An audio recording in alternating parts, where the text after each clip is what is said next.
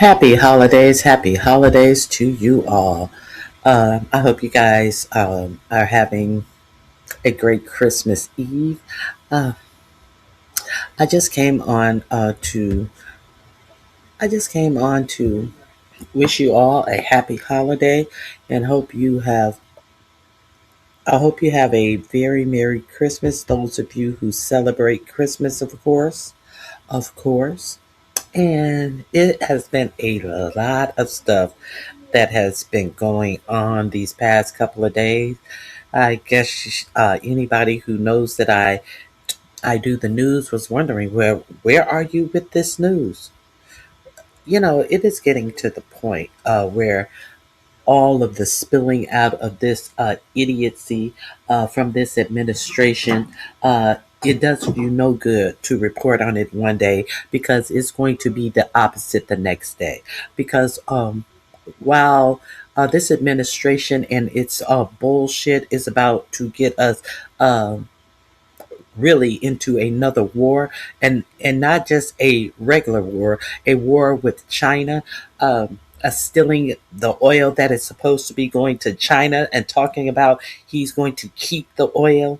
I mean, and everybody's talking about the Epstein files, even though the lawlessness and the disgusting shit that has come out about these Epstein files and allegations of what 45, 47 was present for himself should be enough. But we still have people out here supporting this, excusing this, trying to rationalize all of this bullshit that they are keeping your mind off of. This man has totally ruined the reputation and the and stolen all of the wealth from our treasury. And if it's not already stolen, it will be stolen. He has totally took a wrecking ball to the whole United States of America and what it was supposed to represent for all, but it never represented for most. The the vulgarity of this administration letting you know that it doesn't give a fuck about regular people. It gives zero fucks about regular people. They are in here like kids set free on a swimming pool of Halloween candy, pushing their mega donors, their billionaire buddies, their family members in here to hoard up any idea, any amount of money, any government contracts, just welfare queens. But in the meanwhile, they're taking regular United States citizens whose tax dollars they are giving away to their friends and family like hard rock candy. They're taking you off of your health care insurance. They are cutting SNAP for the poor people in the United States. One second.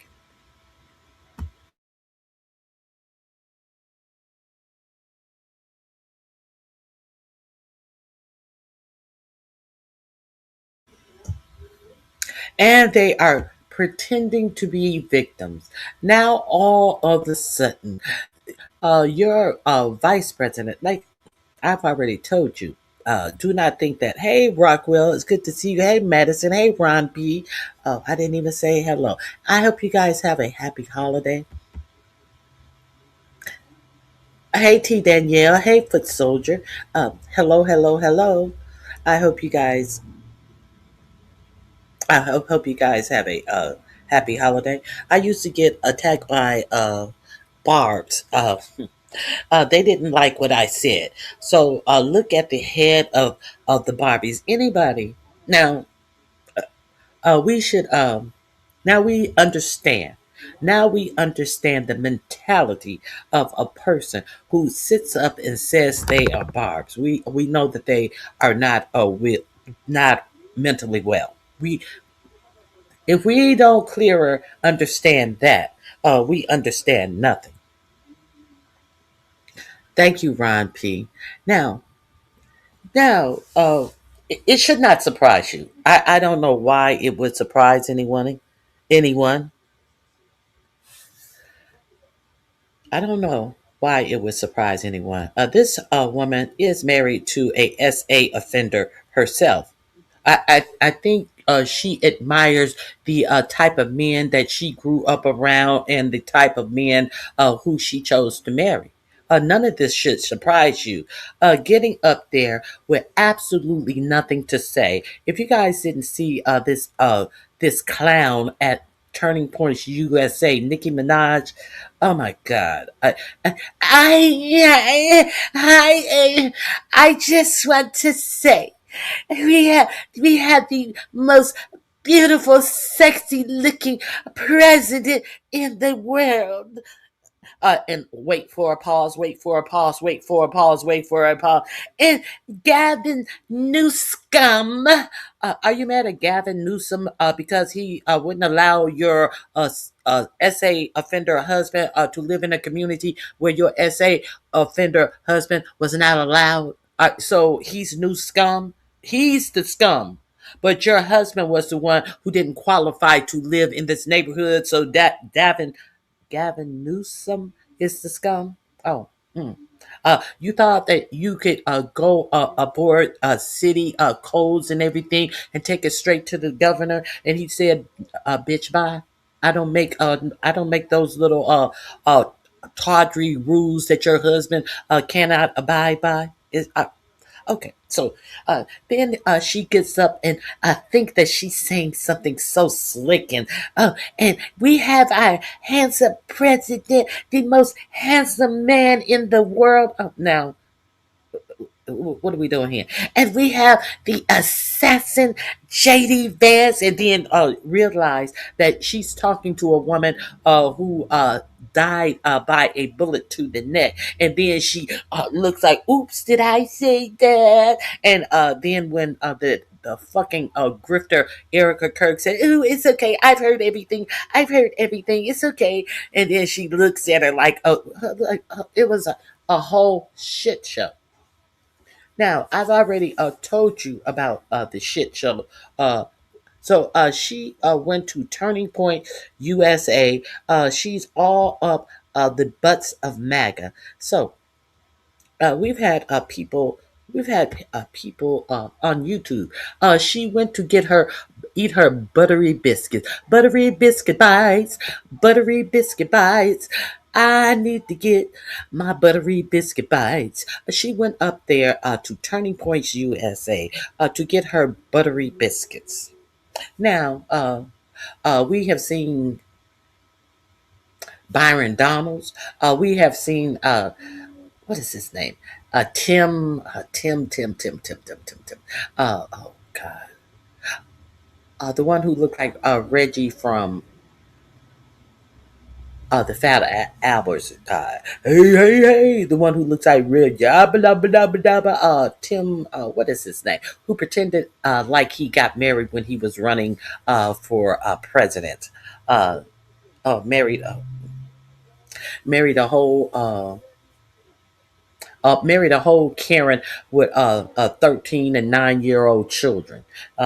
Someone who it who many suspect has never been in a piece of coochie and surely would have fell in the cave of that piece of coochie that he married. But he has you have not seen her since these set up marriage photos look like they were married by the same person that a woman in the beef sector who says she drink pee. You remember her wedding photos where she had on a purple dress or some shit.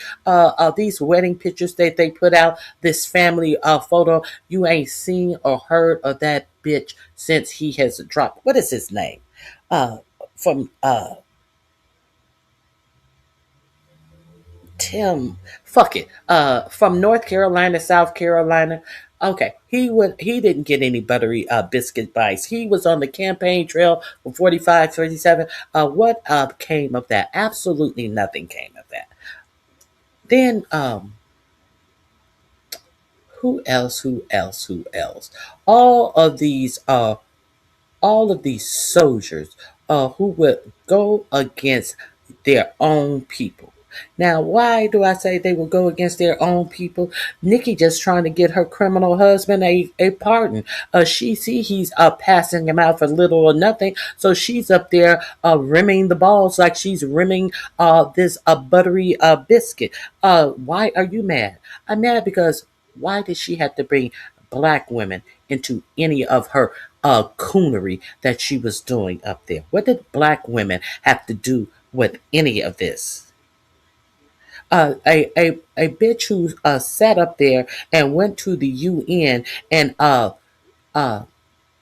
expounded on a lie about Christian persecution in Nigeria, who goes up there and do a whole freaking speech at the UN, agreeing with 4547 about the lie that he's going to attack Nigeria if they don't stop persecuting Christians.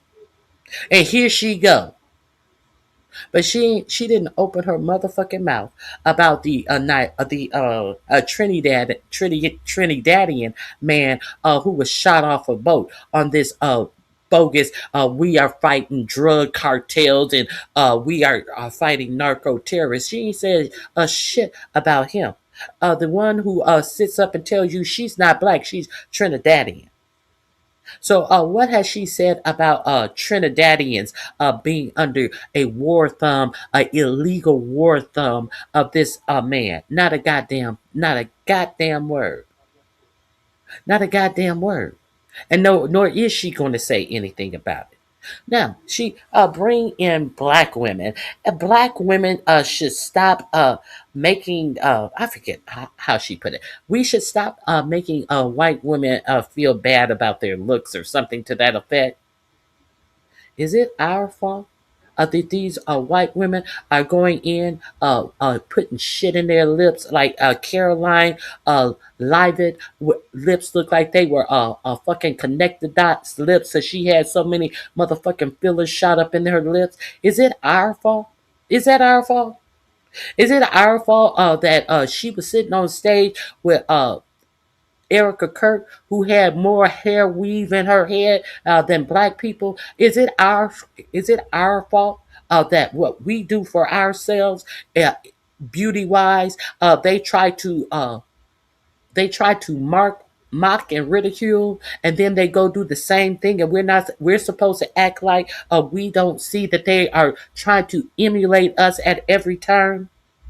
But you got this bitch sitting up there telling black women something, and that we should stop making white women feel bad. I'm gonna play it for you. Pufferfish lips.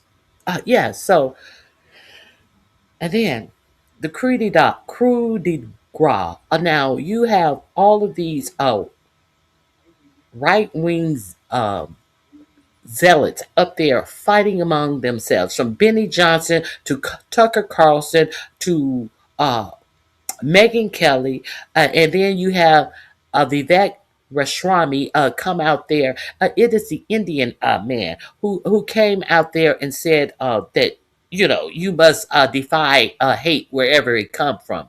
But Vivek didn't defy the hate speech that he said about black people. Vivek went in full on in of the motherfucking prejudice and the lies about black people. But now that Indian people are being dragged by his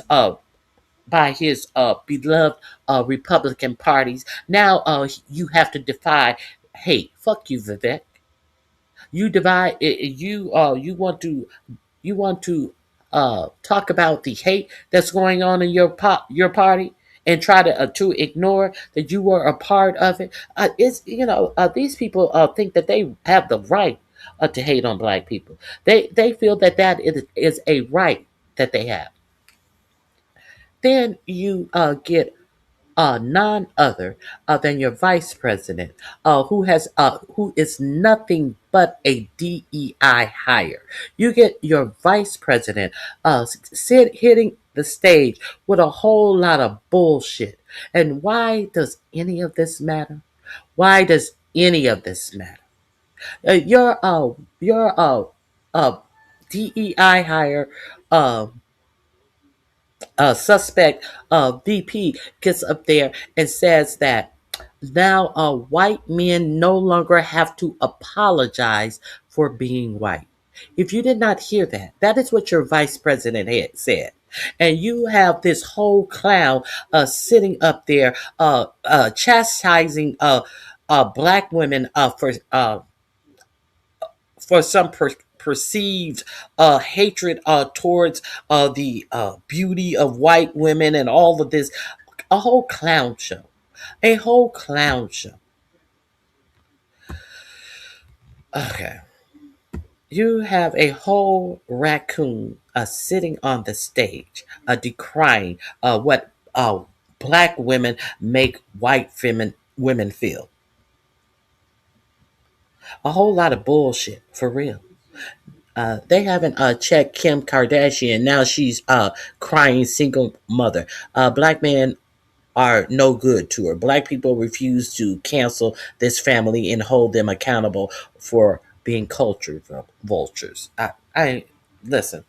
Um, I I have never, ever, ever, ever, ever, ever, ever been into no Kardashian. If people are too dumb to see what is going on, uh, let them find out. Let them be in shock when they are being rounded up. Let them be in shock because with all that has fallen upon black people, with all the overt racism that is out here about black people, and all people have to talk about is bullshit. Uh, they think that they have us wrapped up. They are unconcerned because too many black people are too concerned about absolute bullshit. They are never going to see it coming. So, you know, I can't care about other people more than I care about myself. People can give you the ABC 1, 2, 3 ups, down, ups and downs are absolute bullshit, but they can't tell you about anything that's going on in the world that's going to affect them and how they live their lives. Now, speaking of, let's delve in to what JD Vance is putting out to the people. Let me share a couple of this share. It's talk my shit and share some things that I have seen. Uh, Let me get into this. Just one second.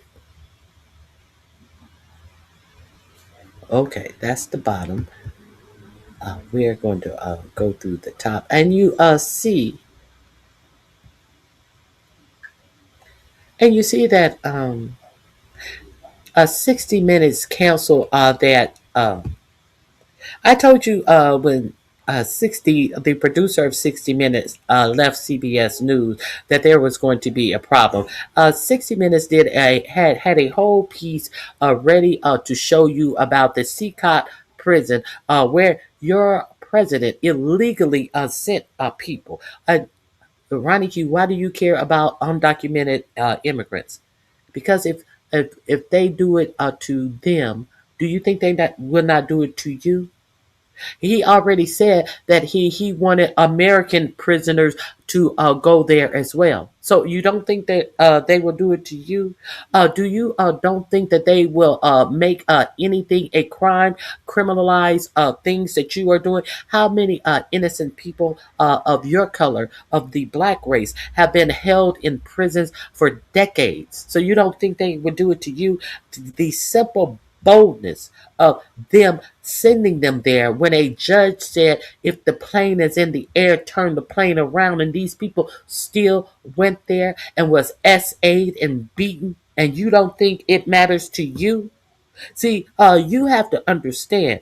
You have to be in the awareness of, if they will try to soothe it and try to make it all right, how they made all of these excuses, and when they were trying to get the Albrego guy back because they said it was a mistake. He wasn't supposed to have been sent there. Well, it's nothing we can do. Well, the president of El Salvador has to give him back. Oh, well, we can't make him give him back. Oh, well, when he finally was returned to the United States, what did the United States do? They tried to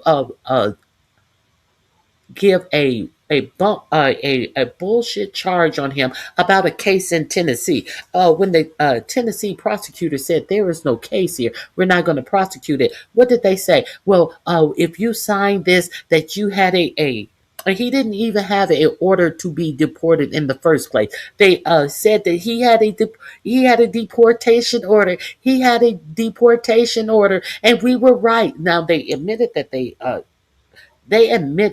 that they deported him by mistake. And when they had to bring him back, they were insisting on to you that they had a deportation order. Now, only to find out months later, when the subject is dropped in the quiet of the night while you're looking at something else. That man never had a deportation order at all, ever. But a lot of people don't even know that. Why is this important? This is fact that your government will lie on you to put you in prison. They will actively lie on you. And what has been the repercussions of this government that sent this man who says that he was brutally beaten in a prison when a judge told him, don't send the planes if they in the air, send them nothing. Absolutely nothing. So if this administration can get away with that type of lawlessness, what will they do to you? You should be very afraid. I'm just telling. So CBS News, who has been brought by Larry Ellison, a Israeli, a Netanyahu loving fool, who is trying to interfere with Netflix buying Warner Brothers. Now, why is that important? Netflix Warner Brothers deal was almost complete. Then here comes uh, Larry Ellison, and he wants to make a rush to steal Warner Brothers. The purchase of Warner Brothers from Netflix, and he offers more money. And they try to make you think that this is a good thing, when the only thing that Larry Ellison cares about is the representation of Netanyahu and Israel in this country, something that does nothing for the American people. If Larry Ellison wanted to care so much about the Israeli people, why don't he go and move over to Israel?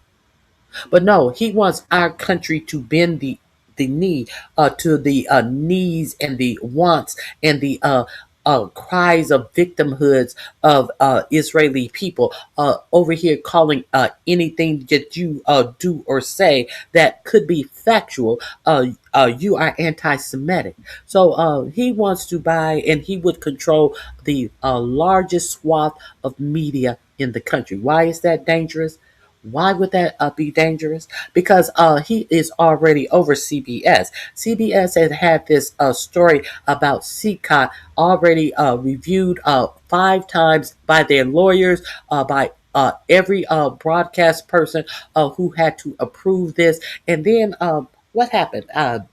Barry Weiss, who Larry Ellis put in charge of CBS, a bitch who has no fucking television experience at all, but she has a fucking fucked up biased view. So she is running CBS now, and after all of the heads, all of the people, all of the lawyers had approved of this CCOT show to go on, that bitch pulled the show. You know why? She said it needed more reporting. A bitch who has never done television news reporting. A bitch who is a motherfucking podcaster at best. A podcaster. Said that there wasn't enough reporting because there was no input from the White House. Therefore, what we are seeing that this media wants to tell you, unless you can hear the White House side, you can't hear any side of a story that had already been approved to go on the air. That was telling you what your White House is allowing to be done. She pulled the whole motherfucking show. So if you don't understand why that's important, why that your media is being taken over by these zealots, by these people who want to create the narrative for any news that they, and you know who they she insisted that they interview the Stephen Miller, of all people, the architect of fly them out of the country. Now, oh, Abrego, what is his name? Abreu, Abreu, what is his name? The guy who they sent to Sekai, he is at home with his family. But it took him a long time to get back with his family because they tried to have him put up on these trumped up charges about trafficking people in Tennessee. Uh, the Tennessee Attorney General quit his job as opposed to bringing these false charges that your 45-47 administration wanted him to put. And then the next person said, no, there's problems with this.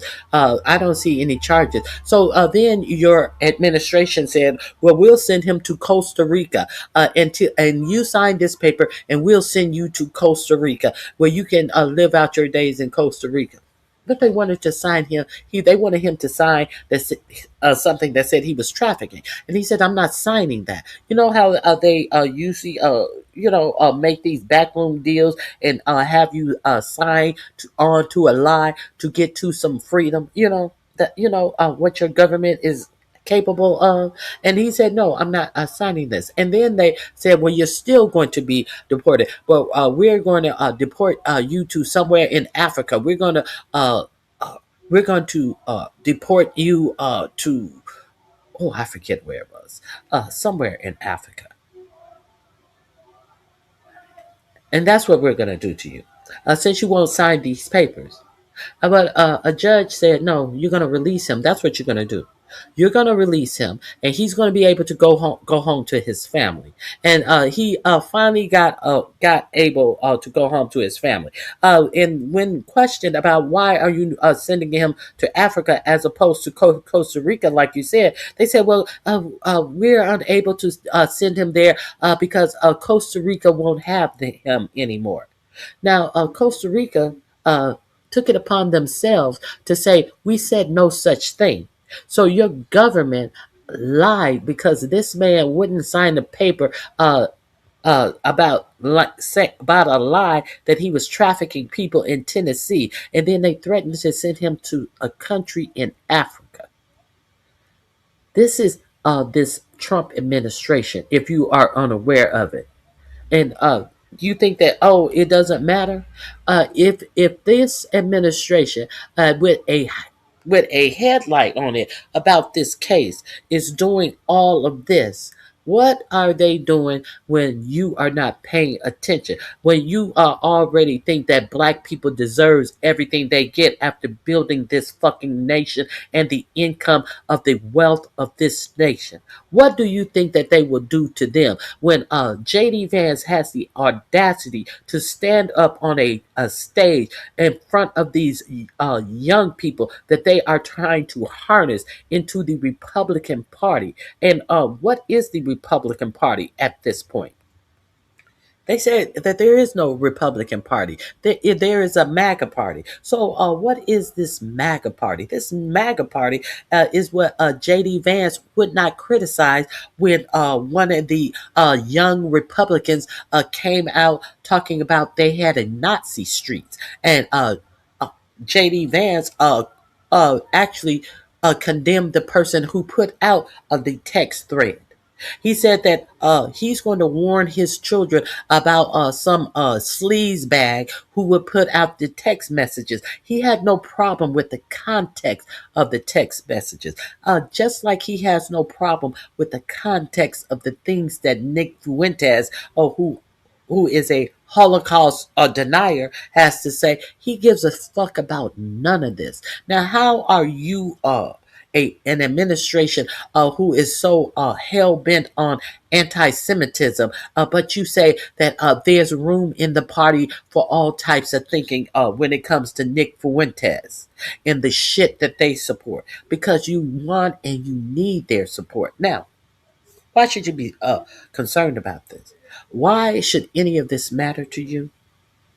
It may not matter to you. I'm telling you why it's concerning. It can or cannot matter to you on many for many of reasons. The disturbing part about this is they have over 2,000 of these Turning Point USA chapters in public schools. In public schools, they're indoctrinating your children into this bullshit, this racism above all. Why is it important? I think it's over 3,000 of these chapters that are in colleges. So they're trying to indoctrinate these young people. When Charlie Kirk got shot, they thought that it was over. Now you have all of these grifters coming in to take its place. And it's funny. One young man who was at the convention, Erica Kirk said herself, "You are just like Charlie. You're a grifter," and she misspoke. I misspoke. I mean, you have so much gift. No, I misspoke. It's supposed to be grit. I'm just so tired. I'm sorry. No, bitch. You said the most rational thing that came out of your mouth was the grifting of it all. All of these people are getting millions of dollars from all of these billionaires to indoctrinate your children, these young minds, real early into this bullshit that they're selling. That they should get out of high school, get married, start having a family. How the fuck is somebody going to get out of high school and get married and immediately start having children without a college education? They're telling these young kids that the thing that you need to do the most is to create white babies. Because that's the only thing that they care about, is having more numbers of white children in the United States. That's the thing that's keeping them up at night. If you thought that immigration was the thing that is keeping this administration up at night, then can you tell me why are the people who are getting most of your tax dollars in government welfare are immigrants, white immigrants from other countries? Elon Musk, Peter Thiel. If they are so afraid of immigrants, and immigrants are so dangerous, and then why is this South African Peter Thiel and Elon Musk giving the keys to all the information of every American citizens? Aren't these immigrants? It is, if we're going to they what is that the oh, excuse me. The guy who's over in I'm sounding like somebody real gross. The guy who's over Nvidia, those Nvidia chips, are these not immigrants? And y'all really want to think that immigrants are the problem? As white supremacy is fucking taking over the United States of America? of America, not American. Let me get into some of this BS that was played. Let me see. Let me see. It was just so much. Okay, where are we? Where are we? Where are we?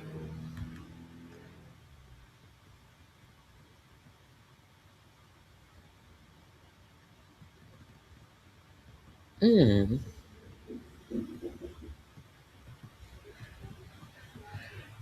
okay, let me see. Let me see.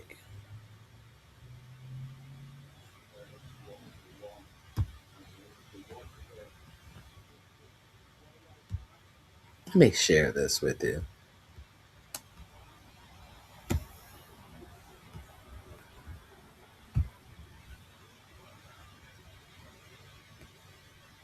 Hey, Barry Carey. They are all lying because they got caught. Absolutely. Let me share some of this uh, turning point of BS with you guys. Where have you been, Rockwell? I miss you. I'm glad to see you back. Let me share some of this with you.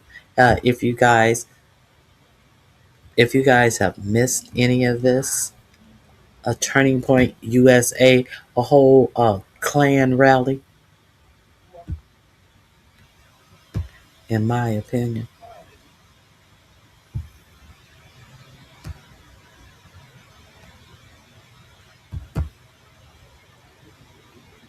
JD Vance, I can prove to you that Turning Point USA is falling apart from the inside. There were a lot of theories after Charlie Kirk died that this would make the movement stronger, that people would consolidate around the movement and rally around the flag, so to speak. But this proves that, like, for whatever you want to say about Charlie, his executive leadership at Turning Point USA was holding together a coalition that is now crumbling at the seams. There were fights on the convention floor between far right groypers versus people who are still trying to preserve the old neocon party. There were fights on stage where Tucker Carlson was taking jabs at Ben Shapiro after Ben Shapiro took jabs at Tucker Carlson. It was an ideological battle and a clash, and even in the moments where there is not a direct conflict, it was still just so incredibly awkward. Let's start with this clip from today where Nicki Minaj and Erica Kirk are speaking. And Nicki Minaj, first of all, why is Nicki Minaj on the stage? I used to love her music. I still love her music. I don't know what the hell is happening here. But secondly, she uses possibly the worst phrasing ever and says that JD Vance is basically an assassin. And what she's trying to say, I think, is like, oh, this guy's a killer. He's good at what he does. But what she says, for young men. And for young men, don't be new scum. Yes, see, dear young men, you have amazing role models like our handsome, dashing president. No, a whole fucking a clown show. A whole fucking clown show of bullshit. And look at her with this audience. You hear that? Audience, Erica Kirk. A whole fucking.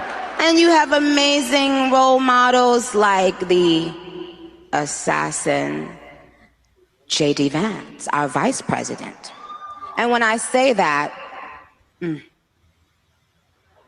And when I say that, oh, oh, I'm so, how silly of me. The whole charade was silly.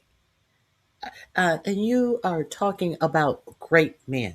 And we're going to get into some of the allegations in this Epstein file about a 13-year-old being sex aided by Jeffrey Epstein and her own uncle on a yacht in the Lake Michigan.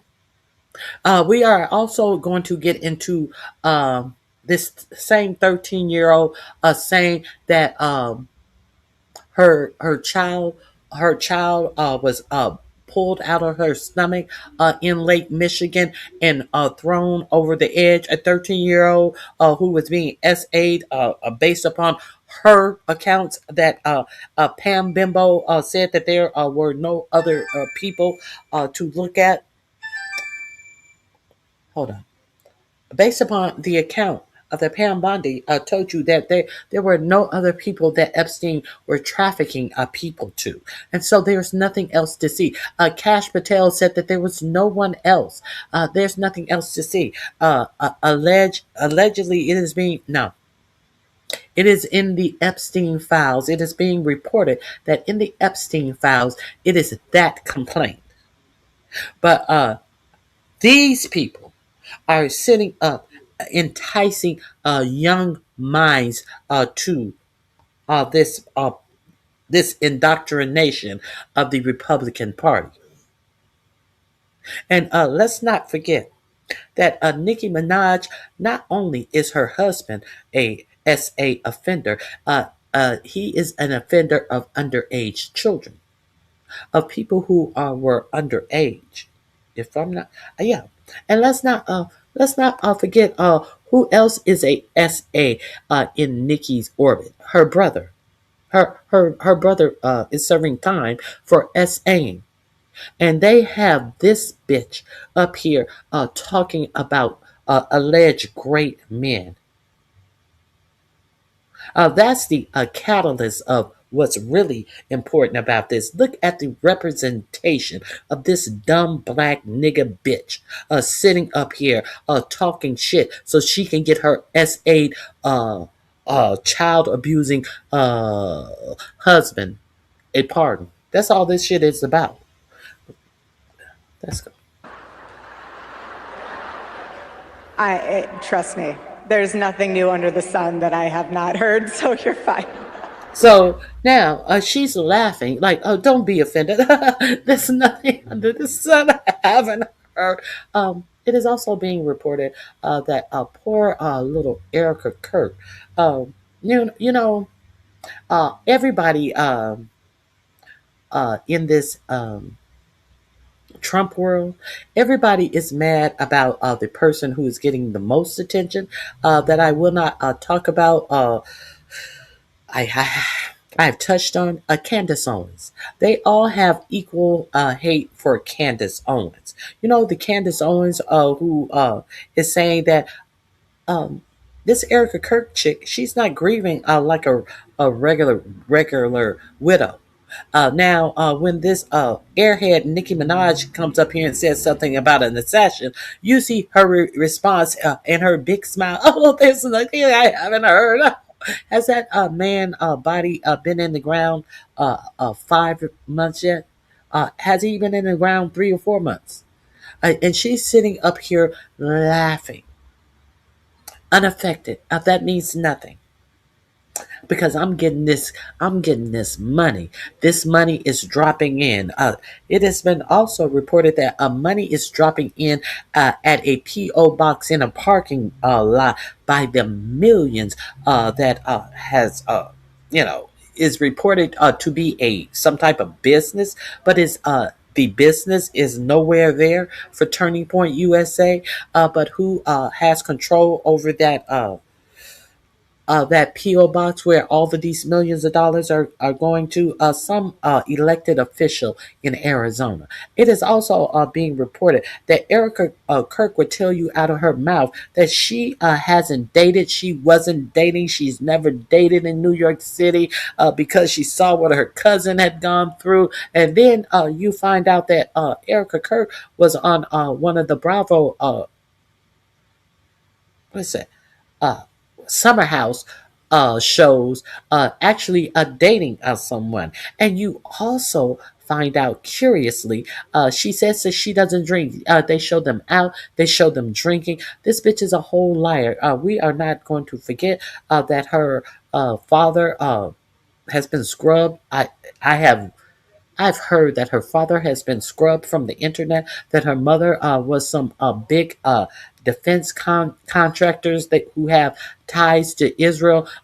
These are facts. And these are facts that first the only black woman that they wanted to you to believe you couldn't believe because she's a black woman, so it would be easily discredited on the simple fact that she was some black chick out here. Now why are all of these other people trying to stunt on the information that this chick started putting out here, and they do everything but give the fucking credit to the black chick where the credit is due, and everybody's reporting on this black chick's reports that have thus far proven to be factual.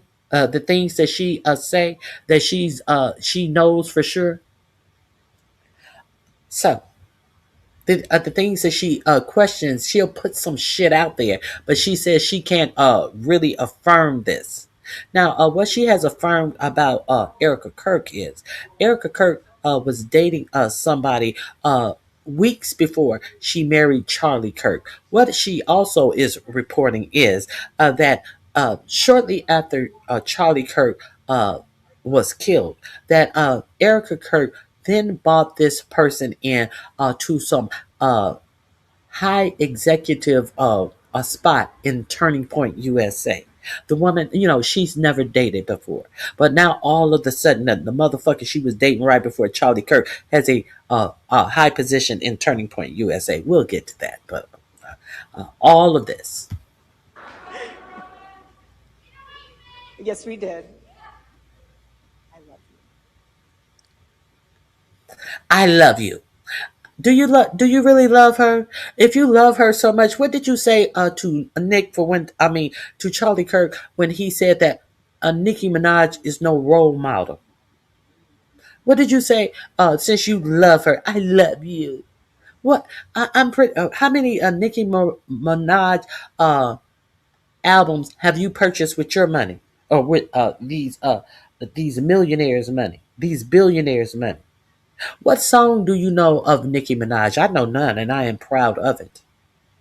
What Nicki Minaj song do you know since you love her so much? The bullshit. And look at this dumb bitch. All she thinks she is saying so much with all the swinging of the hair and leaning and let me look in your eyes seriously, saying absolutely nothing but some dumb shit. A whole fucking airhead.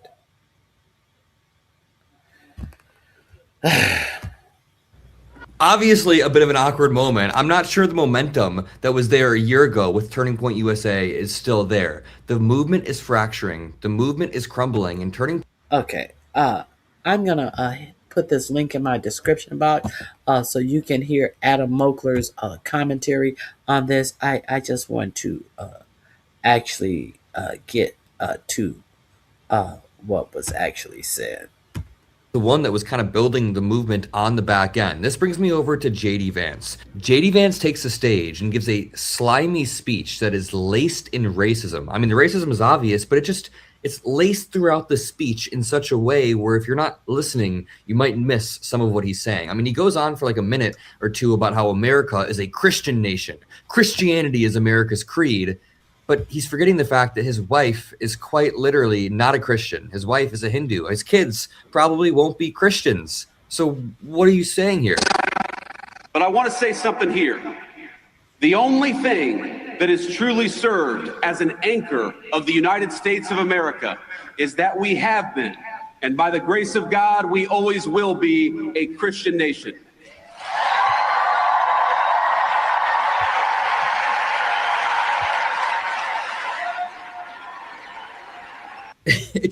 The beauty of America is not that America is a Christian nation. It's not. The beauty of America is that America is a melting pot of any sort of religion, all under one umbrella.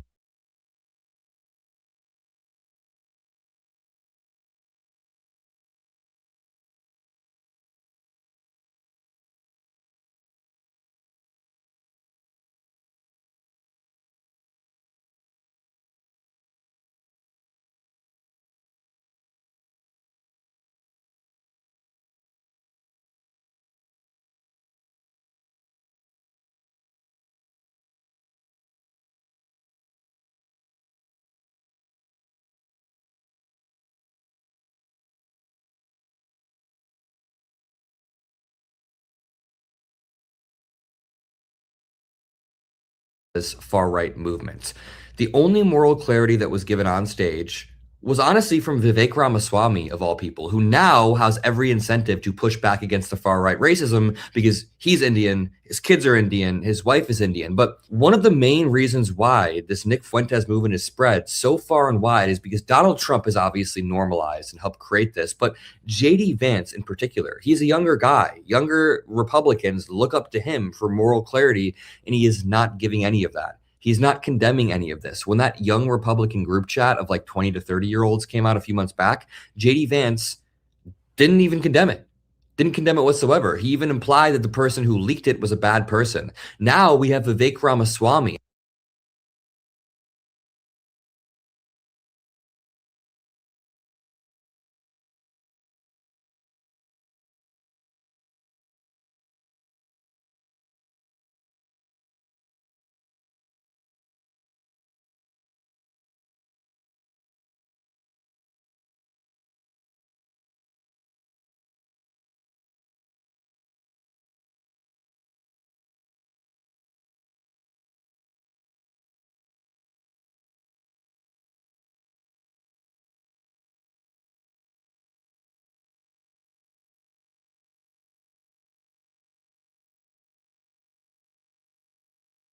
Going off on the Groypers because he realizes what's at stake. Believe, and you will forgive me for giving you an exact quote from our online commentator, Nick Fuentes. If you believe that Hitler was pretty fucking cool, you have no place in the future of the conservative movement.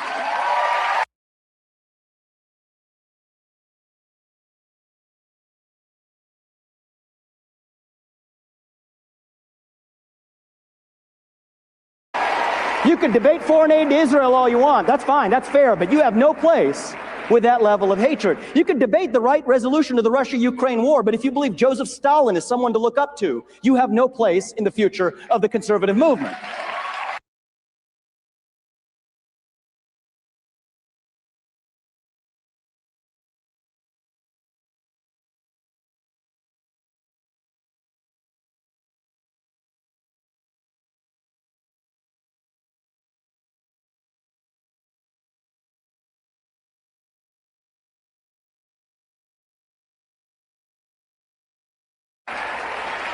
If you call Usha Vance, the second lady of the United States of America, a cheat, you have no place in the future of the conservative movement.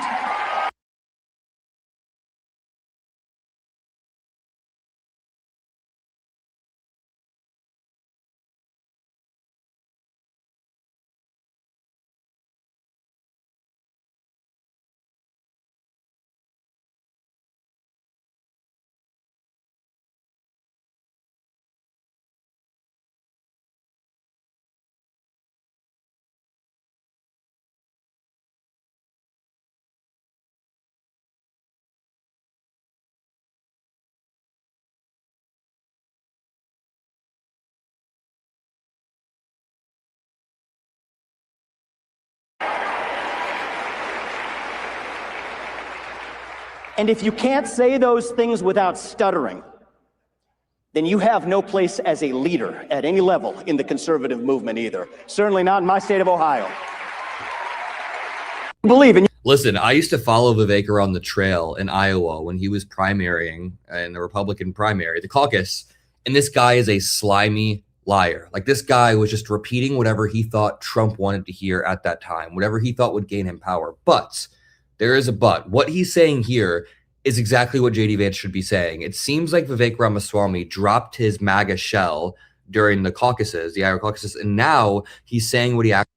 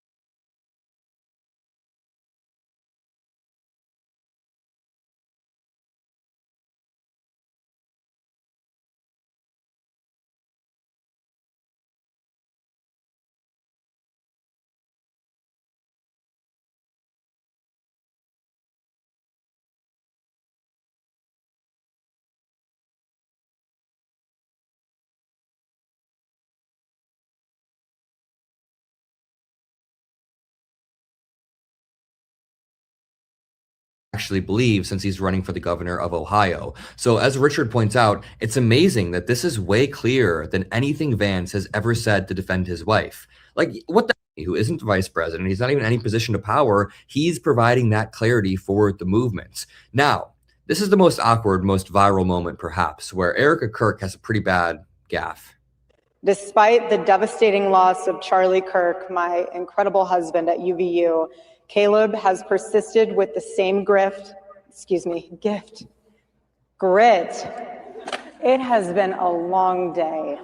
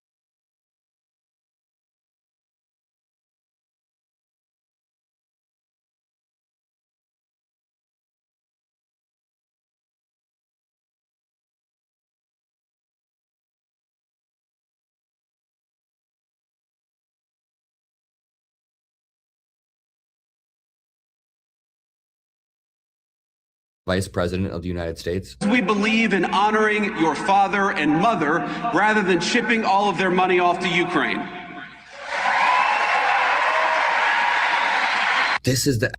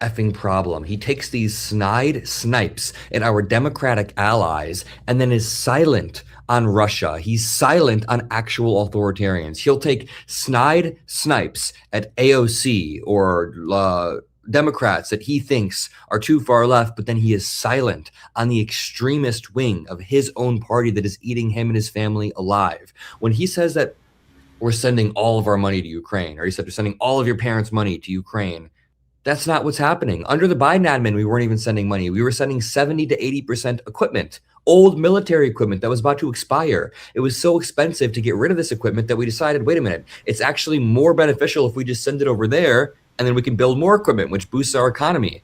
Now, the Trump administration has a new sort of lend-lease program that they're using with Ukraine, so even Trump understands that we have to send some sort of weaponry and money to Ukraine. They're going to pay back at some point, but what JD Vance is saying here is just disinformation. We have one more clip. And by the way, if you made it this far, double check to make sure you're subscribed to the Adam Ockler feed. We've got some great debate content coming out over the next few days. JD Vance then talks about his reaction to Charlie Kirk's assassination. I found it interesting. I'm going to tell you something I haven't talked about publicly before, but in the days after Charlie's death, I struggled a great deal. I'm sure many of you did too. I remember watching every video. Everybody's is Charlie's friend. I'm sorry I had that mic on mute all of that time where I was talking all of that shit, letting you know that you're paying for your own persecution. These white immigrants, they presented all of these things that they are getting government contract. They're presenting all of this stuff to make sure you're safe. Who's going to be safe, especially in this coming year, as these people who were fired by this white immigrant for absolutely no reason under the guise of waste, fraud, and abuse. Once all of their unemployment insurance is out and they have no jobs, where AI has already taken up to 15% of white collar jobs, who is going to be safe then? What happens when people are suffering? What happens when people are in need? Crime rises. And who is this crime going to rise against? It's going to rise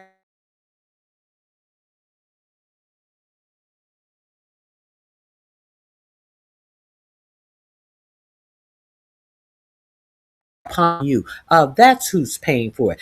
Because Christine Nome, Pete Keckbreath,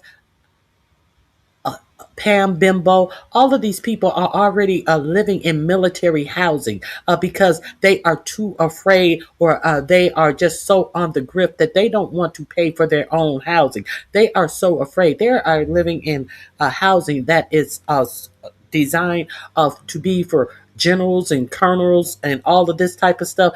They have their funky asses laying up in government assisted housing. Because they are afraid to leave. Stephen Miller and Katie Miller, they are so afraid to live. I guess they was like, oh, these houses are too good for these generals that have spent their whole lives in the military and climbed up the ladder. Why give that house to them? I'm in this administration tearing up this country. I need this general's house. The general can find a house elsewhere. Make that make sense. Make any of this make sense. All of this invasion of your privacy with Palantir, that's something that is supposed to predict criminality. This MSPM7, which has remedies about putting you on lists, arresting you, claiming that you are a domestic terrorist if you mark a certain vague list, anti-capitalist, pro-immigration, all of these things that they want to say that you, an American citizen, are a terrorist. And then they have the predictor of Palantir predicting of what you may do based upon what you buy and all the information that they have collected on you. And then they're going to put you in a cesspool of uninsured and unemployed people in the United States. They are not going to have to face any of the ramifications of what is going to happen in the United States. They are turning the United States into a third world country. At the same time, you have 45, 47 over there confiscating oil tankers that are on their way to China, which means that China has paid for this oil in Venezuela. And 45, 47 saying he's going to keep this oil that China has paid Venezuela for. He is telling you that they're taking our land back from Venezuela when we have absolutely no land in Venezuela. But what Venezuela does have, Venezuela does have rare earth minerals, plenty of them. But nobody's talking about that. Everybody is not supposed to understand that Venezuela's land is full of rare earth minerals. But no, it's about the drug boats. It's about the drug boats.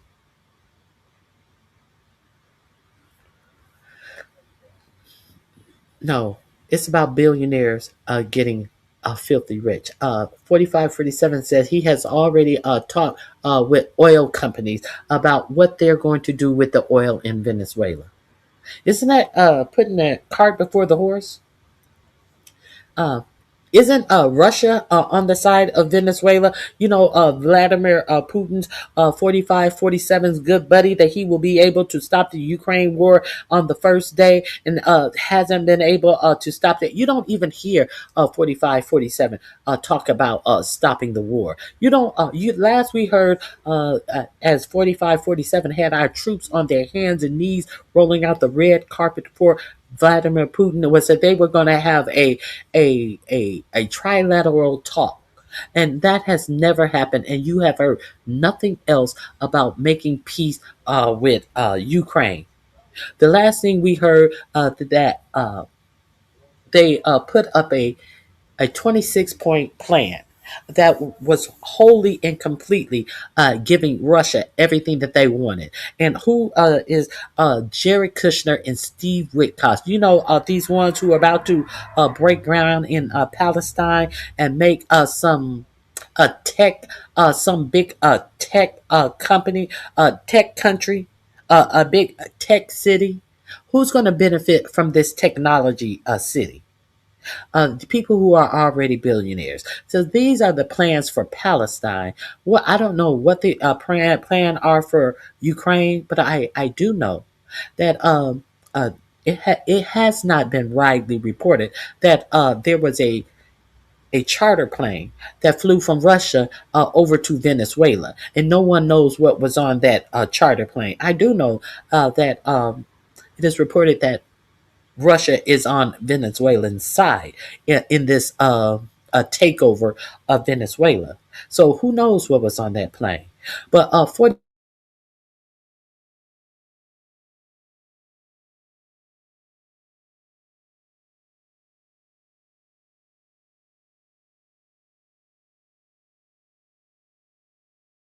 to these tech oligarchs about what and who can have what rare earth minerals in this country,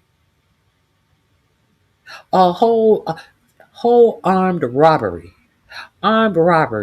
just going in and raising a colonizer, raising a whole nother sovereign country. Someone who it's just amazing, amazing that this person is even back in office. Someone who should be sitting in a jail cell. It's just amazing. So not only is he turning this country into a third world country, he is actually putting a target on the backs of America. And if you think that these people to go to war for this, it ain't nothing off of them. It's absolutely nothing off of them. But what is it for you? I'm just asking. Of the assassination, looking for clues, trying to understand what happened. I try to hide my friend and that terrible bullet hitting him, but I would try to look around. I stayed up all night for many nights in a row, researching every conspiracy theory, going down every rabbit hole. When my lovely wife, Usha, told me to come to bed, I told her How many nights has he stayed up trying to figure out a health care plan for all Americans? How many times has he stayed to prove the life American citizen, though? Now, these bread dead white people in this audience, these young white fucks who have lived on white privilege all of their lives, who are now feeling that they are being victimized.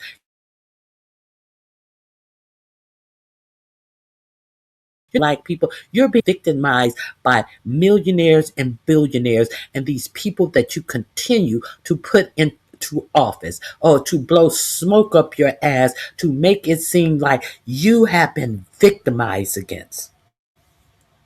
Let's continue. I owed it to Charlie to try to uncover every stone, and so that's what I tried to do. I remember I was consumed by this fear that Charlie's death wouldn't just deprive a family of their husband or of a good father, but that it would deny our movement of a great unifier of people and a great doer of great deeds. I don't know about the great doer of great deeds parts, but as I touched on earlier in the video, Charlie Kirk seemed to have the type of glue, the structure necessary to keep everybody from infighting, to stop everybody from infighting, saying, guys, we all got to work together and fall in line. Erica Kirk doesn't seem to have the same leadership capacity or pull where she can hit everyone up and be like, hey, we're going to be on message this event. We have one message and it's attacking the Democrats. So now Turning Point USA as America Fest 2025 has been an infighting civil war the entire time. I'm going to leave it there. If you want more coverage of the conservative civil war, let me know in the comment section below. We're going to be making some great videos over the next few days. So be there, be square. I love you all. Peace out. All Donald Trump ever wanted. Hold on. Let me get to the next because it didn't do show the most egregious comment from JD Vance. Let me find that.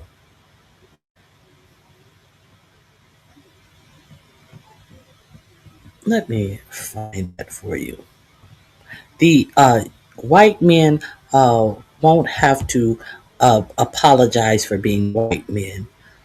Let me.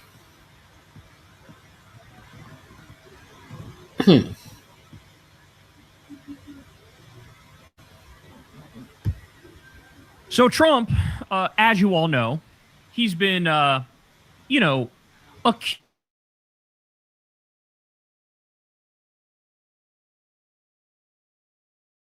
came down that escalator in 20. Kyle Kalinske show Secular Talk. This will be the second clip in my description box. 2015 and gave that speech. He what did he say? He described Mexican immigrants as rapists and criminals, and said, "I assume some are good people. Some." So he flipped it. Usually it's like, oh yeah, most are good people, but a handful are rapists and criminals. He flipped it. They're rapists, they're criminals, some are good people. The implication being like, well, obviously most of them are criminals. So from that moment on, it was just like, holy shit. I mean, it's sort of crazy watching him do his thing. But we've now gotten to a point where there is no more subtlety, man. There's no more subtlety. He's not even bothering to try to hide his racism anymore. It's so front and center. It's so obnoxious that there is only one conclusion. So let me show you guys this. Ready? The Trump administration expanded its travel ban. So he's doing a new travel ban, ready? To include Palestinians and citizens of 5 additional countries: Burkina Faso, Mali, Niger,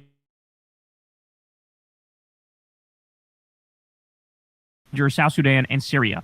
An additional 15 countries are also facing partial restrictions: Angola, Antigua, Barbuda, Benin, Cote d'Ivoire, which is the Ivory Coast, Dominica, Gabon, Gambia, Malawi, Mauritania, Nigeria, Senegal, Tanzania, Tonga, Zambia, and Zimbabwe. What you notice about all of these countries? Burkina Faso doesn't want to come. You invited the the new ruler of Burkina Faso to your inauguration, and he gave you his ass to kiss. Uh, Thank you, Eugene. Please hit the like button. I would appreciate that. Let's get into more of this. All countries, because they don't want you over here. They only want to take their millionaire mining companies over to these African nations and fucking uh, steal every bench, every bit of riches that will further enrich them as white immigrants to the United States. And Burkina Faso was the country that threw France out of the country, and they also threw Air France out of their country. They don't want you there, no way. They are building up their country. And the first way that they are building up their country is their agriculture, because they understand that they have to feed their country. Does your president understand that about his own country while he's making these declarations of people who are unworthy to come to the United States? But he has absolutely nothing for your farmers, as he's giving away $40 billion to Argentina because they're buddies with someone that uh, what is his name? The uh, the Treasury Secretary Scott Bessent has a friend who invested a whole lot of money in Argentina and lost a whole lot of money. So now $40 billion of your tax dollar has gone to Argentina, but he has given the farmers who are unable to sell their corn and their soybeans. How much he gave them? He gave them 12 billion, enough to pay the people they owe. Who do they owe? The billionaires, because all of these farming companies have consolidated. So everybody is buying all of their products, their seeds, their fertilizer from one company. So it is not making the farmers okay. These billionaires more money. Let's continue. But he don't want them to come to. He don't want them to come over here to America. Well, I know for sure, Burkina Faso president don't give a fuck about you, and you know about you too. What do all of these countries have in common? Let me think about it. That's a tough one. It's literally all black and brown countries. Like, you would think, just for optics reasons, they might throw in one country that's not black or brown just to be like, yeah, here. I'm blanking on one right now, but think of a relatively small country that's not black or brown, right? Just for optics reasons. Oh, yeah, we're putting partial restrictions on, I don't know, fucking New Zealand or some shit. Sorry, New Zealand. I had to come up with somebody to throw under the bus. I mean, you would think they do it. No, they don't. They didn't. Why? Because now it's just fucking mask off. In fact, I'm sure you guys remember this. They made a big deal and a big announcement not that long ago about we're now going to allow in the country the true refugees who need the help, the white South African Afrikaners. So you got these like fat, white, landowning South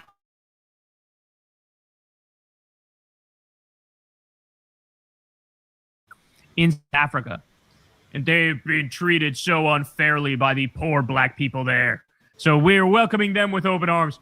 Like, this is what they actually did. And in fact, Stephen Miller was bragging about this on TV the other day. Like, yeah, we're more than happy to welcome the immigrants who are white South Africans. So, like, can you hit us with a little bit of plausible deniability in this bitch? And this is the problem, is like, they don't realize racist people don't even like to think of themselves as racist. This is where they're miscalculating. They're so out over their skis, and they're so pandering to their base, that 35% that hasn't fucking left them yet, that they don't realize, bro, every normie in the country is done with you. That, at least in the past, when you were doing racist shit, you would leave yourself some wiggle room and some plausible deniability where your soldiers were able to go out there and be like, Oh, I don't even know what you're talking about. He didn't mean it in that way. He's not fucking racist. What are you talking about? Now, let's ban people. I believe the full number of countries that are facing either full or partial bans, it's 39 countries. Every single one is black or brown. Every single one. And this shouldn't be all that surprising from the guy who brought you the fucking birther conspiracy. He was a prominent birther. He would go on TV all the time and say Obama was a Kenyan Muslim and that he shouldn't be president and he couldn't be president, even when the fucking birth certificate came out, the long form one, because the short form one wasn't enough for the right wing. Then Obama released the long form one. He go, Dad, something's off, something smells fishy with this. So go over there and check out Kyle Kalinske. The link is in my description box. Just a observation about the overt racism. If you have not caught on, this administration is not trying to hide this anymore. It is the second link entitled Racism. Literally had even Bill O'Reilly was telling Trump, like, could you fucking calm down? You're wrong about this. There's an announcement in a Hawaiian newspaper about Obama's birth when he was born. What, did they fake that too? Did they break into the fucking archives and backdate some shit from the date he was born in Hawaii? Like, are you kidding me? That's who this is. The Central Park 5 guy. Remember that? He took out a full-page ad calling for the death penalty for 5 black and Latino teenagers accused of raping a white woman in Central Park. And they were exonerated due to DNA evidence. They didn't do it. But he was leading the charge to fucking execute them. And he has not taken it back, and he still is acting as if these men are guilty. Black and brown teens. I mean, this is insane. This is insane. But this is the guy that we're talking about. This is the guy that we're talking about. So, but again, like I said, they're not even bothering to hide it anymore. People forget too, but like, there was, I believe it was in the 1970s, the U.S. government sued Trump and his dad for refusing to rent apartments to black people in predominantly white buildings. So they would mark the applications with a C, which stood for colored, and would block them from being able to rent there. And the case was settled with an acknowledgement of non-compliance with the Fair Housing Act. So I don't know if they had to pay out for anything, but they were caught red-handed doing housing discrimination, like not allowing in black people, like segregating in fucking New York City, right? This Redlining. That's called redlining in the 1970s. But everyone should pull themselves up by their bootstraps. There is racism against white people. What black person or corporation is preventing white people to bank, to have housing, to have medical care? What black corporations are doing this? Now everybody is racist towards white people when these people don't even know what racism is. You have to be in a power position to deny a group of people something, which black people are not. How many times do you hear this bullshit about black people being racist? Black people don't have the power to deny you anything that you need to live a decent life. However, white people and white corporations do. But you want to blame it on black people and black racism. You don't even know what racism entails. But we have new white victims. Speaking of our new white victims, I would be remiss, Pixie. If you don't get the fuck out of my channel, eat a dick, you dumb bitch. Okay, so you're just upset because you were one of the dumb hoes sitting up here talking about 45 and 47 and what 45 and 47 why he was good for the country, because you're a dumb bitch. Have always been a dumb bitch. Speaking about the victims of this racism, let's Let's see what your EEOC has chair under 4547 had the audacity to make an announcement to white men who feel discriminated against. December 17th, 2025, here is an announcement from the EEOC saying that they will give these white men some money. You gonna give these same white men some money because they have been discriminated from a job that they are not qualified to hold? Is that what we're saying? Is that what you're saying? I'm Andrea Lucas, chair of the U.S. Equal Employment Opportunity Commission. Are you a white male who's experienced discrimination at work based on your race or sex? You may have a claim to recover money under federal civil rights laws. Contact the EEOC as soon as possible. Time limits are typically strict for filing a claim. The EEOC is the federal agency charged with enforcing federal anti-discrimination law against businesses and other private sector employers. The EEOC is committed to identifying, attacking, and eliminating all forms of race and sex discrimination, including against white male applicants and employees.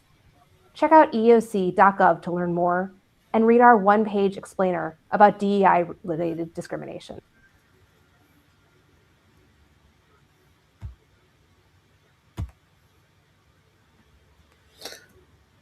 Okay.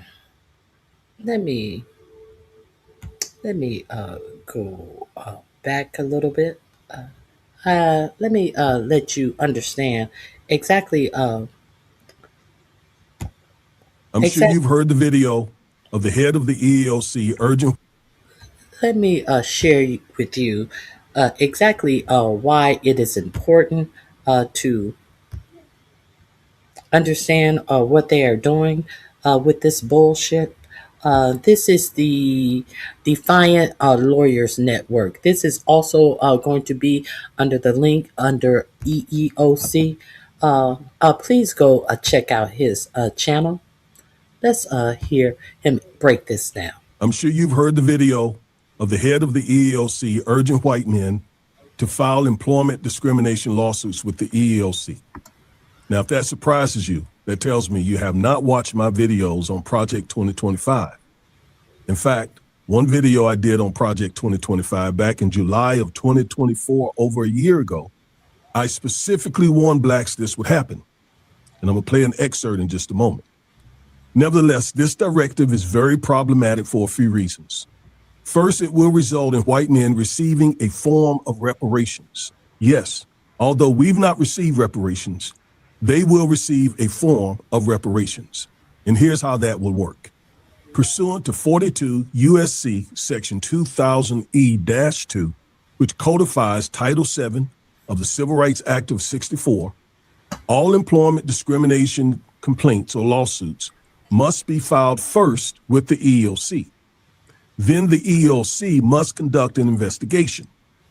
After the investigation, the EEOC must first try to resolve the matter, and that will likely result in them pressuring the defendant, the employer, to stop hiring blacks, or to fire more blacks, or to pay huge fines and penalties, or a combination of all three. The EEOC will likely share some of that money it recovers with those white men, which essentially, again, is a form of reparations. And this will incentivize more white men to bring many more of these claims. Now, if the negotiations don't work, then the EEOC can then sue the defendant in a friendly court and continue the pressure campaign to force the corporation to stop hiring blacks, or to start firing more blacks, or to pay huge penalties and fines. Basically, this is weaponizing the EEOC, and it'll drive up more black unemployment. All right? Why are they doing this? Simple. To protect and preserve white male dominance, white male hegemony. And oh, by the way, have I said that they have spelled this out in Project 2025? Of course I did, because it can't be said enough. So yes, I knew this was coming. And here's the excerpt that I promised you. They're actually going to be using the DOJ to wage this bogus fight against reverse discrimination. That's what they're doing out in the private world.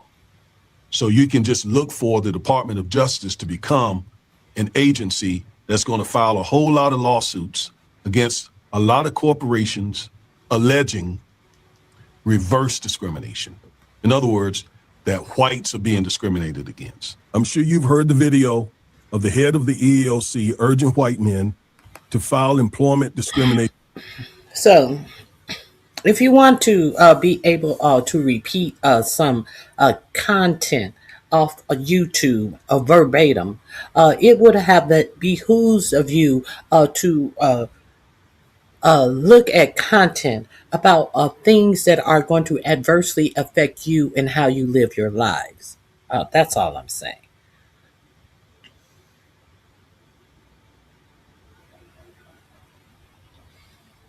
SpongeBob versus 24 Eat a Dick. That is fact. That is fact. Nobody is trying to fire blacks based on race. Stop spread blacks unemployment is twice that of black male unemployment is twice that of white male unemployment. Are you kidding me? Are you kidding me? Why are whites trying to pretend like they are victims of racism? Uh, Now, I wonder are these tech corporations going to be sued by the EEOC by these white people? Are these white people going to sue Elon Musk and all of Jeff Bezos and Peter Thiel's corporation for bringing in those what's, what is those people from India on those visas? 45, 47 said that there are no qualified people to take these jobs. So are these jobs going to be subjected to the EEOC claims of white discrimination? See, because you guys don't mind playing blind, but when 45, 47 says that you are not qualified for the jobs in tech, you say nothing. When 45, 47 says that you are so undereducated that to go to the main schools in the United States, he has to bring people over from China because you motherfuckers are too stupid to get in these colleges. As he shuts down the Department of Education instead of doing something to better our schools, he says he's going to bring 600,000 students over from China, but you say nothing.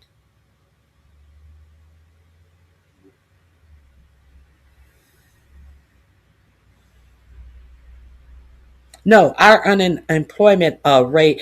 What about our culture? What about our culture?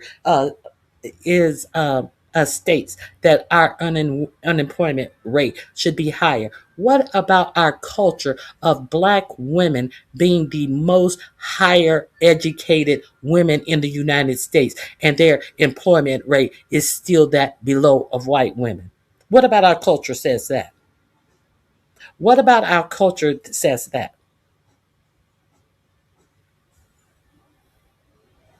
What about our culture of saying black women are the highest educated people in the United States? What about our culture that says black women are the highest educated people in the United States? Yet our unemployment is higher than white women. Answer that question. Since this is about our culture, that is our culture. I'm waiting. I'm waiting. What about your culture that your own president says that you are not educated enough to get these jobs and techs that they're giving away to E1B visas from India? What about your culture? Yes, that's my favorite word, Kelly Cook. I'm glad you are there to notice it. But what about your culture that says that you are too undereducated to get a job? Hmm? I'm waiting. Nothing? Nothing.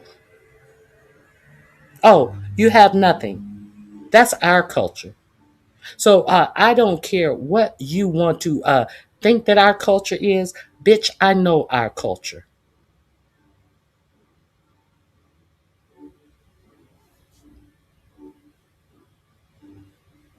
Oh, nothing. Oh, quiet. Oh, what race baiting is so overused. I concur. I definitely concur. But who's race baiting? I'm pretty sure you're talking to the people who are actually race baiting. I'm giving you facts that the EEOC under this administration has put out a call to white men to say that they have been victimized by employment because of DEI.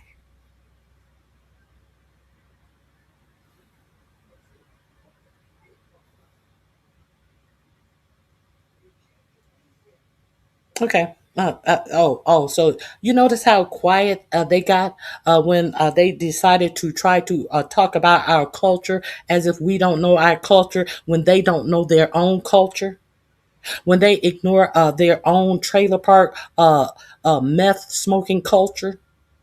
What about your culture? Uh, if it's about our culture is so bad, why do you guys always try to steal everything about our culture? It's if our culture is so bad.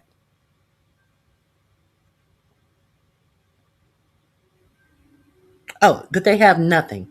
They have nothing when they understand that black women are more educated than any male, female in the United States. But they want to talk about our unemployment is because our culture. Mm, imagine that.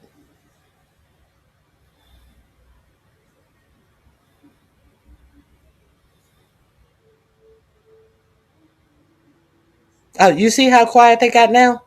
You see they have nothing now? You have absolutely nothing now. Mm,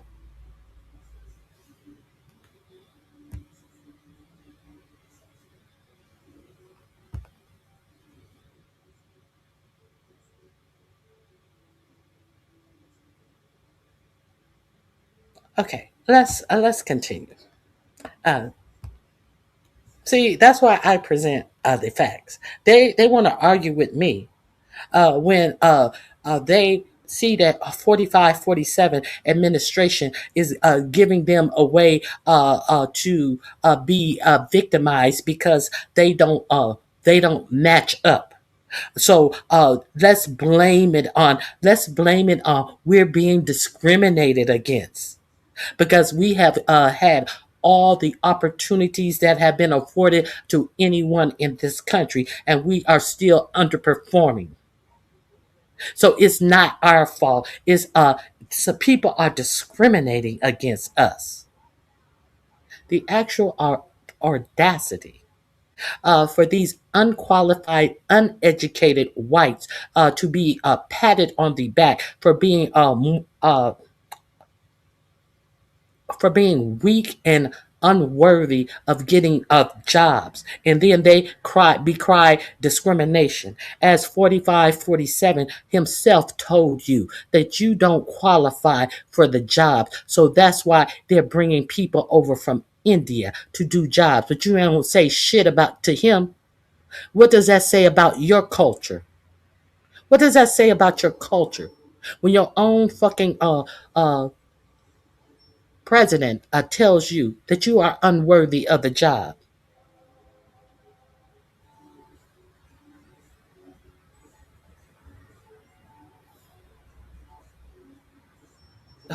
Who cares that you love your black friends? And what?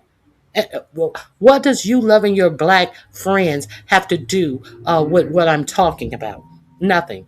Absolutely nothing. Let's continue. All of this, what you're not going to do. You're not going to talk propaganda in here. That's what you're not going to do. So if you cannot stay on topic, do not type in my chat.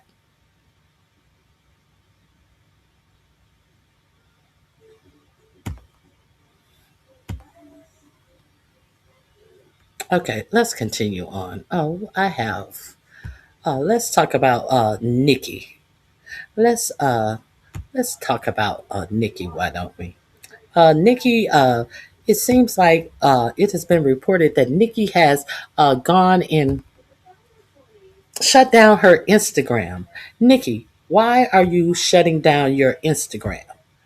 Because you sat out there and you cooned for the masses and you bought black women into this. So let's hear Nikki being pounded on. Oh, this dumb bitch. Let's get into it. This link will be in the description box under the description raccoon. I mean, I can't tell people what to post or what to say. But Nicki Minaj damn sure needs to stay away from anything, posting anything about kids, trans or otherwise. She supports a dude that is on the Epstein list 1,000 times. She's actually married to a registered sex offender, a pedophile. She shouldn't be able to watch Jason Kidd or listen to Kid and Play or New Kids on the Block. Hell, she got to walk around the aisle with Cabbage Patch Kids on it. And she damn sure should stay away from Sour Patch Kids. And it ain't Governor Newsom Nikki needs to be worried about. It's Chris Hansen. D.L. Hewley tore into. You now have a whole amazing UN barbs. We're now your United Nations barbs. In Nigeria, Christians are being targeted, driven from their homes, and killed. Churches have been burned. Families have been torn apart, and entire communities live in fear constantly, simply because of how they pray. I would like to thank President Trump for prioritizing this issue and for his leadership on the global stage. Barbs, I know you're somewhere listening. I love you so very much.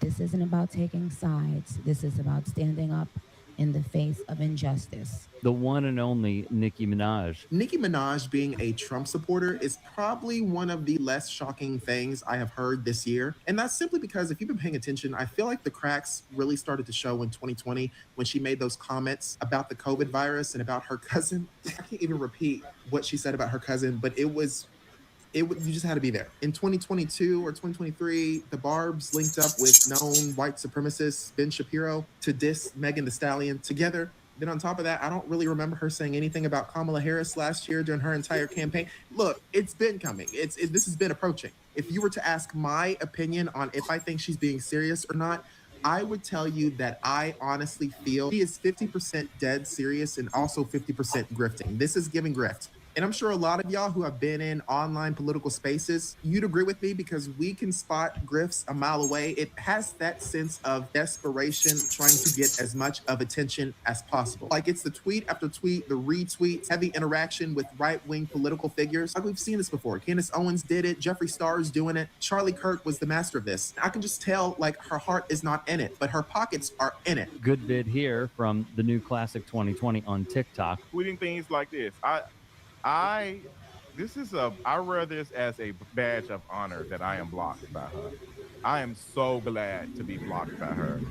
Like, this is what she's tweeting now. Heroes, the good guys, God bless America. Let's move. What? Let's go. We got to have fun. We got fun to have. What? My sheep knoweth my voice. You know what? Maybe this is a tweet. My sheep knoweth my voice.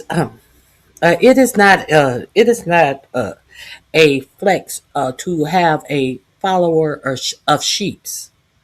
It is not. Where is that a flex? To have sheep following your voice as you run them off of a cliff. We have seen that over in the beef sector of YouTube. All of these people who have sheep following after them who are fucking on quiet.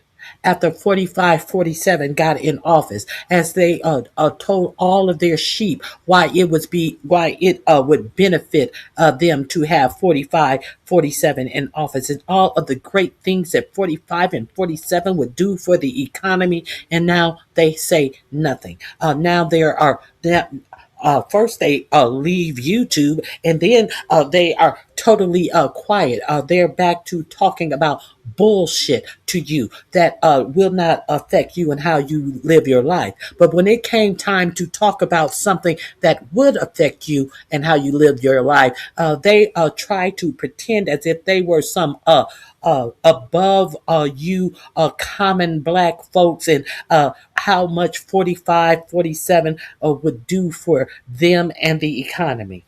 And now they're back to dumb shit because they were dumb all along. Now they have nothing to say. Now you don't hear them waxing poetically about the grandness of 45, 47. No, they're hiding their fur coated tongues when it comes to 45, 47. Now that he's turning America into a third world country, they have nothing. They had nothing when they were talking all of that dumb shit. But they had sheep following behind them. Now all of these well-educated people, they are caught up in the minutia of bullshit.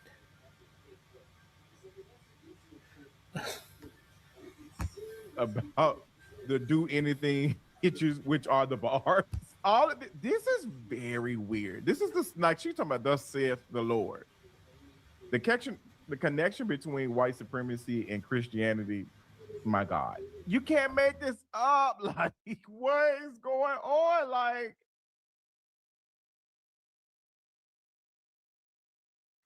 this is not normal behavior. Like, this is not normal behavior for a 40-year-old. Like, this is what she's tweeting. No, it is not. And recently, she attacked trans rights by tweeting, "Imagine being the guy running on wanting to see trans kids. Ha ha." Nicki Minaj, you have officially crossed the line. So the past year, it has been so hard to continue my support to Nicki Minaj. I was a hardcore Barb. I still am a hardcore Barb. I love Nicki down. Her music has helped me so much throughout my teenage coming out era and just like everything. So to see her support this administration that goes against everything that I am is so disheartening. Vivian Wilson would also go at Nicki Minaj for her ridiculous asinine posts, chiding the rapper for her views and messages online.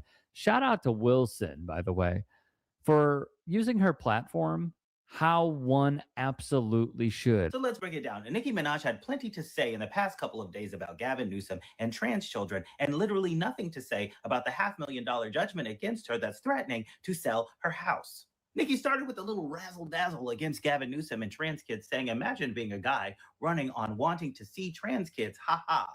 Not even a trans adult would run on that. Normal adults wake up and think they want to see healthy, safe, happy kids. Gav out." And then, after seemingly clicking through some pictures of Gavin Newsom and feeling a tingling in her loins, she posted this.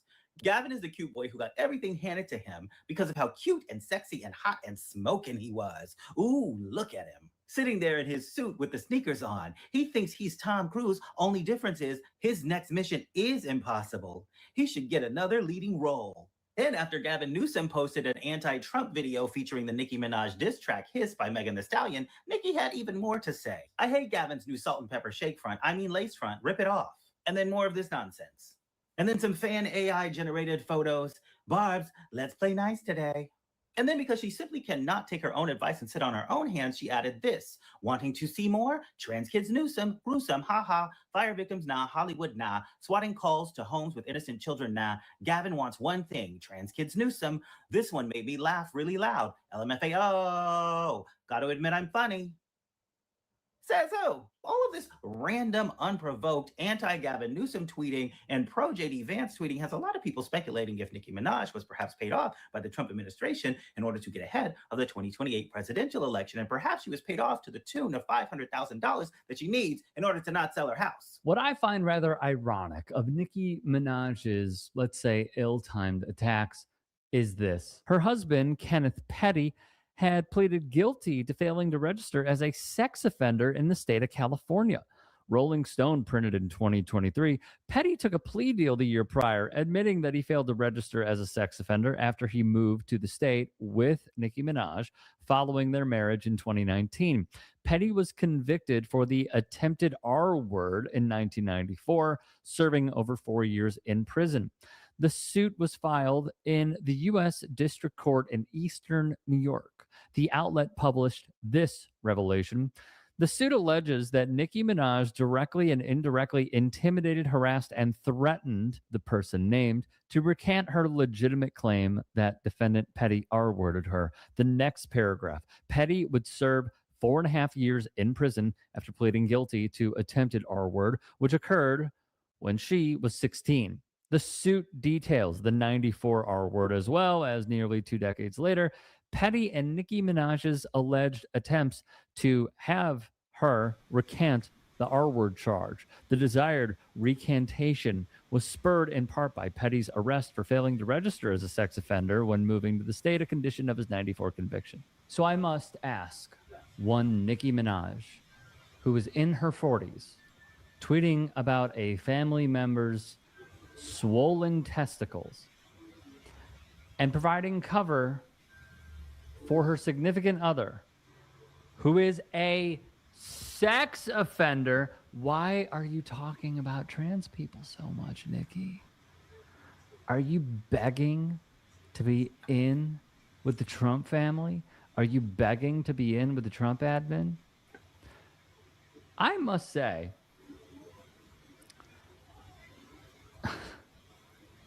this is like Mike.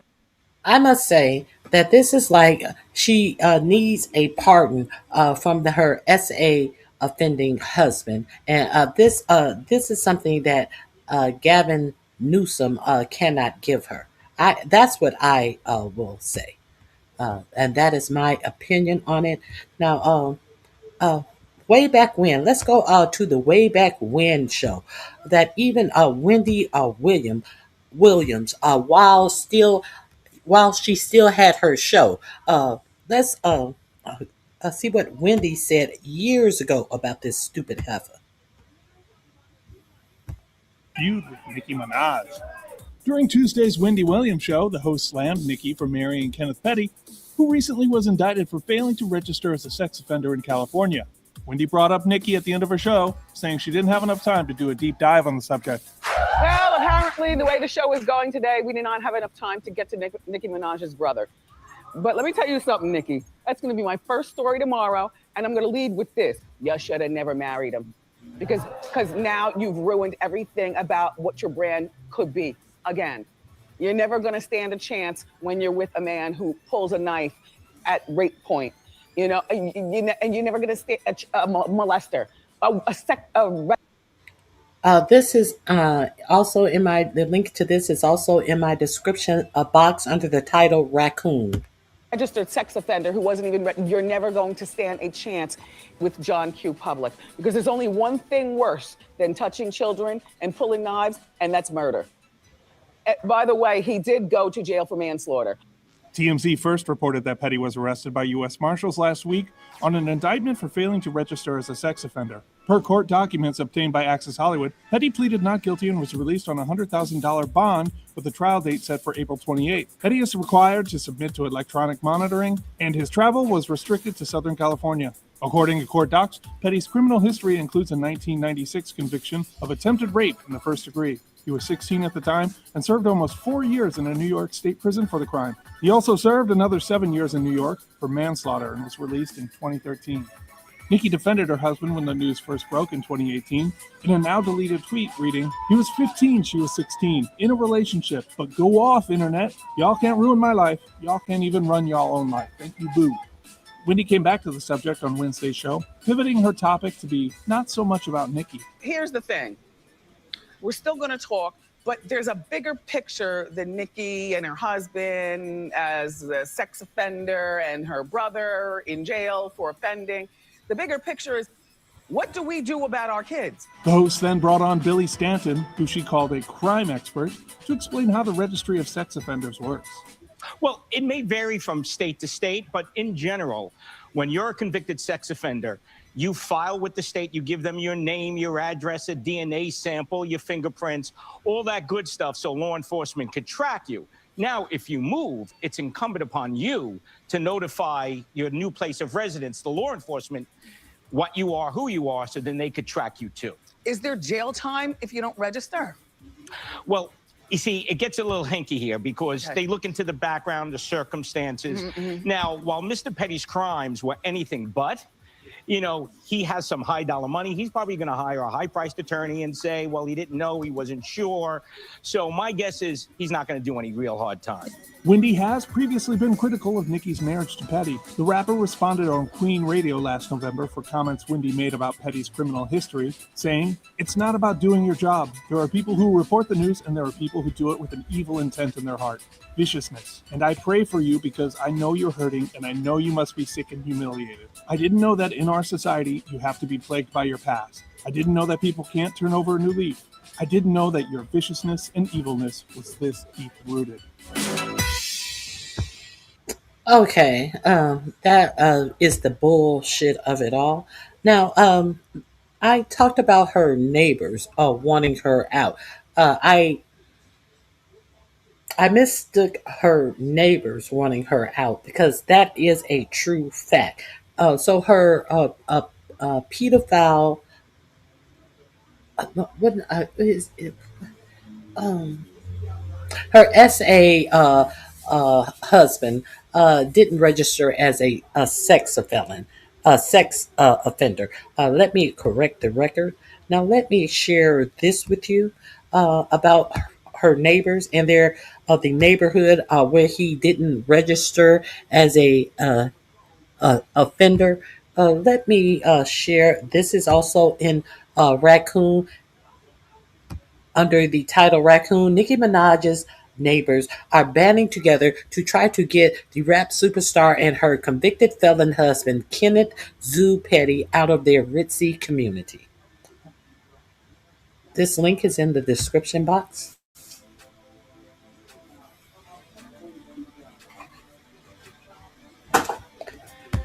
Say no to sex offenders. This is the petition in Hidden Hills. Pettit Kenny Nicholas. If you believe a crime has been committed, hundreds who reside in Hidden Hills, California, have signed a Change.org petition to express their concerns over Petty's status as a registered SSO.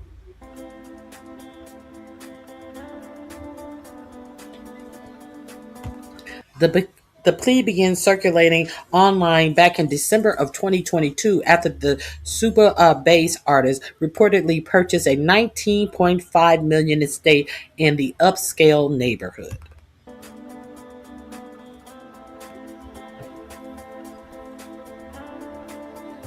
However, more than 500 people signed the petition after Petty filed legal documents to update his address on Minaj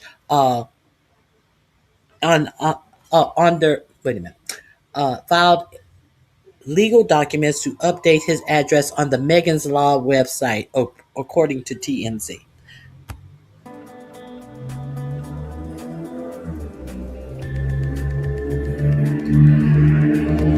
The petition claimed that the couple's presence in the neighborhood would raise safety concerns and lower the value of the area. And I guess she ran to Gavin Newsom, and he said, "Bitch, I can't do nothing for you, man. I can't do nothing for you, man. I can't do nothing for you, man."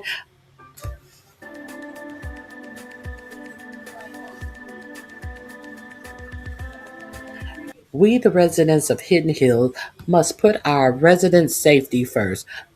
Don't wait to receive a letter from the government saying A predator has moved in near you. Do not allow this dangerous sex offender to live near you. Show that you are against sex offenders in our Hidden Hills neighborhood.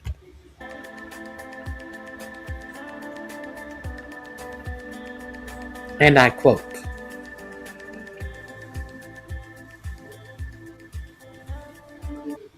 Hidden Hills is home to a number of high profile celebrities, including the Kardashian family, Will Smith, and Jada Pinkett Smith, and more. There you have that. I wanted to make sure I gave you that information. Now, let's move on.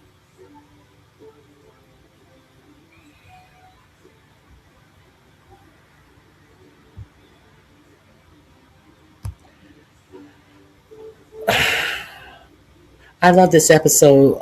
The Barbs was mad at Wendy and she stood on business. I've never liked her as well. Every time you say raccoon, it makes me laugh. I don't know why. She is the pure raccoon. It's not funny. It's very sad, actually. A whole raccoon out here. Okay, so let's continue. Good for the neighbors wanting to keep their children safe. I concur. Okay, so let me. I have some more things that I wanted to share with you. Um, let's. If y'all haven't seen Reese Colbert drag Nicki Minaj, we are about to see Reese Colbert drug her by her skull. Let's get into Reese Colbert's drag of Nicki Minaj, shall we? I, I, I, I must show you guys this. Let me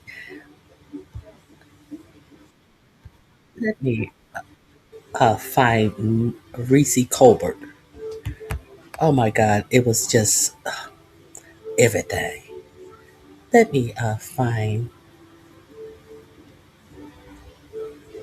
Hold on one second. Hold on one second.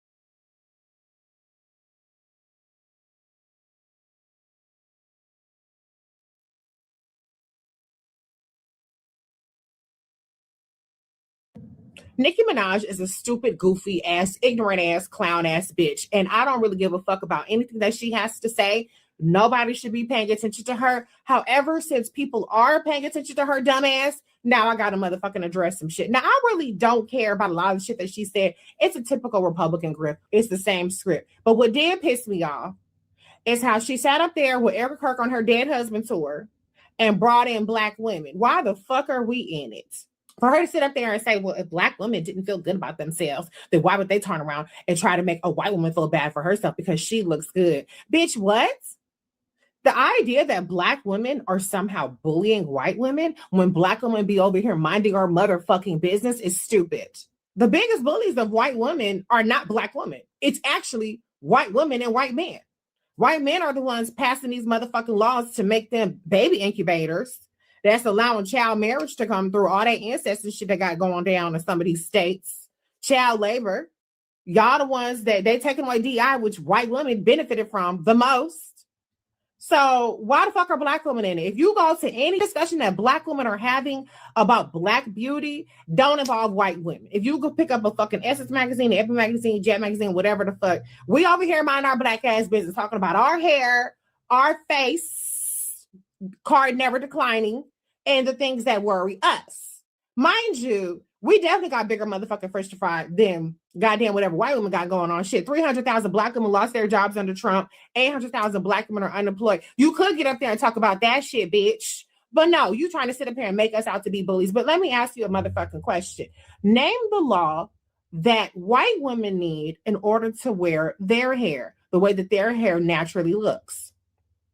It doesn't fucking exist. On the other hand, black women and black men, we need the Crown Act. We need the Crown Act so that we can wear our hair the way that it naturally looks when we go on a job interview or when people go to school, so that they don't have to cut their locks in the middle of a fucking wrestling match in order to continue playing.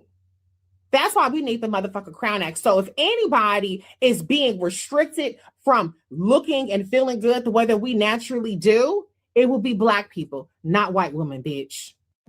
Nicki Minaj is a stupid, goofy ass, ignorant ass, clown ass bitch. And I don't really give a fuck about anything that she has to say.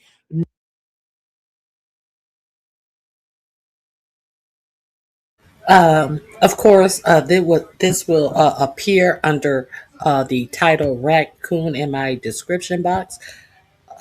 What is his name? Her co-host name. Let me see if I can find them discussing this on their actual show. Clay somebody, and let me see.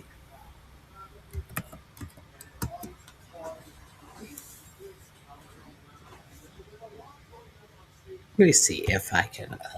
I was looking for her. I thought I had saved it.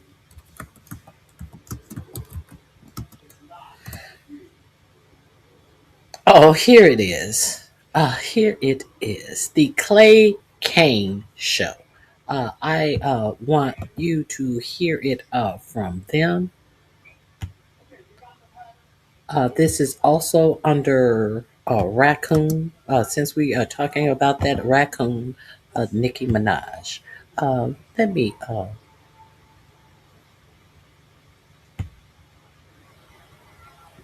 Let me play this for you.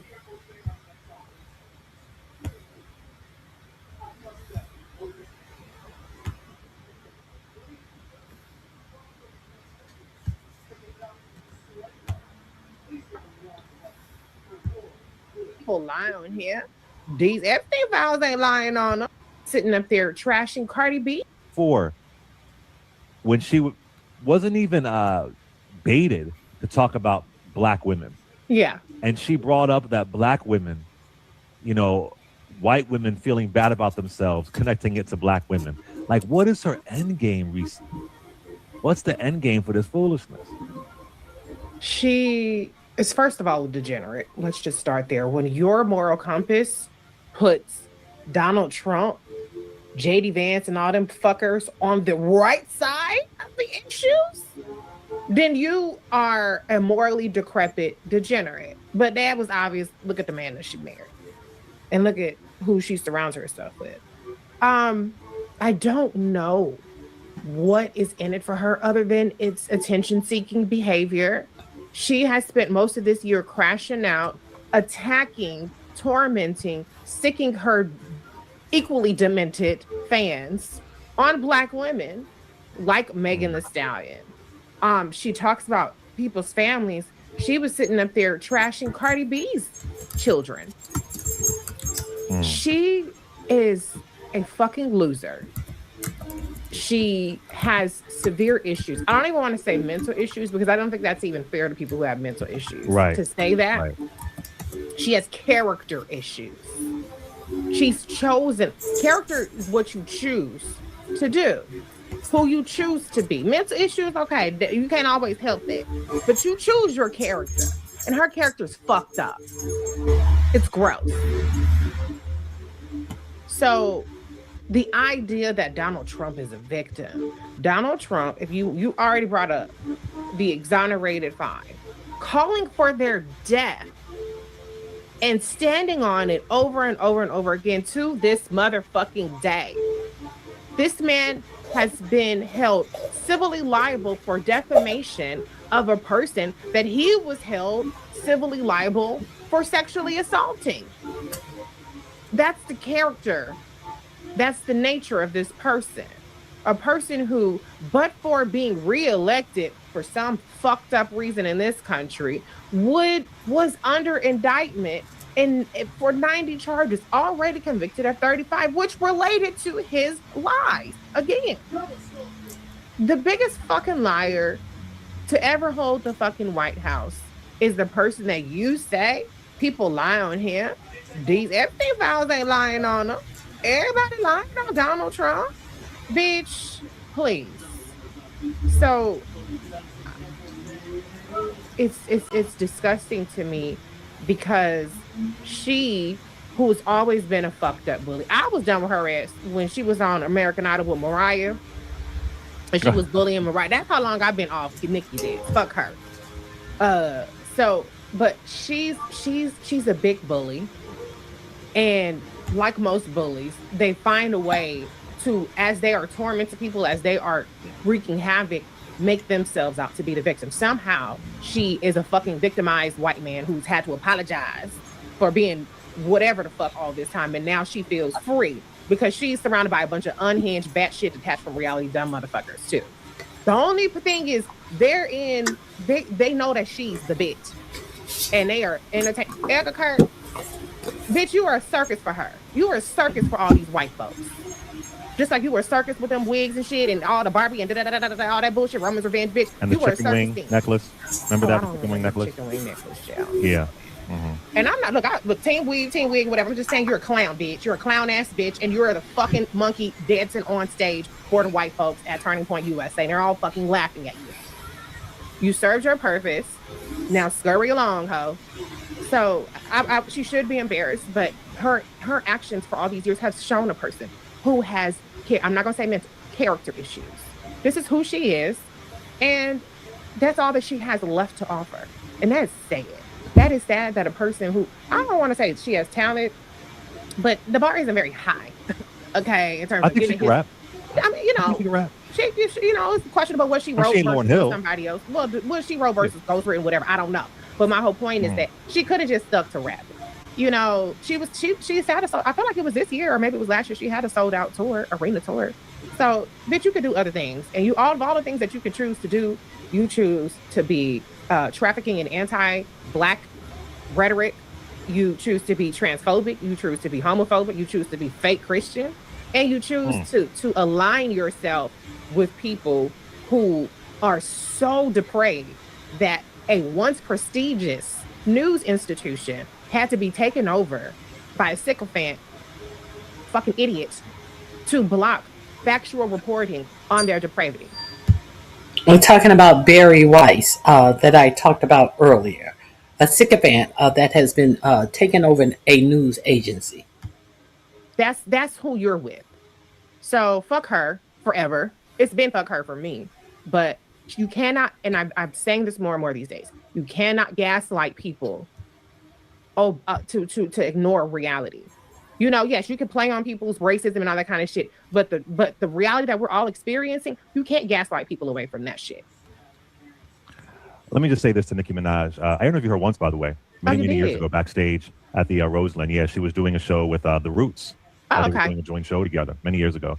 Nicki Minaj, you know, Turning Point USA and that audience, that crowd, they don't love your artistry.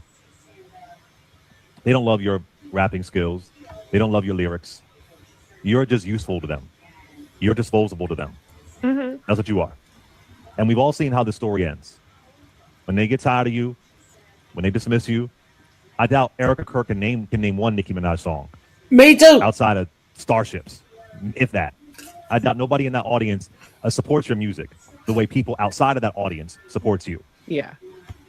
And I would be remiss. I'm not going to be remiss because I have said the same exact thing about that raccoon Snoop Dogg, Rick Ross, total raccoons. Ice Cube having the nerve to act as if 45, 47 is the only person he could take his agenda to be heard, but he couldn't enunciate anything about this agenda when talking about the agenda, only that he could take it to 45, 47. Ice Cube as well. He couldn't expound on this alleged agenda, but he couldn't take it to Harris. Him as well. Let me tell you something. The black dollar put all of these people on. And for these people to turn around and just coon out for this administration is just utterly and thoroughly disgusting. That's why you have to be very careful about where and whom you spend your dollar with.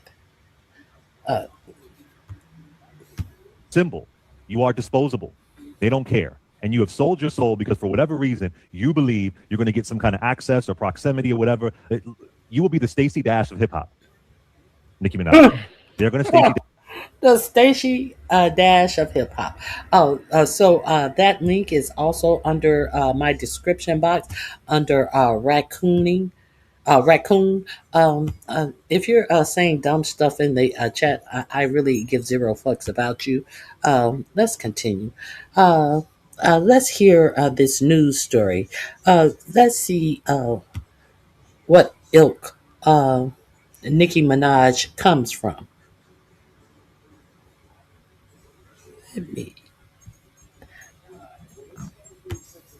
Let's see what Nicki is made of.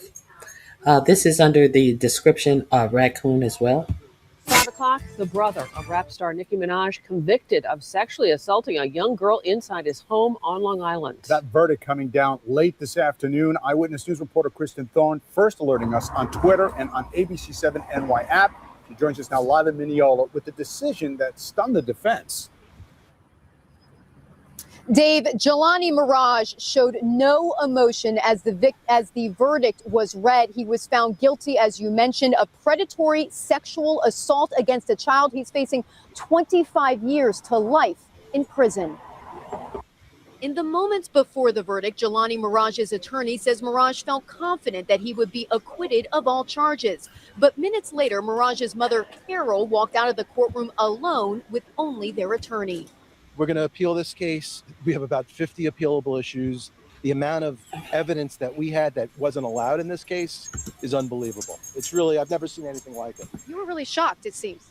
I am shocked. Prosecutors say Mirage in 2015 repeatedly had sex with his then 11-year-old stepdaughter. They say he threatened the girl if she didn't comply. The defense said it was all made up, a scheme to extort $25 million from Mirage's famous sister, Nicki Minaj. Attorney David Schwartz says Mirage was stunned when the verdict was read. He whispered a few things to me, and I told him it's going to be okay in the end. Jurors say they had some questions at first about whether Mirage really was guilty, but ultimately they say the decision to convict him wasn't hard. What was listening to the testimony. It was hard. What made it hard? Listening to the witnesses and what they were bringing up, it was not easy to listen to. Another factor that may have played a role in the jury's decision was the fact that Miraj's DNA was found on the victim's pajamas. The defense argued that that DNA was placed there by the victim's mother as part of this elaborate scheme to get money out of the family. Schwartz says Nicki Minaj supported her brother throughout the trial.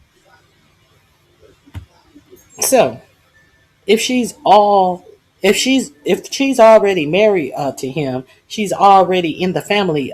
She doesn't already have access to the money. She has to go to those measures to benefit from being married to Nicki Minaj's brother, and Nicki allegedly supported him all the way. So this is the ilk of which Nicki comes from.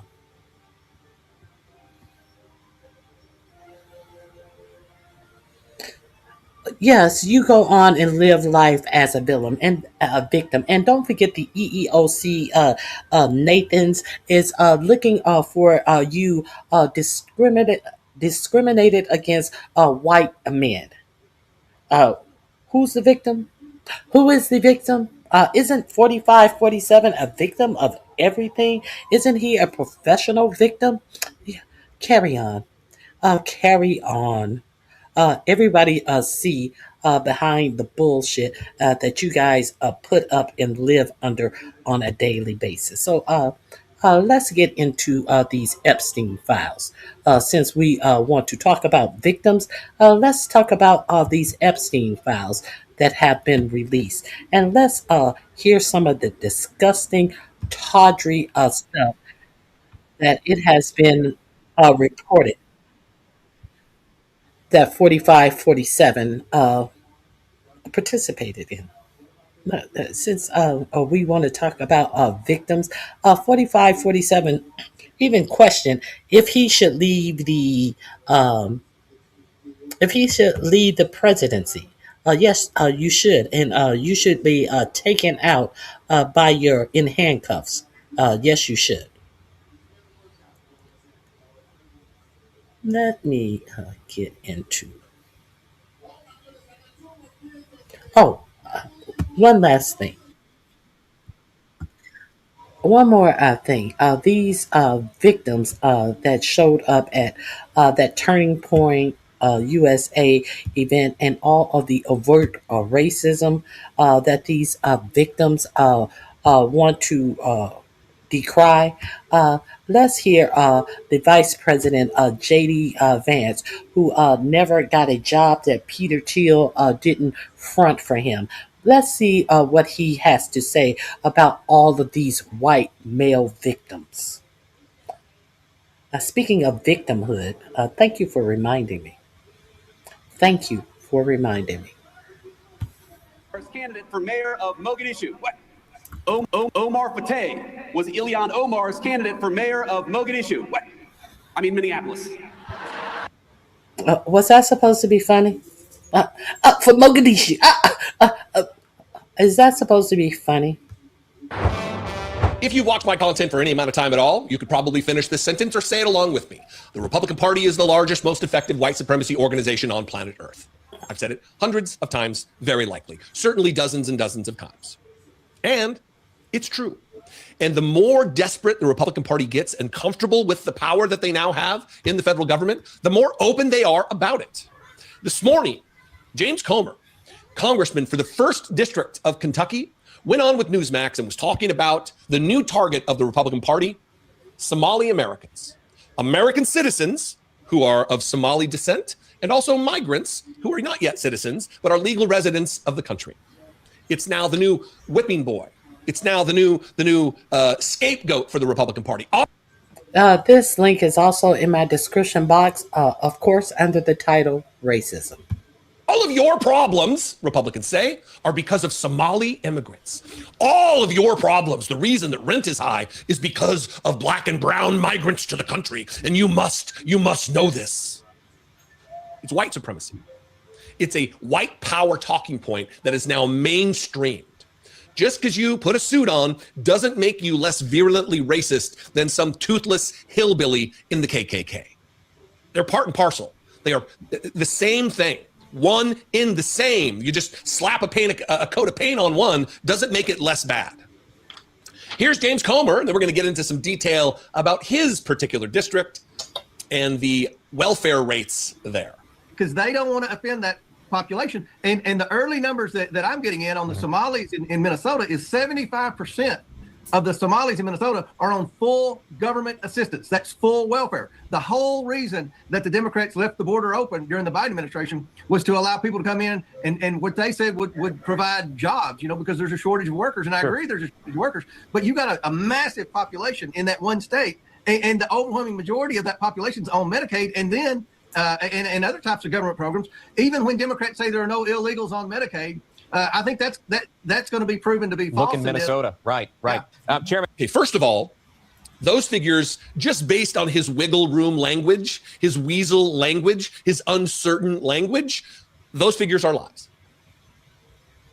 And what's interesting about this is it's another thing. It's just like Ronald Reagan. He had a campaign event, I think, in Hollywood, Mississippi, where he talked about welfare queens and really just put a nail in the coffin, just solidified the Southern strategy in the 80s.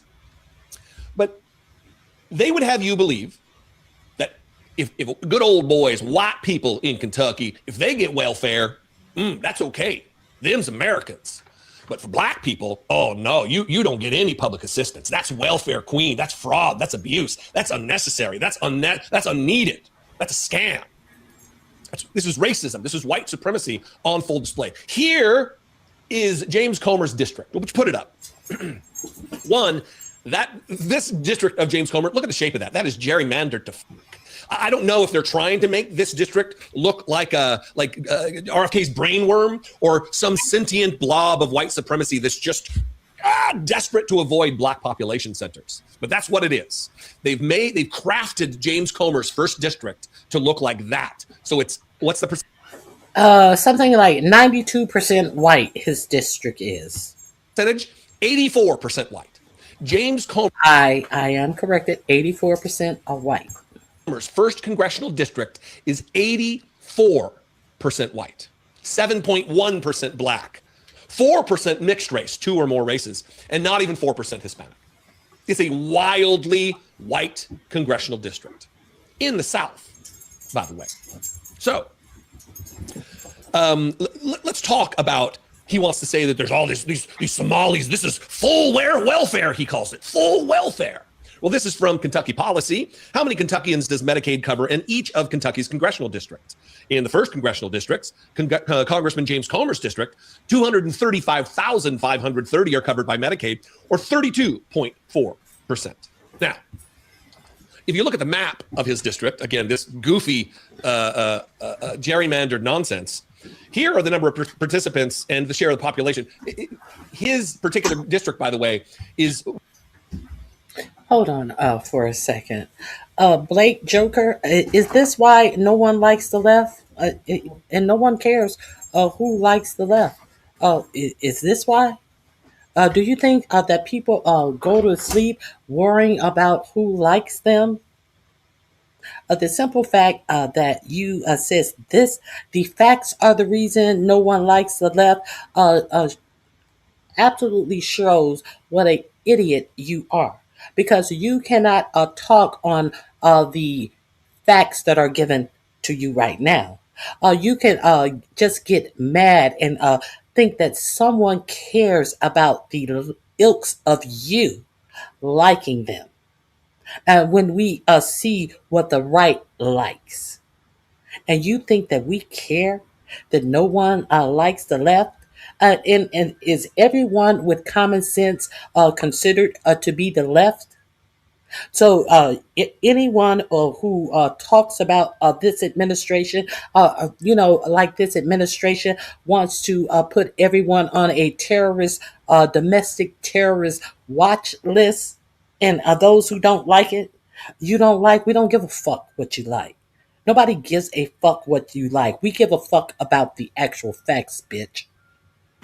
Way over the average of people living in poverty. But he's not whining about that here because his district is nearly 90% white. 235,530% under 19 who are covered by Medicaid. 38.4% of people under the age of 19.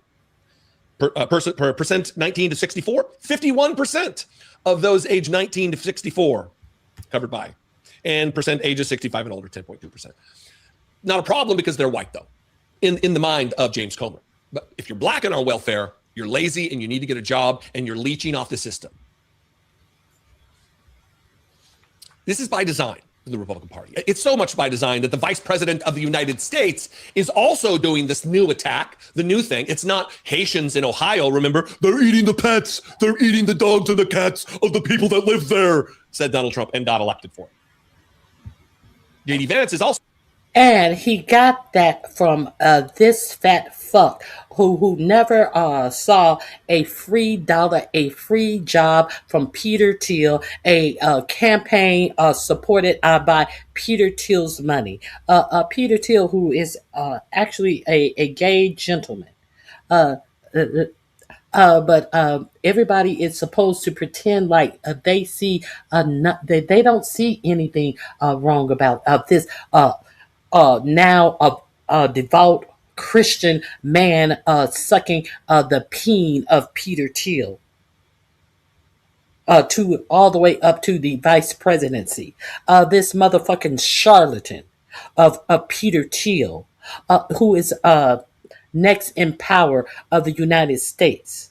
But now all of a sudden, all of these Christian white people have absolutely nothing to say about gays. Isn't that part of your religion? Is it only trans that is against the Christian religion that you guys want? You guys won't open your mouths against gays. Isn't that a staple of the Christian religion as well? Oh, let's continue. So now attacking Somalis in Minnesota, saying that the mayor of Mogadishu, Minnesota, a little Freudian slip. Remember this from this weekend at America Fest? The racist Charlie Kirk's racist outfit having a racist convention, America Fest. Remember this. Now, the Democrats are already talking about 2028, and it looks like they're going to nominate a California liberal who's presided.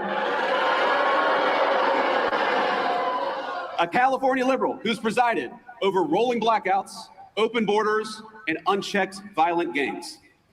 Okay, so now we are to believe that J.D. Vance is supposed to be the next in line. Erica Kirk already came out in this Turning Point USA convention and said that she's putting her support behind J.D. Vance in 2028. So if that's so, who will the Republicans be putting the nomination in the hands of?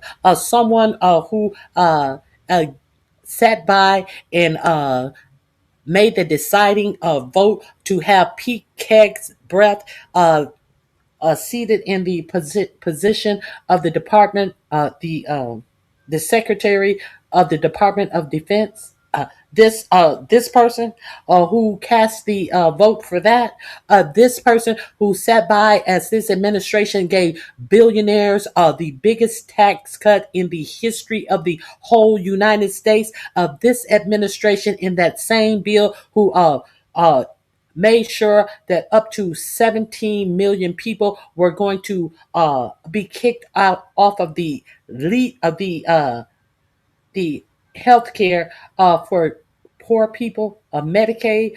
This person who sat by and let be passed in that big bill, billions of dollars are cut to SNAP to feed the poor.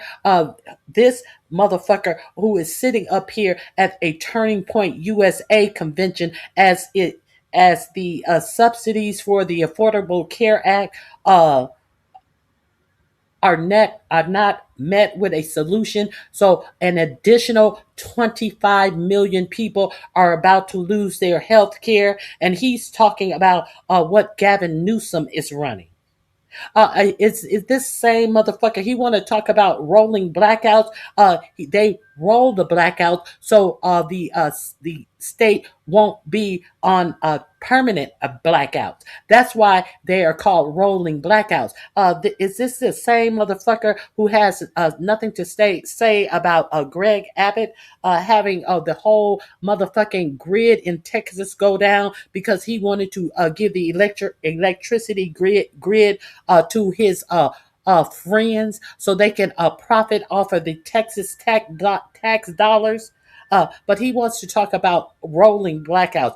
Does he want to talk about how all of these billionaires are plugging into your electricity all across the country, making sure that your electric bills have increased? Does he want to talk about electricity or not? Is he talking about these data centers being plugged into your water, that your water bill is rising?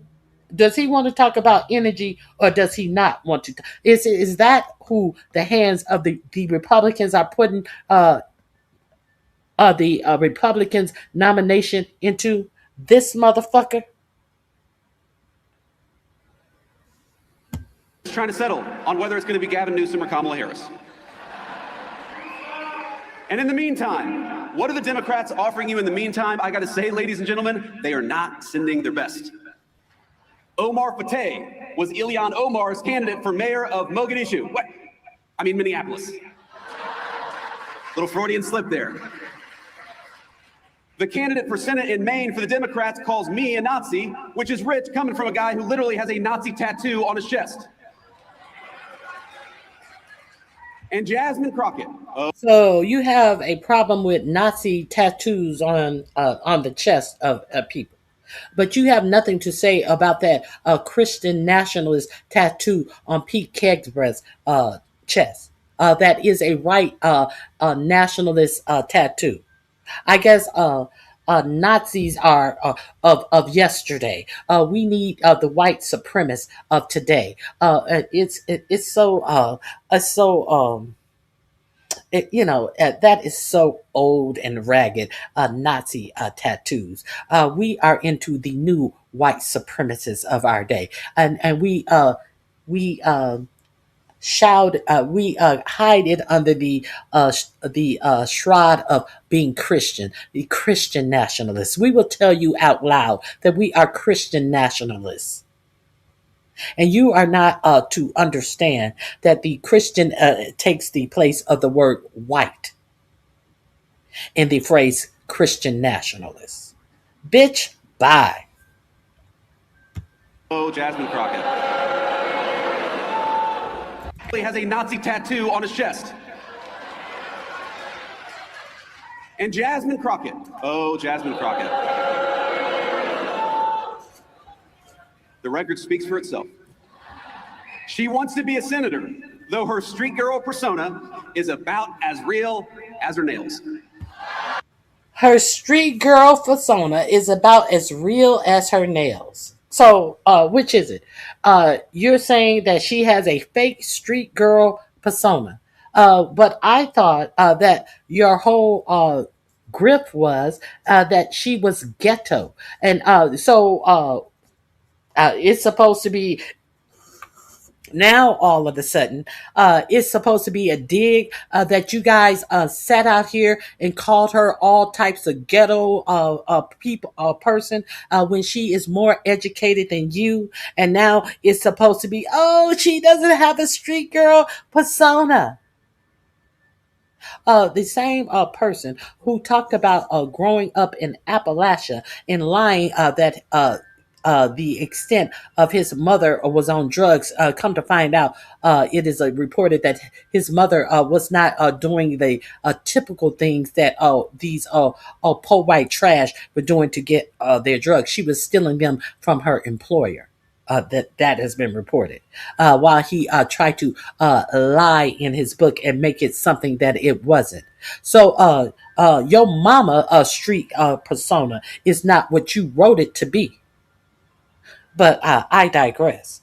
Your mama is not a full-fledged attorney who had her own law offices for over 20 years either, bitch. So are we supposed to be insulted that Jasmine Crockett is not what you guys were reporting her to be?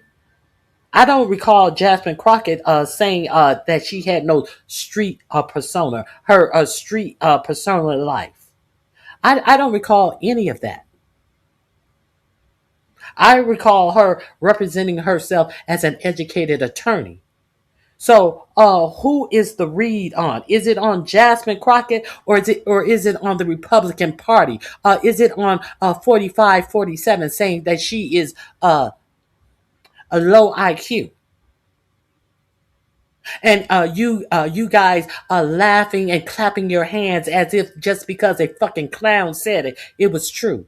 She represented herself as an attorney, an educated black woman. You know, the things that you guys hate the most. And that's not the only one.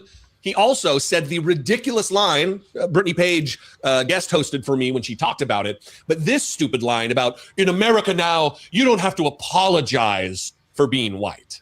So we have relegated DEI to the dustbin of history, which is exactly where it belongs.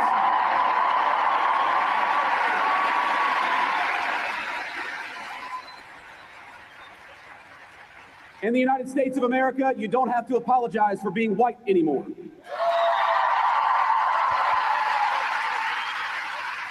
Name me one fucking person who has apologized for being white.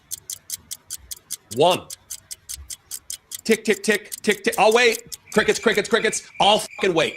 Name me one person. I am what the right would refer to as a social justice warrior. I'm an SJW, and they use it as a pejorative. For the record, if you use SJW as a pejorative, or you think social justice is a bad thing, you should click off now and be gone. It is not. We should all be working toward a more just country relative to racial justice, relative to social justice. But even me, SJW extraordinaire, a guy who promotes the idea and tries to advance the policy of reparations for the descendants of slaves in this country. Even me, I don't apologize for being white. I don't feel guilty about slavery because I didn't have anything to do with it. Do I feel bad? Do I feel horrible that I live in a country that put a mass of people through rape and murder and torture and suppression of rights and oppression under color of law? Yeah, I feel bad about it. But feeling bad that something happened doesn't make me feel guilty about it for the color of my skin, for the tint, the hue that I happen to reflect light, whatever frequency that is.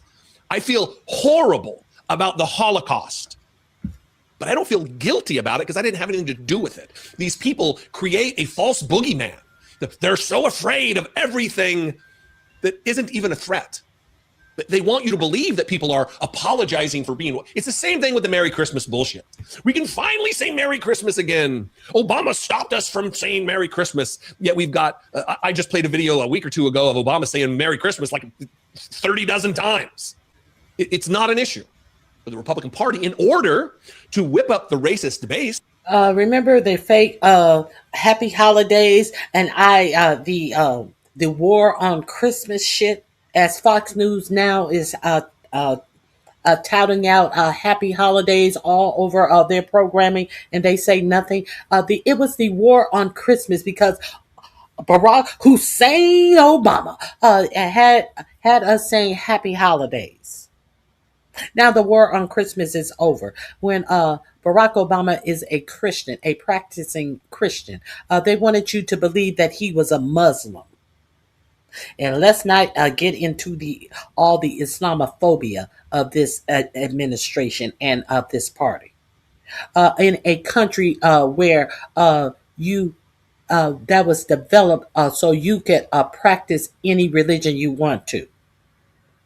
And they are trying to scare you with they are trying to scare you about anti-Semitism as they stand up proud and tall in their Islamophobism. Make any of this make sense? and they're sitting up here talking about they are Christians. What Christian values have you heard him expound upon on this stage? As he tried to drag Ilhan Omar because she's a practicing Muslim.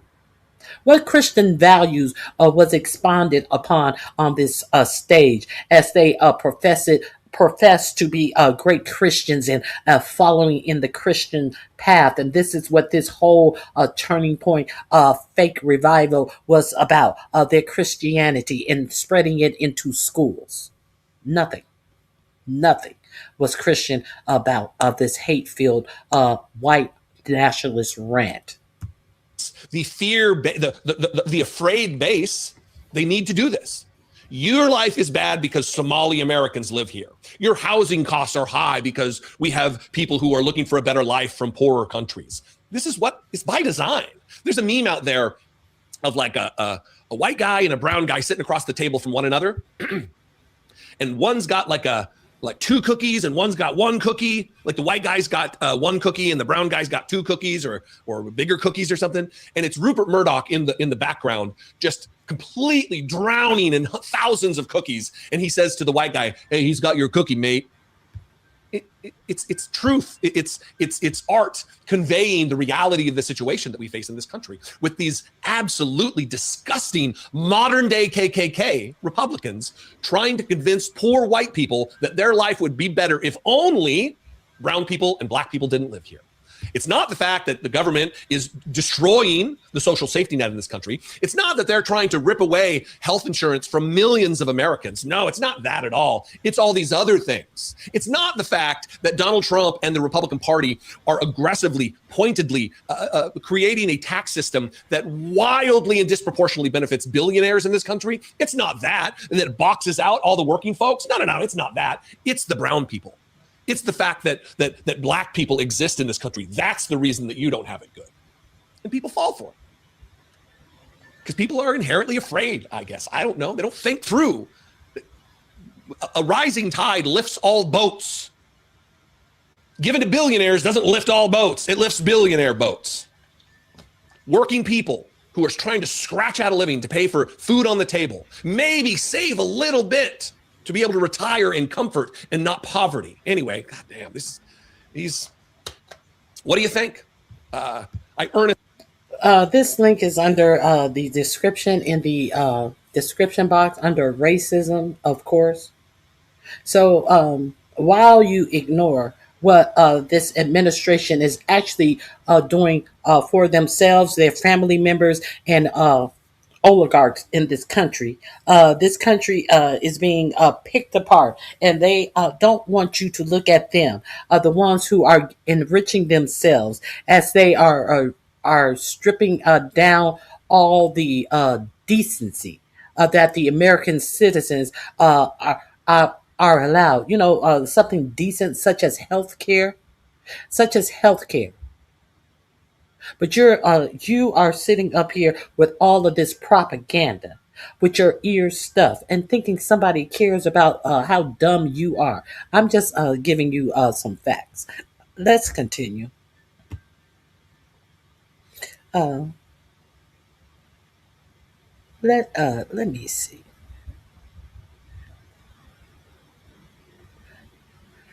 Now, all of you who were breaking a short time ago, all of you who were clutching your pearls behind Donald Trump defying an order to not put the National Guards in Washington, D.C., and then a Afghan who the Trump administration gave the right to stay in the United States of America, shot two National Guard troops who he already knew were told to him by a judge that he was not allowed to have those troops in the streets of D.C., and one woman lost her life. Now the Supreme Court has come down and said the same thing. So this will be in my description box under Judge's Rules.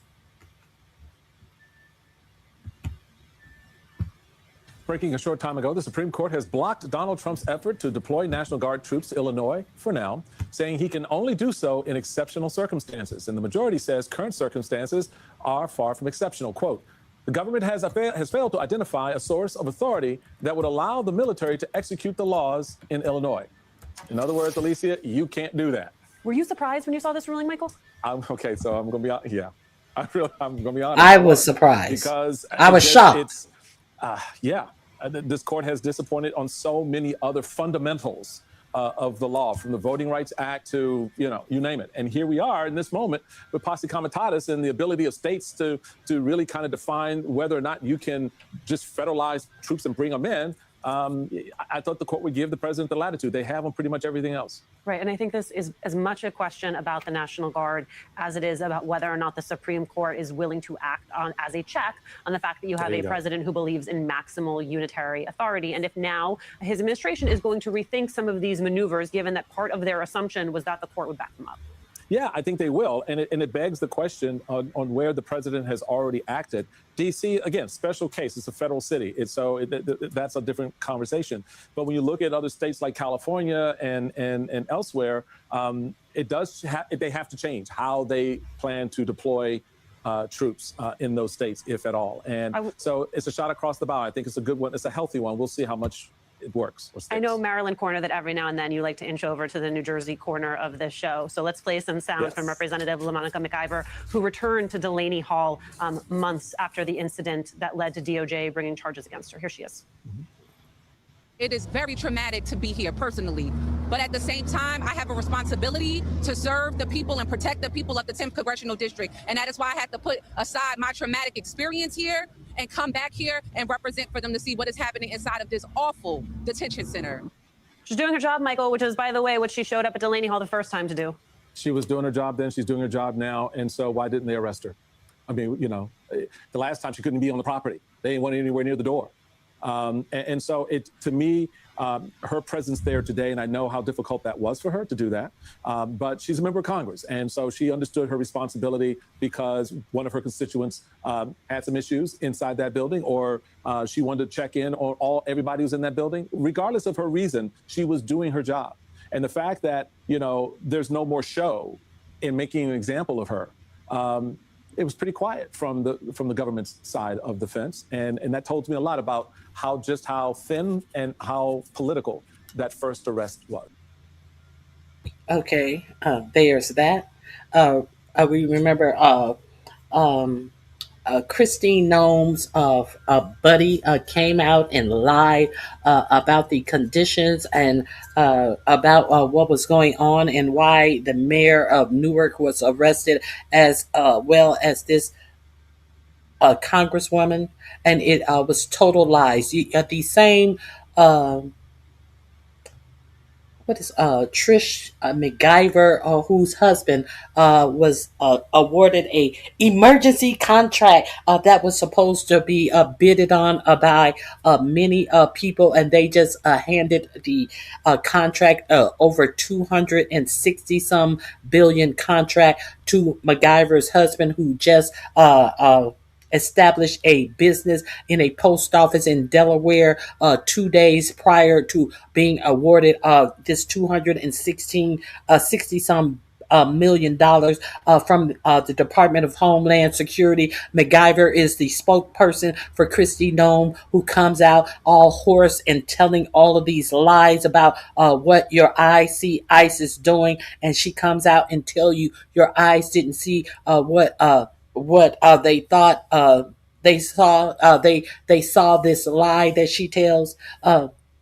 This is your administration. This is where your tax dollars are going. But you have no problem with any of all of that.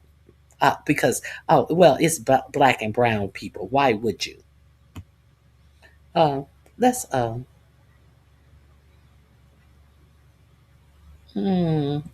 see.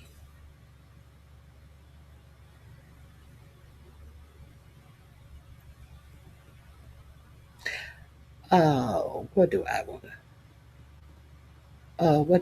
to? MAGA billionaire tells fans to shove it. Let's, Speaker Roberts. Aye. let's get into this. Uh, you have no problem with where your money is going.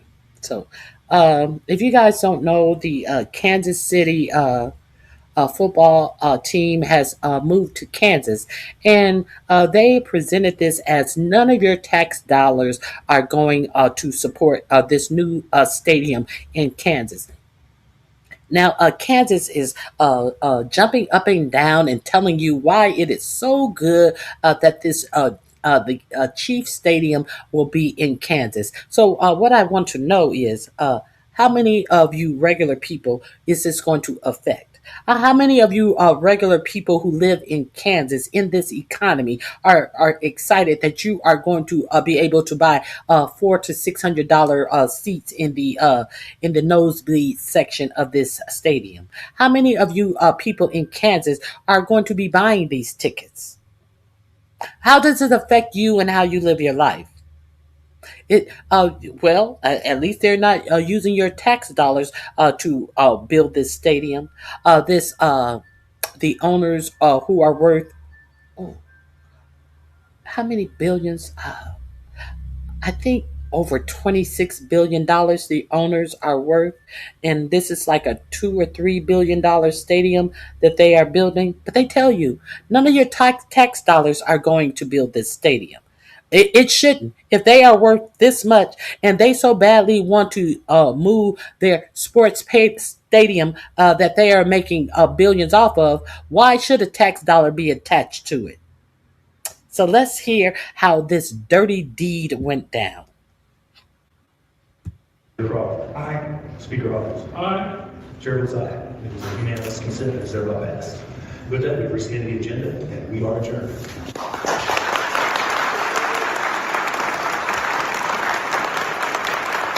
And just like that, it looks like the end of an era for one of the most storied stadiums in America. The Chiefs announcing they will move from Kansas City, Missouri, just across state lines to play in Kansas starting in 2031. Arrowhead is famed for its electric atmosphere, 3 Super Bowl winning teams there. The Chiefs are moving to the state of Kansas, though some, like the President of the United States of America, always thought the Chiefs were in the state. We are turning Kansas into a national center for sports and entertainment. We are making Kansas a tourist destination for the region, for the nation, and for the world. The economic impact of all of this is massive. The new stadium will be in Wyandotte County. It will be a world-class facility, the envy. We're making Kansas into an entertainment center. There's no place like home. There's no place like home. There's no place like home. Everybody is going to want to be going to where? Kansas. Okay, I believe that. Of professional sports. It will be surrounded by an entertainment district to beat all entertainment districts, hotels and restaurants and bars and more. Game day will be all day. And there's more, a lot more. The Chiefs will establish a new team headquarters and a brand new practice facility in Olathe, Kansas. Governor Laura Kelly hyped it up, but really, we are big dreamers, and my family and I have devoted our lives to making big dreams come true. The state of Kansas came to us and told us about their big dream. It's a You're big dreamers with big billions. So who's paying for this? State-of-the-art stadium, a world-class training facility, a new team headquarters, and a vibrant mixed-use development. It's a public-private partnership whose primary beneficiaries are the citizens of the greater Kansas City area. It's a big dream, and today is a major step in making it a reality. Don't get me wrong, we have a lot of work to do. We should focus on this man, CEO and chairman of the Kansas City Chiefs, Clark Hunt. Plus, this is going to be amazing, right? This is already a top shelf experience at Arrowhead, but you're going to have better traffic experience. You're going to have a better tailgating experience. You're going to have a better seat, better view. And there's just going to be amazing things happening in Kansas. And the other person to congratulate is the Kansas taxpayer to pull this off without raising a single tax, not a penny raised in new tax. It's all built on growth. So congratulations all around. Thank you guys for celebrating with us. God bless you. God bless the great state of Kansas. Senator Ty Masterson. Of course, the team brings a lot of excitement, and you got to love the economic potential for our state and the region. But what also makes this opportunity unique is that Star Bonds ensure that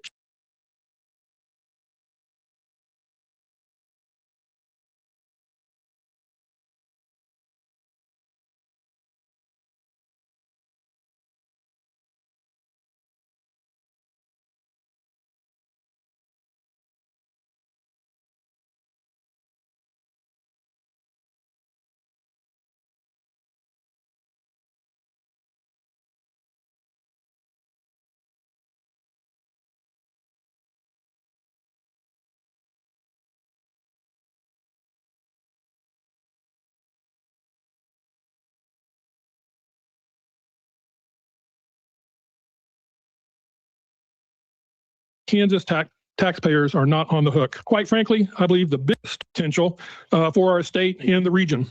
But what also makes this opportunity unique is that STAR bonds ensure that Kansas taxpayers are not on the hook. Quite frankly, I believe the biggest economic win for our state and the region. But what also makes this opportunity unique is that STAR bonds ensure that Kansas taxpayers are not on the hook. Quite frankly, I believe the biggest economic win we'll ever have in the state of Kansas. And we did it all while protecting Kansas taxpayers' dollars. That has always been critically important to me and my colleagues in the legislature. On top of that, I'm looking forward to taking my girls and their families to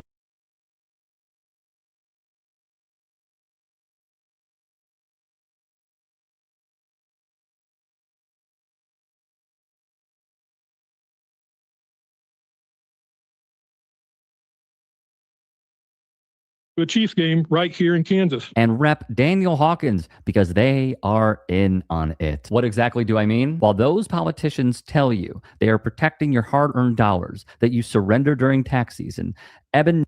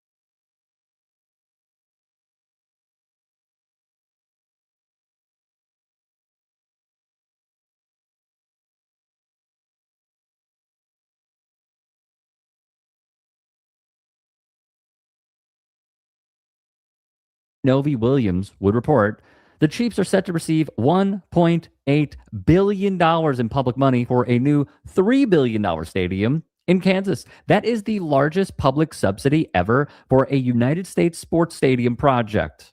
More coming for practice facility too. Well, isn't that great? Front Office Sports would also report that 70% of this is publicly funded. For the record, that number has been floated at 60% by the governor. Nonetheless, do you know how much the Hunt family is worth? $25 billion per fortune. $25 billion, guys. Now take this into consideration. Why does a family worth $25 billion, a MAGA family, need to take $1.8 billion from public money? But I see no comments about the left in here now. Where are all the comments about the left? They are going to turn this into some big entertainment center. They are going to it's going to be a traffic situation like you've never seen before. He bragged about the traffic. I'm pretty sure that around everybody who lives in cities that are near stadiums on game days, the traffic is horrific. He said you're going to see a traffic situation like you've never seen before. You're guaranteeing that the traffic is going to be fucked up, but you're trying to pretend like, against what everyone knows who has been through near a NFL stadium on a game day, that the traffic is fucked up. And these people are worth $25 billion. They are building a $3 billion stadium, which of $1.8 billion, almost more than half, is coming from the taxpayer. And they sat up here on all of these rooms where they were voting on it, pretending like it was not going to cost you nothing. But y'all don't have any problems giving that money, billions of dollars, to billionaires, multi-billionaire, billionaires in the tens of billions. Y'all have no problem giving that money, that tax dollars, to them. Something that you are not going to be able to afford to participate on the lowest end of getting a seats in these stadiums. This is not built for you, but it is built with your tax dollar. But where are the white people talking about Muslims? Where are the right, the people on the right? Where are they talking about welfare? Where are the people on the right talking about what was it? What was that? Dumb shit. That talk. Where are the dumb people talking about? Oh, I forget what he said. Where are those people talking about? Because of your heritage. It's because of who you are. When they were trying to talk about unemployment being a part of you're unemployed because of your what is their new I pay it so little attention because I know it's so much bullshit. It's because of your kind of like I don't know. It's such bullshit. I don't commit it to memory at all. Uh, where are the people who were talking about all of that? Let me see if I can find it. I think I have gone too far, and I can't find it.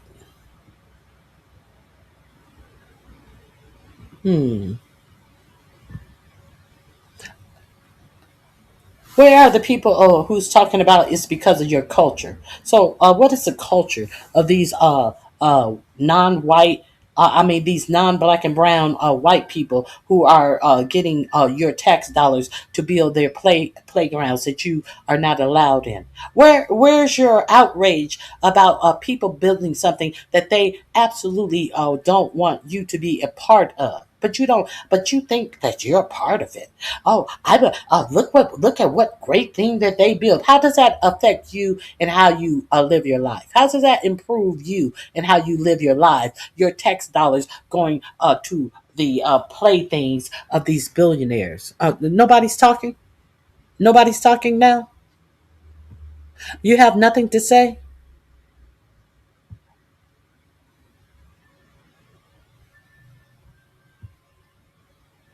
Exactly, Rockwell. So look.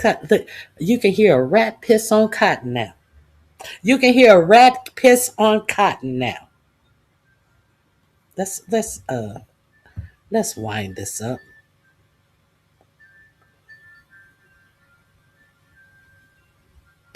Or some even attend Turning Point USA events, whose politics are wrapped in capitalism, be so fond of socialism. It is by far the highest public subsidy ever for a major U.S. sports venue, and at a time when more and more people seem to be openly questioning whether these projects are a good use of public money.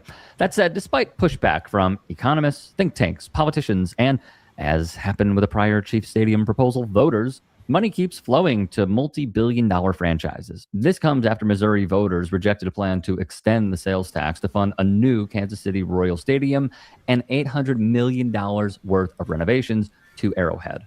Billionaires have found one more way to funnel our tax dollars into their bank accounts: sports stadiums.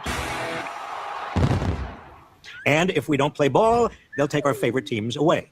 Ever notice how there never seems to be enough money to build public infrastructure like mass transit lines and better schools? Here's how stadiums stick the public with the bill. Step number 1, billionaire buys a sports team. Step number 2, billionaire pressures local government. Since 1990, franchises in major North American sports leagues have intercepted upwards of $30 billion worth of taxpayer funds from state and local governments to build stadiums. As a University of Chicago economist aptly put it, if you want to inject money into the local economy, it would be better to drop it from a helicopter than invest it in a new ballpark. This brings us to the final step in the playbook: threaten to move the team. The most egregious part of how the system currently works is that every dollar we spend building stadiums is a dollar we aren't using for mass transit, hospitals, housing, or schools. We're underfunding public necessities in order to funnel money to billionaires for something they could feasibly afford.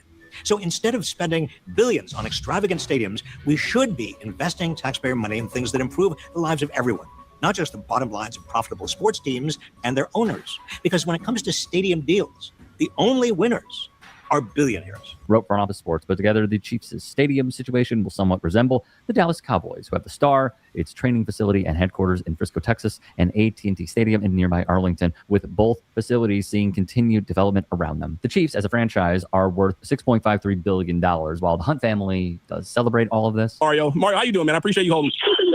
Carrington, I'm pissed, okay? No, here we and I'm go. going to tell you something, Carrington. I'm not giving no discounts, and I ain't taking no coupons. Lucas, you are no longer mayor of nothing. You are just Lucas. And as far as I'm concerned, Lucas and White, you on the list. It's the Lucas and White list. Two losers is what you are, okay? You let Missouri down today. And you turned Kansas City into a podunk cow town, a.k.a. Omaha Junior, is what Kansas City is now. Now, you put that in your pipe and smoke it. And I got another thing I got to get off my chest, Carrington. Go ahead, you got it. Fesco is on here. Fesco is on here. He's so elated. Ain't you from the Lou? Ain't you from Missouri? But I guess this puts a little bit more shine on your side of the state. That now Missouri is officially, Kansas City, Missouri is a cow town. Because you on here talking, Fesco, like you getting your gun off. What are you, a sellout or what? I got a problem with that. And all you people, now what happens in Kansas City, Missouri? You guys, all of you people in the politics should turn in your resignation effective immediately. Lucas, White, don't let me catch you outside after dark. Because we will not be held responsible for what will be done to y'all. And the rest of you cronies who were sitting back there and waved goodbye, you probably got a kickback. You probably already got season tickets in the new facility. But let me tell you something. All of y'all should turn in your resignation effective immediately. You shouldn't be allowed to run for dog catcher or any office in this state or any other state for that matter. And Lucas, I'll vote for anybody that ever runs against you because you are a liar. You don't have integrity. And that other guy that you ran that clip on, he's a liar too. Locally, they are pissed. It appears that they are very pissed. Now I find the clip that I was looking for earlier. We have reviewed that clip. It definitely was in my description box. So I have a whole lot of other stuff.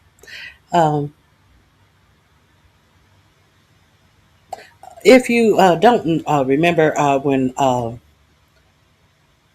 when the United States struck Iran, it was after the insistent upon the United States to do that strike. Benjamin Netanyahu was the one who struck Iran first, and then 45-47 was told or it was suggested that they strike Iran too. Now, remember that 45-47 said that they had obliterated all of the nuclear war material in that strike upon Iran. If that is so, and he was also told to be wrong by one of the generals. He wasn't told to be wrong. He basically said, we're not sure yet. Of course, they had not obliterated all of the nuclear arsenal that Iran had. And let's not forget that 45-47 was the one who took Iran out of that agreement that Barack Hussein Obama had initiated, where they could not enrich any uranium for weapons. And then they wanted to pretend like they had been enriching uranium for weapons without any UN people going in there to verify. We took his word, kind of like these Venezuelan boats, who he is so concerned that is bringing drugs to the United States. Drugs that he has now declared to be weapons of mass destruction. And we are to believe that without going to Congress to get an okay, that he is striking these boats in Venezuela. Now it seems like Netanyahu wants another go around with Iran. So will we be bought into this Iran thing as well?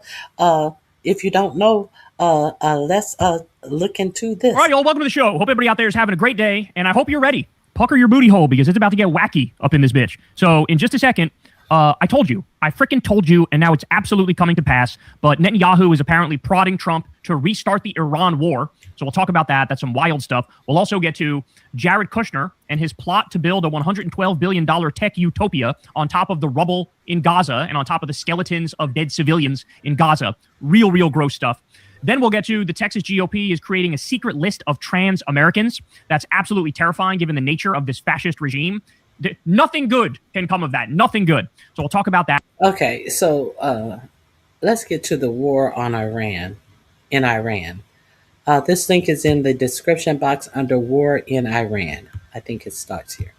To get to it. So let's start with something unfortunately quite serious here. So Reuters is reporting Netanyahu plans to brief Trump on possible new Iran strikes, NBC News reports. U.S. President Trump is said to be briefed by Israel's Prime Minister Benjamin Netanyahu that any expansion of Iran's ballistic missile program poses a threat that could necessitate swift action, NBC News reported on Saturday. Israeli officials are concerned that Iran is reconstituting nuclear enrichment sites the U.S. bombed in June and are preparing to brief Trump for options on attacking the missile program again. NBC News, the NBC. But your president told you that all of the uranium in missiles that they had was obliterated. Remember that? Report added. So here's the thing, y'all. Iran would be fucking mental to not start building nukes. They would be mental to not start building nukes. Why? They were just fucking attacked. They were attacked in an illegal and offensive manner by both Israel and the U.S. And so what is it that, you guys want Iran to do? Just be sitting ducks? Just like, lay in a chalk outline of themselves and say, please go ahead, have your way with us, Israel and America? Of course they're not going to do that. Now, by the way, we told you this attack didn't work in the first place. The idea that it was going to get rid of their nuclear missile program was a fantasy. In fact, we know it didn't do that. They said that immediately afterwards, right? So they did the attack. It was like a weird sort of virtue signal attack from Trump, where he was like, look at me, I'm Mr. Tough Guy, bro. I took out your nuclear sites. It appeared like Israel wanted the regime change war. Trump was willing to give them missile strikes, but then Trump backed out at the last minute and said, we're done here. He claimed victory, even though, again, we know that the missiles weren't destroyed. Trump pretended like they were. He pretended like the nuclear program was completely cooked.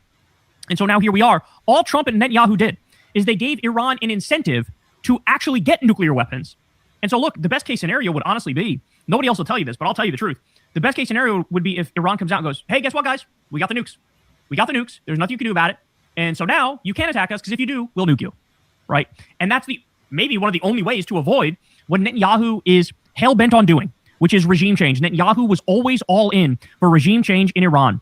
And so they thought they were getting that with the last round of attacks that Trump did.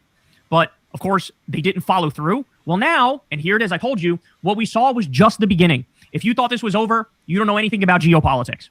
No, that was just the beginning. And now Netanyahu wants to see it through to fruition. He wants to see full-on regime change in Iran. He's going to use the nuclear angle as, the argument to make the case, which, by the way, again, you guys are admitting that, well, of course, the last attacks didn't work. Well, yeah, that's what all of your critics said, and you guys fucking lied and denied it and said it did work. Now you're acknowledging it didn't work, and you're also acknowledging Iran would be crazy not to get a nuclear weapon now. So I don't know what kind of timeline we're working on here, but I guarantee you the Iranian regime, as soon as they got attacked, the very first thing they thought was, okay, fire up the actual nuclear program, because before they weren't trying to get a nuke, but now that you showed them they need it for deterrence, and so of course they're going to try to see that through, right? But again, that's not a reason to attack them. They literally want it for deterrence. They literally want it for self-defense.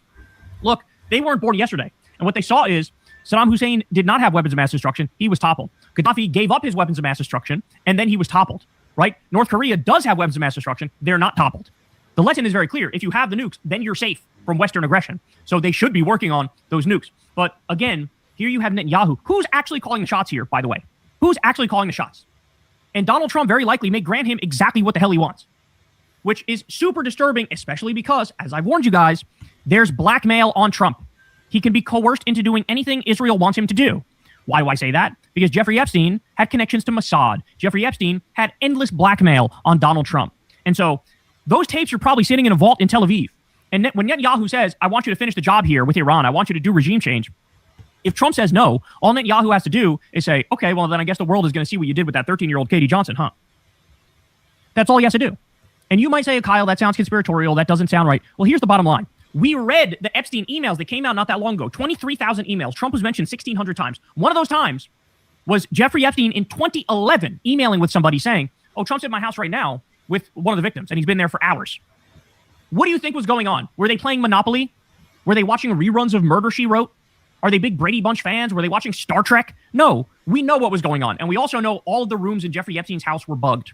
So look, Trump is a warmonger as is, right? So I think he would be willing to do the war either way. But there's that extra, level on top of it when there's so much blackmail on him that he could be coerced into doing it like that, right? In fact, as I told you, he let Israel illegally annex the Golan Heights. He moved the embassy to Jerusalem. He's already done about 100 things that were like just shockingly, disturbingly stupid and evil. And it's because the Israeli regime can get him to be their puppet and do whatever the fuck they want him to do. And it's because of that blackmail. So now it's also the carrot or the stick too, right? So you have Miriam Adelson giving him hundreds of millions of dollars to do Israel's bidding. So you have that. You have the Israel lobby giving him a tremendous amount of money to do their bidding. So like, if you're Trump, hundreds of millions of dollars and you get viewed as a hero and you do the regime change, or, you don't do the regime change and you stand up to them, they release blackmail tapes on you, and then they destroy your reputation. Which one would you pick if you're Trump? We all know. They're going to sing his praise. They're already singing his praises like crazy. You saw Mark Levin at the White House the other day. You saw these Zionist hacks at the White House, Miriam Adelson. They're already singing his praises. The one thing that would get them to turn on him is if he doesn't see this through, if he doesn't try to get the regime change in Iran. So now, if you're following along here, we have the regime change in Venezuela, which they're in the process of trying to do. You have the regime change in Iran. You have threatening Panama, threatening Greenland, bombing Yemen, bombing Somalia. We've never seen a bigger warmonger in my life. And I lived through fucking George W. Bush, y'all. But we have never seen a bigger warmonger in my life. And what we're witnessing here is disturbing. And now Netanyahu is going to... And I hear no one from the right complaining about their tax dollars. Isn't it funny that you hear no complaining about what your tax dollars are doing? As your government tells you they can't afford to give universal health care while they're giving your tax dollars to Israel when the Israeli citizens all have universal health care. Make any of that make sense? But they have money for this.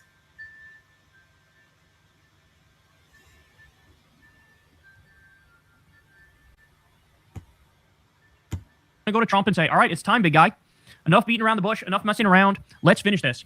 Let's do what I want you to do, which is take out the regime in Tehran. And who cares about the consequences? Who cares about how much money it'll cost? Who cares about how many people will die? We are demanding you do this. And we spend hundreds of millions of dollars for you to do it. And if you don't do it, we got some tapes we want to show the world. So that's where we are, man. While we're on the topic, I'll show you this. Support for U.S. financial support for Israel. Oppose, 62%. Support, just 20% support. And again, this is one of the most conservative pollsters in the country, Atlas Intel. And they're saying only 20% support, financial support for Israel. Wow. That number has collapsed. The support for Israel in this country has absolutely collapsed. And it couldn't have happened soon enough. I also have this one for you. Israel just approved 19 new settlements in the occupied West Bank. Ladies and gentlemen, one of the quid pro quos that we got from Miriam Adelson, the Zionist billionaire, who gave Trump over $100 million just this campaign season alone. One of the quid pro quos was, you need to allow Israel to fully annex the West Bank. And that's exactly what we're witnessing here. Building 19 new settlements, they're going for it. They're going for it. In the same way that they're stealing Gaza, in the same way that they're finishing the genocide and the ethnic cleansing, and they're going to try to build a city there and take it. Now they're doing it in the West Bank, and then they're also going to do it in more regions because they're trying to create greater Israel. They're working on creating greater Israel. It's happening right in front of our eyes. And Trump is going to support them every single step of the way. And he's going to do that because he's insanely corrupt. He's taken so much money from them, and they also have immense blackmail on him. So as predicted, as I warned you, this was never over. If you really thought that it was over after that last round of bombings, boy, oh boy, are you mistaken. Basically, the only thing that could actually prevent an attempt at regime change in Iran is if Iran announces they have the nuke, and they actually do. Right? That's the only way you can stop it. Anything short of that, they'll come hell or high water. They will make sure they try to ruin that country and put a puppet government in before Trump's time is up in the White House. Hey, y'all, do me a favor and like and subscribe. It helps out big time.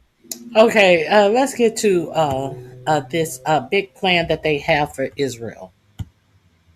All right, y'all. So, we are being led by absolute demons. I don't know how else to say it. So look at this. This is from the Daily Beast. Trump's son-in-law, Jared Kushner, pitches $112 billion tech utopia on Gaza rubble. Jared Kushner has been showing a 32-page PowerPoint presentation to nearby countries. I literally don't have the words. I don't have the vocabulary to explain to you guys properly how flat-out evil this is. So we just witnessed a live-stream genocide and ethnic cleansing. We saw schools get bombed and hospitals get bombed and World Central Kitchen workers get bombed and UN buildings get bombed and a siege be placed on over 2 million civilians. So many people died. an entire region of the world just wiped off the. This is nothing new. I talked about this sometime over a year and a half ago. Jared Kushner's a bloody plan that he had about Palestine being a great waterfront property, and we should just get rid of all of them. And he said, and he was speaking at Harvard, and they said, well, what should you do? You can take them out to the desert somewhere. He didn't give a fuck what you did with the Palestinian people. Just get rid of them, because I see waterfront property. A whole slumlord who owns a whole lot of apartments across the United States that are in disrepair with rats and roaches falling running around and ceilings falling down. Jared Kushner. Map, quite literally. I mean, the videos are post-apocalyptic. We just watched that, and now we have the son-in-law of the U.S. president is going, oh, let's build like this new futuristic AI city on top of the bodies of the dead babies. I mean, how do you even react to that? Tell me how this is different from the Third Reich. I want to know how this is different from the Third Reich. So, like, Hitler takes over, fucking, systematically murders millions of people, wants to build this, like, for their time, futuristic city. How is this any different? How is this any different? I fail to see how it's different. This is like the Fourth Reich. They're trying to build the Fourth Reich. All right, here we go. Ivanka Trump's husband is trying to get Middle Eastern leaders to invest in his vision of a high-tech paradise built on the ruins of Gaza. Jared Kushner and Middle East envoy Steve Witkoff, both of whom, by the way, have massively profited off of the White House. They've made hundreds of millions, or in Jared's case, billions of dollars off of the White House. They've concocted a 32-slide, sensitive but unclassified PowerPoint presentation titled Project Sunrise, building a new and unified Gaza, which paints a vision of a sparkling metropolis built on the war-torn ruins of the Gaza Strip, the Wall Street Journal first reported on Friday. Look, this is from the slideshow. Project Sunrise, building a new and unified Gaza. And look, you can see the way the buildings look. You see the way the water looks. They're trying to say, oh, look at this. Wouldn't you want to be here? Isn't this incredible? Wouldn't this be a great vacation destination? Wouldn't this be a great place for Peter Thiel and Palantir to give 78 speeches on the Antichrist while simultaneously creating a blackmail file on all Americans? Isn't this a great place for that? The proposal says the U.S. would commit 20% of the development costs to turn the Gaza Strip into a ritzy tourist destination. Let me just pause to point out, you're floating the U.S. spends billions of dollars for this. By the way, Trump cut off the food stamps for 42 million Americans during the government shutdown. You remember that? He cut off 94 million pounds of food aid that was supposed to go to food banks for the holidays, starving the American people. That's what he's doing. He kicked 17 million people off Medicaid, and he's watching health insurance premiums double, triple, quadruple, and even more than that. Hold on. Are you guys able to see what I'm sharing? I don't see it being shared. The man buried his wife on a golf course. Of course, he's... do you guys see what I'm sharing? Rockwell, do you see the link that I'm sharing with you?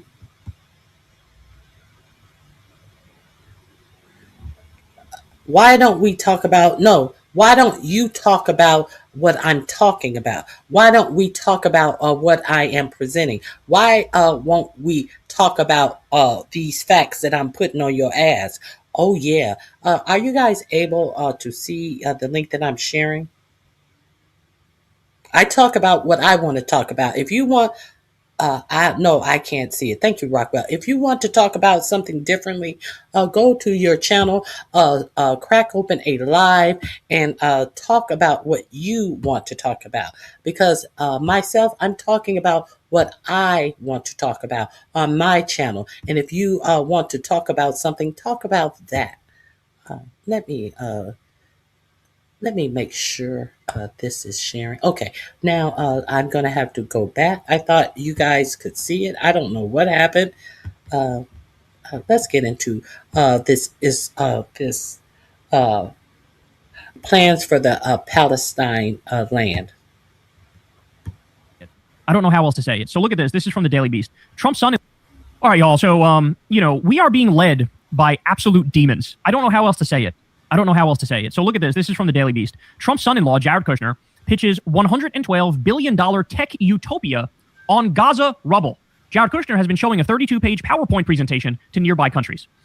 I literally don't have the words. I don't have the vocabulary to explain to you guys properly how flat-out evil this is. So we just witnessed a live stream genocide and ethnic cleansing. We saw schools get bombed and hospitals get bombed and World Central Kitchen workers get bombed and UN buildings get bombed and a siege be placed on over 2 million civilians. So many people died. An entire region of the world just wiped. This is in my description box under Tech Utopia. If you want to go back to it, I suggest you go over to the Kyle Kalinske show. Obviously, I am a fan. Let's continue. Wiped off the map, quite literally. I mean, the videos are post-apocalyptic.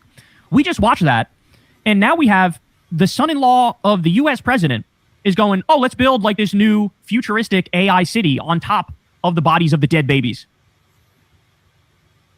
I mean, how do you even react to that? Tell me how this is different from the Third Reich. I want to know how this is different from the Third Reich. So, like, Hitler takes over, fucking, systematically murders millions of people, wants to build this, like, for their time, futuristic city.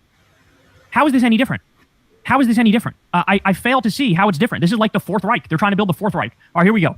Ivanka Trump's husband is trying to get Middle Eastern leaders to invest in his vision of a high-tech paradise built on the ruins of Gaza. Jared Kushner and Middle East envoy Steve Witkoff, both of whom, by the way, have massively profited off of the White House. They've made hundreds of millions, or in Jared's case, billions of dollars off of the White House. They've concocted a 32-slide, sensitive but unclassified power. Do you realize that Gaza wasn't even there until after World War II? And your point would be what? Where was Israel prior to World War II? What is your point? Peter McGatlin, what would be your point?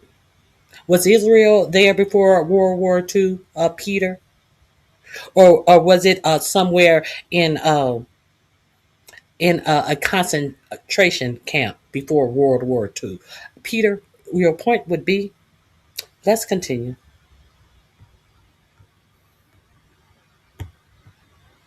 PowerPoint presentation titled Project Sunrise, Building a New and Unified Gaza, which paints a vision of a sparkling metropolis built on the war-torn ruins of the Gaza Strip, the Wall Street Journal first reported on Friday. Look, this is from the slideshow. Project Sunrise, Building a New and Unified Gaza. And look, you can see the way the buildings look. You see the way the water looks. They're trying to say, oh, look at this. Wouldn't you want to be here? Isn't this incredible? Wouldn't this be a great vacation destination? Wouldn't this be a great place for Peter Thiel and Palantir to give 78 speeches on the Antichrist while simultaneously creating a blackmail file on all Americans? Isn't this a great place for that? The proposal says the U.S. would commit 20% of the development cost to turn the Gaza Strip into a ritzy tourist destination. Let me just pause to point out, you're floating the U.S. spends billions of dollars for this. By the way, Trump cut off the food stamps for 42 million Americans during the government shutdown. You remember that? Yeah, I remember that. But they have billions of dollars for this. How is that going to improve your way of life?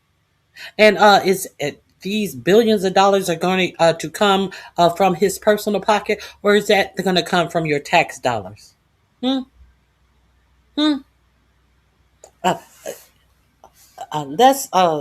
heckle on that. Let's heckle on the facts of what I'm talking about. I'm not getting off topic. This is my topic. I am not being diverted from what I'm talking about. I'm talking about this.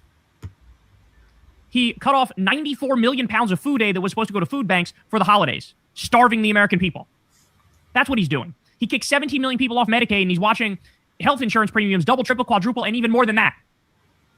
And here's Jared Kushner. He didn't write a piece and make a 32-point PowerPoint presentation saying, oh, you should probably make sure Americans don't go starving. You should probably try to get the 600,000 Americans off the streets, the 80,000 veterans off the streets. You should probably make it so we have universal health care, single payer, so that nobody goes bankrupt off medical bills anymore and people get taken care of in America. He didn't make a PowerPoint presentation saying that. He made a PowerPoint presentation saying, let's build an evil AI city on top of a mound of dead babies. I'm at a loss here. So this city would be replete with high-speed railways. Hold on a minute. Hold on 1 second. The moon rules do not come in my chat lying. Do not come in my chat lying. I give me a timestamp where I ever said anything like that. Give me a video and a timestamp. Oh, you're not going to be able to, because you have been banned for saying some bullshit lie and trying to equate that to something that was said on my channel. don't come in my channel with lies and propaganda, because you can't handle what is actually going on, and where your fucking tax dollars is going, and it's not to do anything but continue the downfall of America.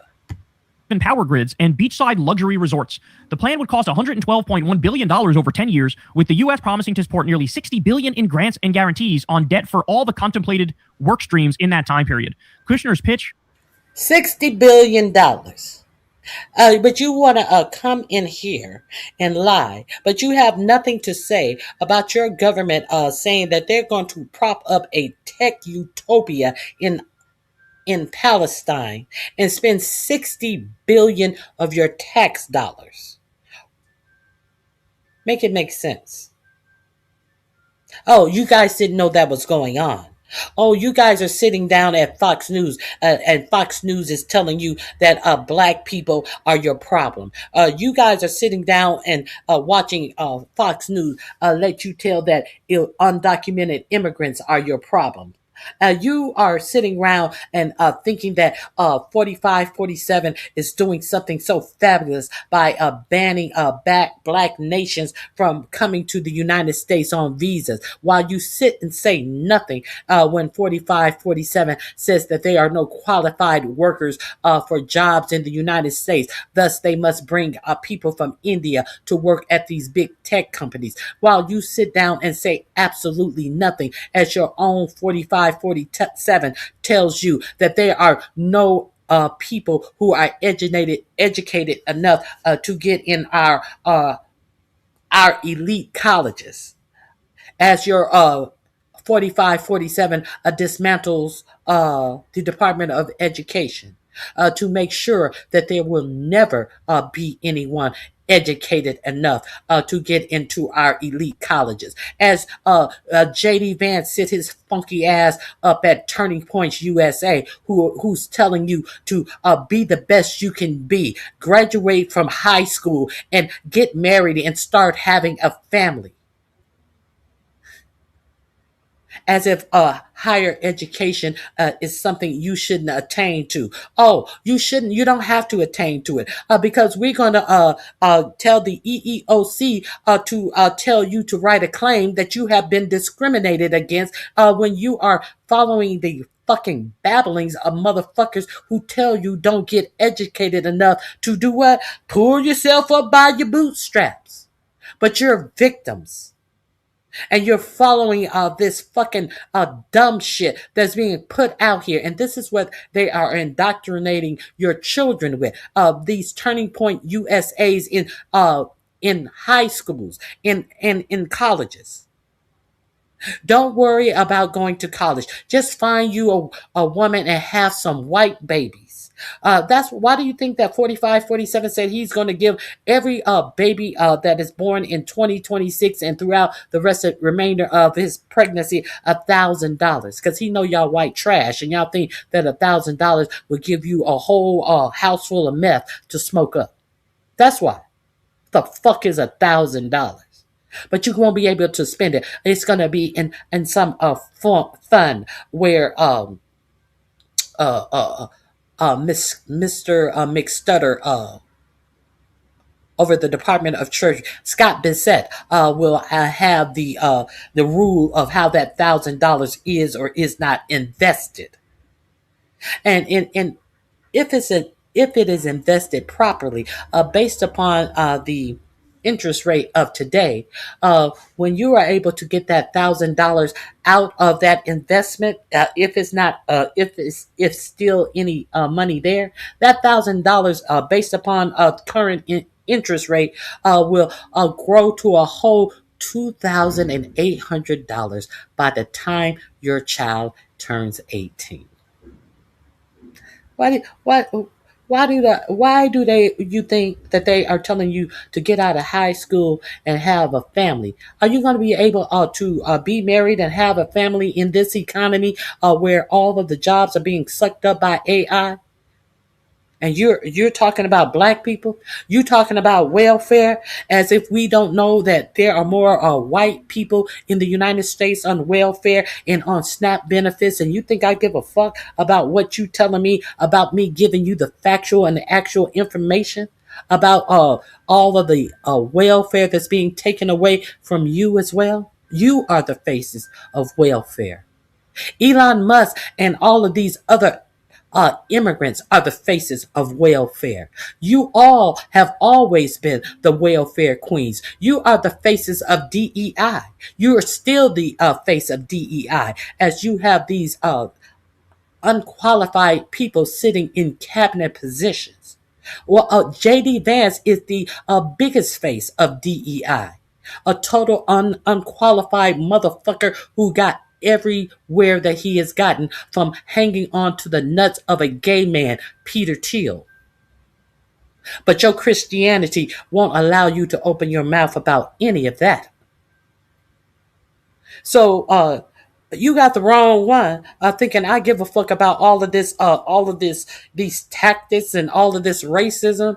Bitch, your racism is ruining your life because you are the biggest benefactors of all of these government subsidies. And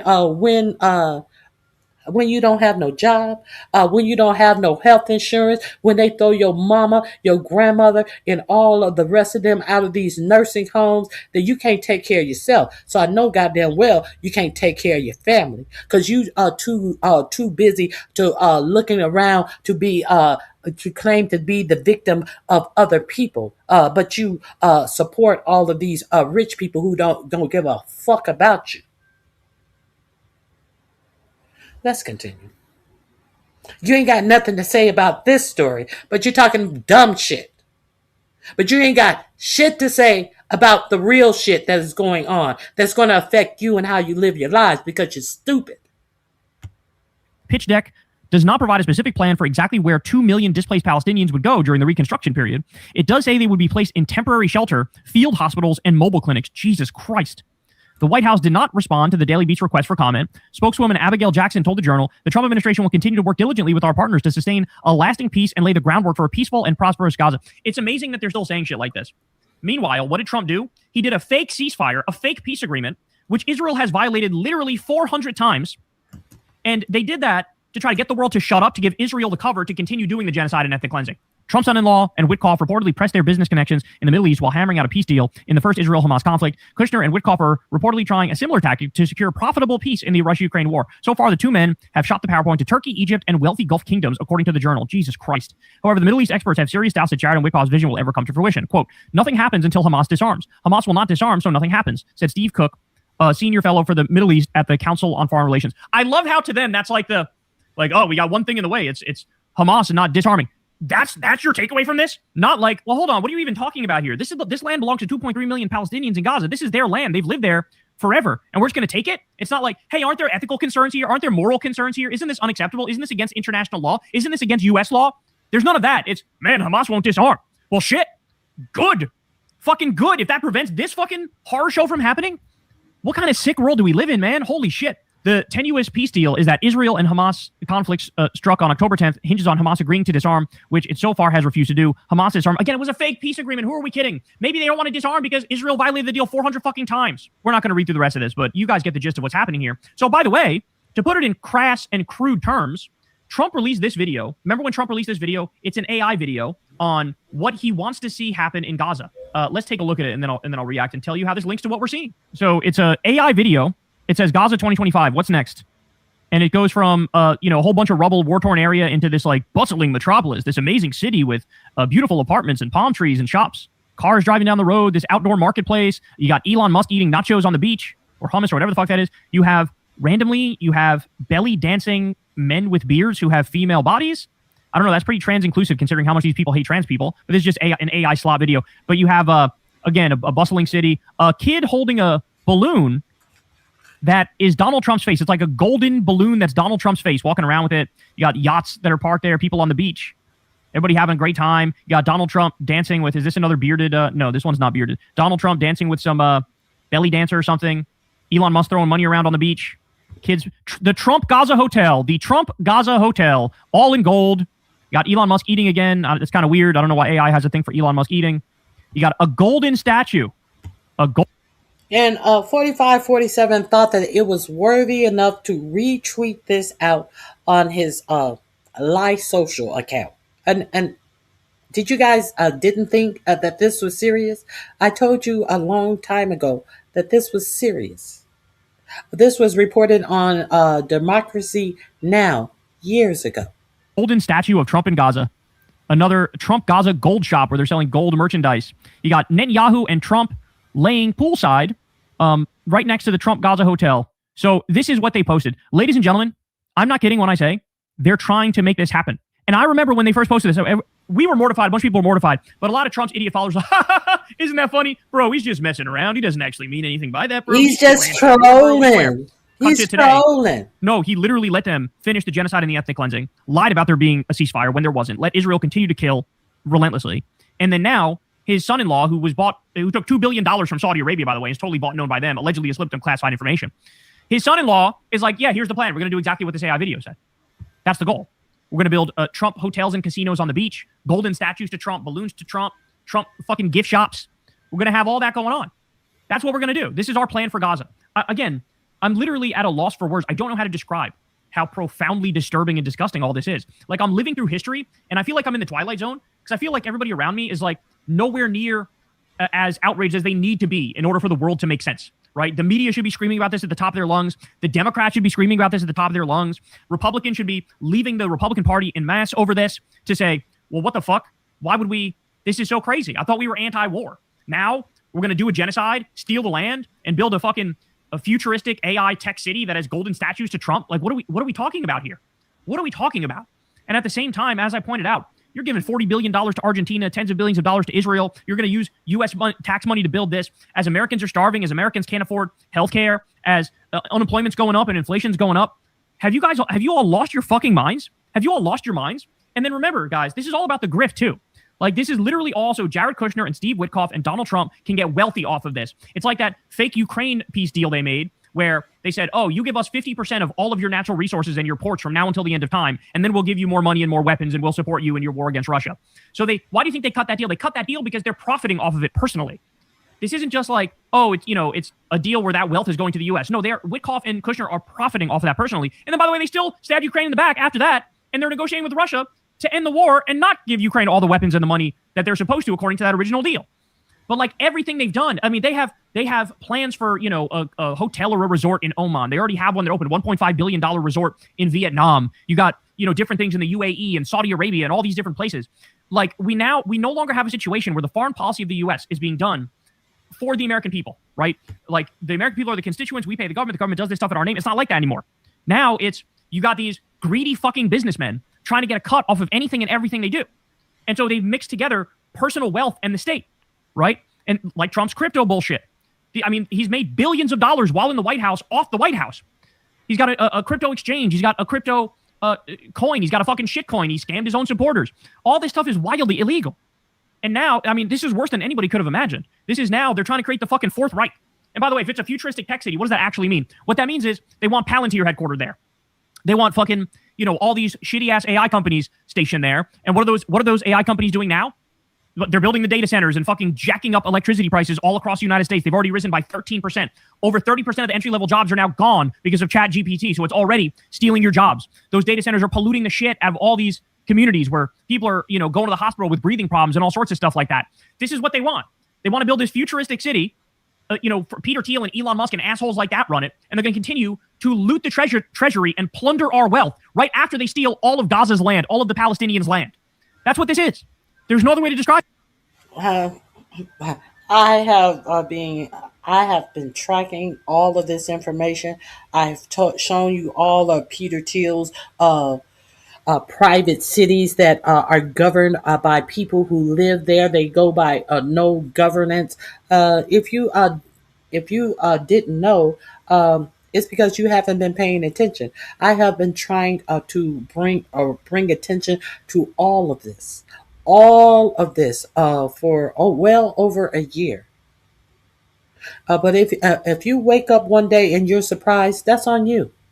That's really on you. If you have not fortified yourself, your home, your survival, that's on you. Because I've been telling you years ago that you should fortify your safety, your personal safety, your home, your water, your eating. If you didn't know, this country is being torn apart, but you don't see it yet. I don't see what you're saying because the people who are going to lose their health insurance will lose it on January 1st, and the people who the up to 25 billion on January 1st, they will start feeling it shortly thereafter. Especially the ones who are on regular prescription medication. So the ones who are going to lose it because of that tax cut, another 17 million people, they will start feeling that after the midterm elections. So who's going to feel it first? These billionaires who have an escape plan of a tech utopia. This link is under a tech utopia. I don't know what to tell you. I've been giving you the information. But everybody's sitting up acting as if everything is all well. All well. Everybody is trying to sit up and act as they are victimized by DEI, while they don't recognize the DEI in this administration. A bunch of buffoons and sycophants in this administration. As Congress sit up here, as the Supreme Court sit up here, and nobody has drafted. Well, I think one woman has draft a resolution to have 45, 47 impeached. This whole administration needs to be impeached, in my opinion. There's no other way to describe it. So this should be just a total wake-up call to everybody that we are dealing with genuine evil. You know, I feel naive forever thinking, I used to believe the standard liberal line of like, we're all roughly the same, but, you know, we're all trying our best, and things that happen in people's lives sort of shape them one way or another, but we generally all mean well. That's not true. It's just not. Some people are just like broken. They are broken. They are vapid. They are empty. They are immoral. They are unethical. They are evil. They're evil. This is evil. There's no other word for it but evil. What we're talking about here is evil. All of these people need to go to prison fucking forever. The fact that they even floated this idea should put them front and center at the next Nuremberg tribunal, and they should be fucking locked up, and the key should be thrown away. Steve Witkoff, Jared Kushner, Donald Trump, all these fucking disgusting freaks. I've never seen a more disgusting thing than this.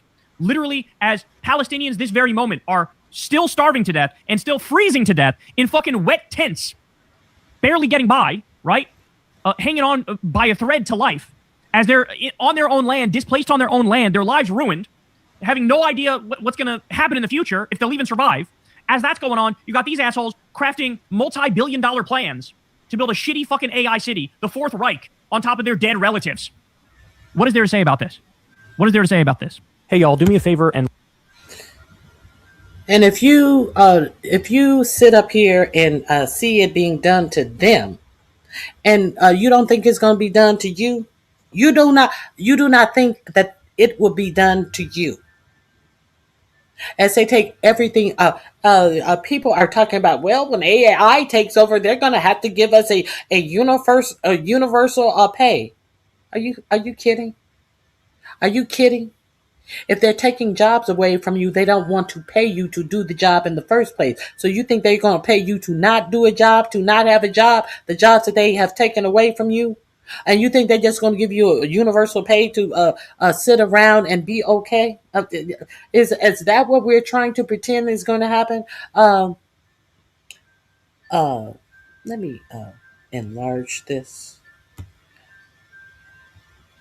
This is the best thing that I could see that would happen in this administration. Where is it?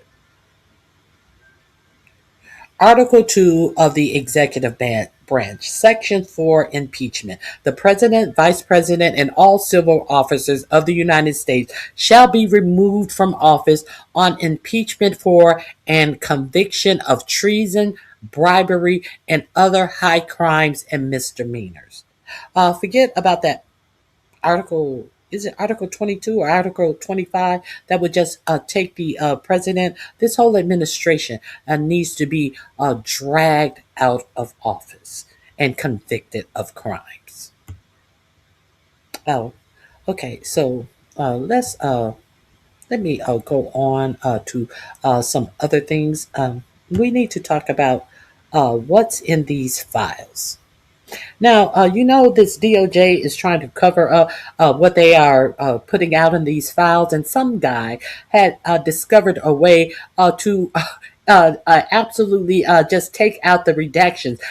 Your Department of the Department of Justice is so inept as they sit up and try to lie and hide things. Now, the order of redaction states that you cannot redact anything based upon someone's political affiliations. You cannot redact things based upon harming the reputation of someone or anything.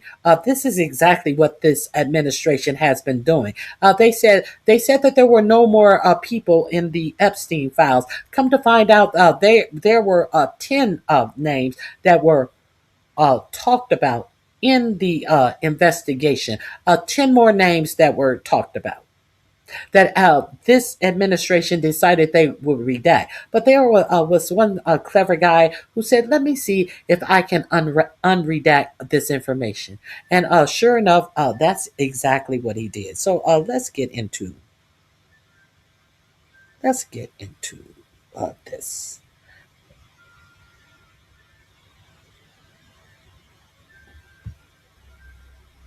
We're at a pace of more than one a week for the blatant and brazen and consistent and frequent lawlessness of this presidency. And so we brought another lawsuit today, joined by nearly all the Democratic attorneys general.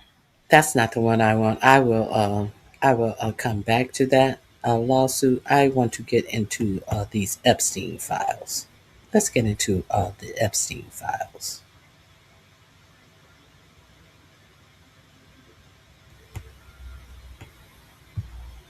About Venezuela, sir, have you spoken to American oil companies that have had their assets seized about what a post-Maduro Venezuela would mean for them, and what coming back and restarting operations? The big ones, yeah.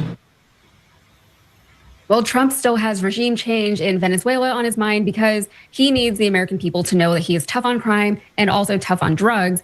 But now he's confirming that he has discussed the aftermath of military action in Venezuela with the American oil companies. And I wonder why that could be. And this comes as the U.S. Coast Guard is currently pursuing a third oil tanker in international waters. So during last night's press conference at Mar-a-Lago, Donald Trump was asked about his intentions for Venezuela, including what exactly he plans to do with all of the oil America has seized. Speaking of Venezuela, oil, what are we going to do with the oil that we have? Going to do with what? The oil that has been seized. The United States seized 1.9 million barrels of oil on December 10th. We're going to keep it. Where's it? Are we going to sell it? What are the strategic? Maybe we'll sell it. Maybe we'll keep it. Maybe we'll use it in the strategic reserves. We're keeping it. We're keeping the ships also. I'm laughing. It's so dumb. We're going to keep it. So we're just stealing oil down. We're keeping it, and we're going to keep the ships also. We're keeping it. Mm-hmm. We're keeping the oil that we say is bound for China. That China paid Venezuela for this oil. We're going to keep it. Okay. Thank you for telling us everything's all good now. You think so? From Venezuela. So he confirmed that he's discussed the prospect of Venezuelan regime change with oil companies that could stand to benefit from Maduro's ouster. He then hinted that military action could soon be taken on mainland Venezuela, in addition to other South American countries. Take a look. You just referenced the lower. In addition to other South American countries, not just Venezuela, in addition to other South American countries. Now, I told you about this sphere of influence that 4547 thinks that every country in this sphere rightly belongs to America. Did I or did I not tell you that? A fool. Amount of illegal drugs that are coming by sea, and you just said that you're going to start that same program in Venezuela, in addition to other South American countries. Take a look. You just referenced the lower amount of illegal drugs that are coming by sea, and you just said that you're going to start that same program on land soon. Are you just referring to Venezuela, or are you referring to other countries in Latin America? Anywhere drugs are pouring in, anywhere, not just Venezuela.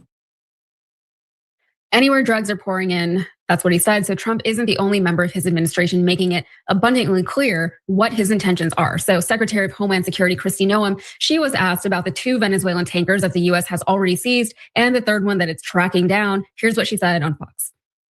This operation specifically against the Venezuelan shadow fleet is led by the Coast Guard, and the Department of War has been fantastic partners in making sure we're not just interdicting these ships, but we're also sending a message around the world that the illegal activity that Maduro's participating in cannot stand. He needs to be gone, and that we will stand up for our people. They're using these dollars to funnel and purchase and proliferate drugs around the world that's killing the next generation of Americans. So don't forget what this is about. This is an enemy of the United States that we're taking strong action against, and our Coast Guard's doing a rock star job going out there and interdicting these ships safely, but also sending a strong message that we will stop this flow and we will continue to stand up for our country.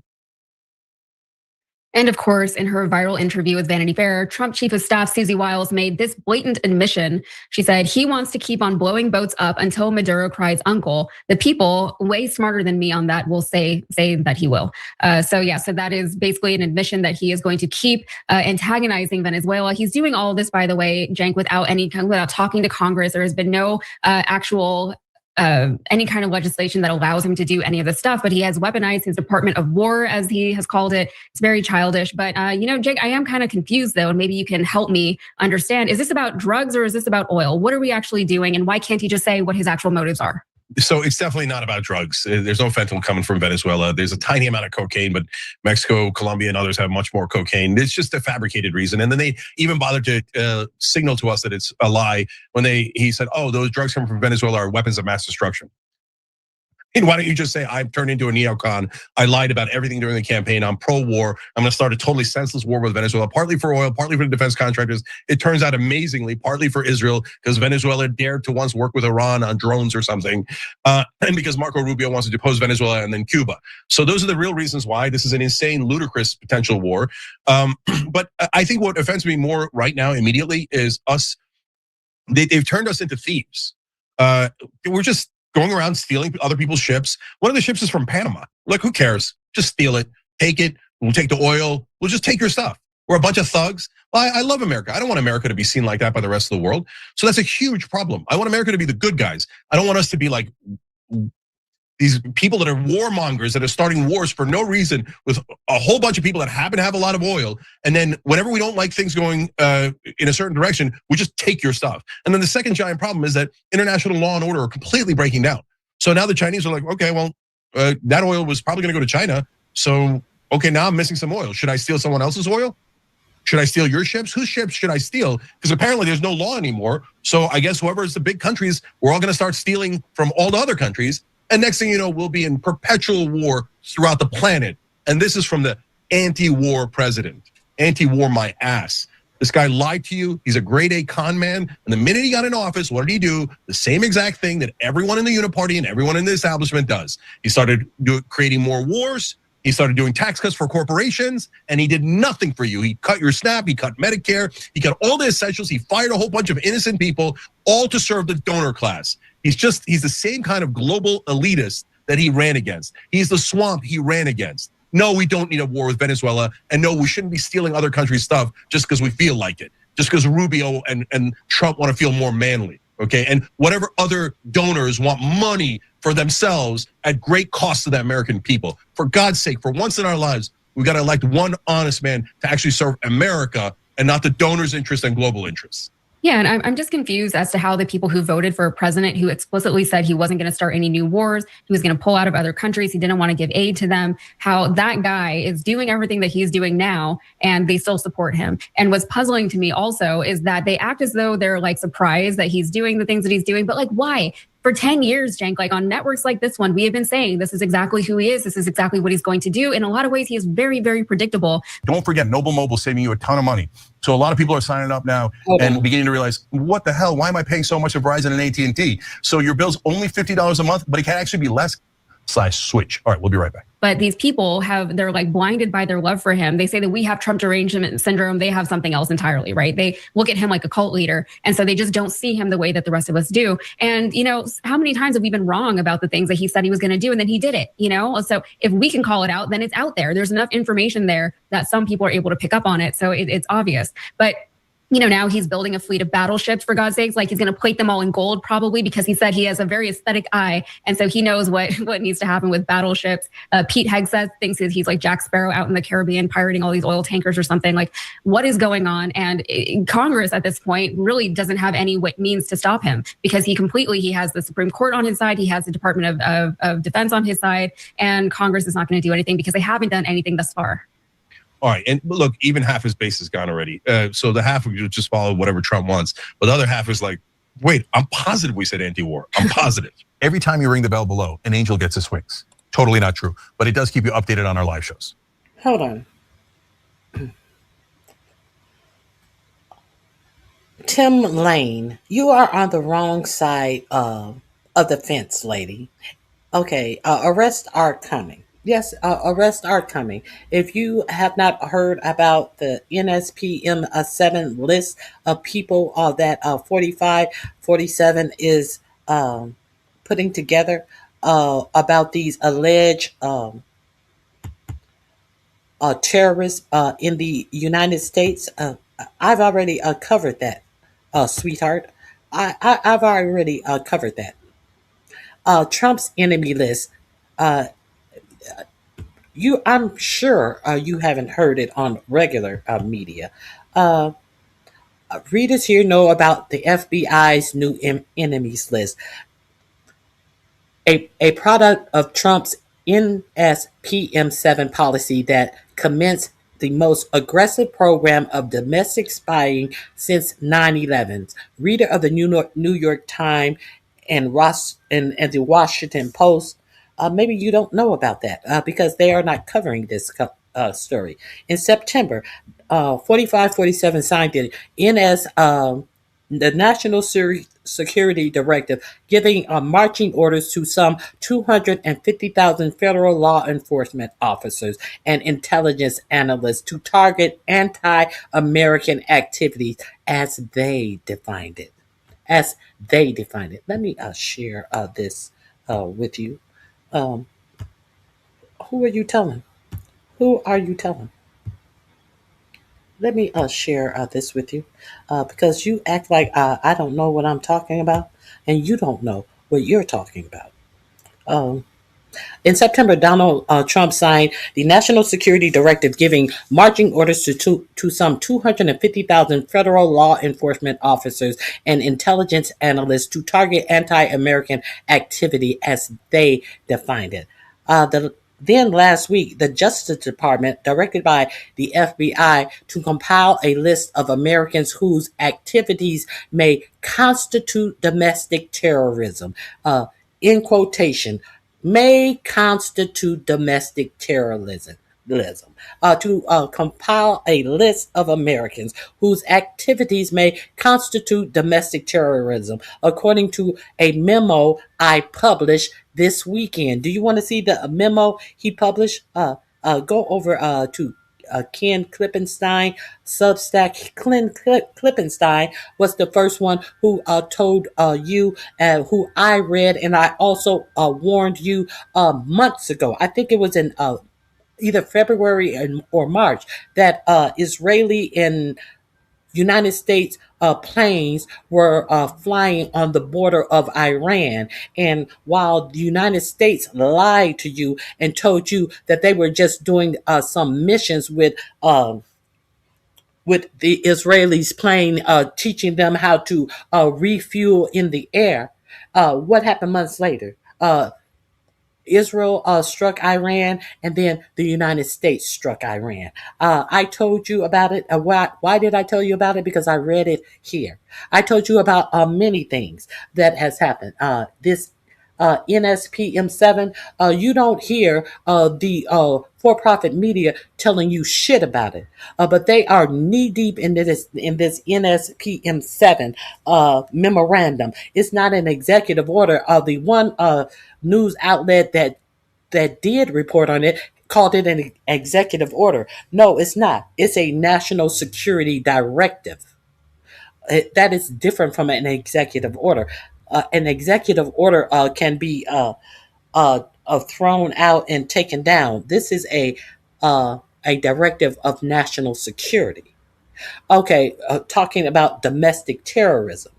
Okay, I published this weekend. The administration also released last week its national security strategy that prioritizes defense of the homeland over every other challenge facing America. So let's because y'all dumb, y'all think everyone's dumb. I don't know. Let's get into this. Where is this? Where was I? Where am I? The Justice Department memo I published has elicited outrage across the political spectrum, but hardly any major news outlet can bother to even write about it, and how law enforcement is now targeting speech and the basic activities that constitute American civil life. This is not an object lesson in everything that's wrong with corporate media. It's particularly incredible for a story so creepy it seems to write itself. A blacklist, a cash reward system for public cooperators, and a supercharged FBI lineup where anyone and everyone can tattle on their neighbors for anti-American thoughts and activities. You didn't know about that? Let me see. Did I miss anything? No. Okay. Leveraging the existing FBI capabilities to identify tips that will dismantle domestic terrorist organizations and activities. Within 30 days of the issuance of the guidance, the FBI, with the assistance of its counter-terrorism division, operational and technology division, and Criminal Justice Information Service National Threat to Operations Center shall establish recommendations to better publicize the FBI's tip line for submitting tips related to domestic terrorism. When individuals witness threats or acts of violence and domestic terrorism, they should be aware that they can quickly report such activities to a central tip line within the FBI. The FBI shall respond appropriately to such tip and use the information to better investigate domestic terrorism. The FBI is also directed within 30 days of the issuance of this guidance and consistent with applicable law to review and update the capabilities of its digital media pipeline. Tip line in compliance with the FBI policy and statutory obligations so that witnesses and citizen journalists can send media of suspected acts of domestic terrorism to law enforcement online. Further, because information from within an organization is often necessary to effectively dismantle large criminal enterprises, the FBI shall establish a cash reward system for information that leads to the successful identification and arrest of individuals in their leadership. Now, remember, I showed you a congressional oversight where they asked the head of the FBI who is the greatest threat to American in as far as domestic terrorism, and he said, "Well, the president has said that." I will play that for you.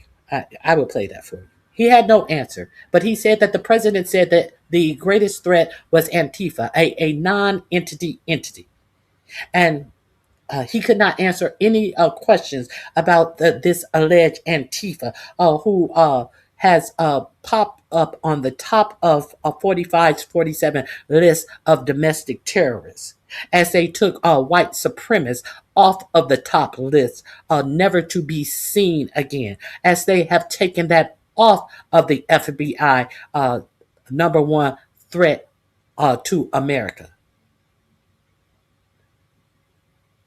Who do you think you're talking to? Who do you think you're talking to? This is that right there is a screenshot of the DOJ memo saying as much. Weren't they paying people to phone in tips on the Jews? Wasn't that what Hitler was doing? Huh? Who you think you're talking to? Because you stupid. You think I'm stupid? Cause you stupid? Oh, okay.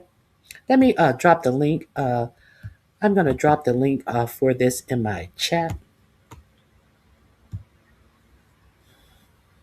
You can peruse it at your leisure. You can peruse it at your leisure. Here you go. I would advise you to peruse a lot of things about this NSPM7.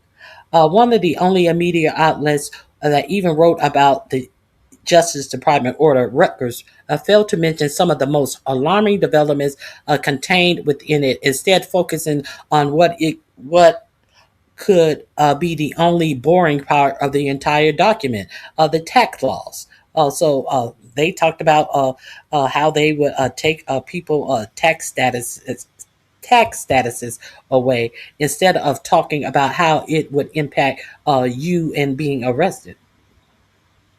Let me see.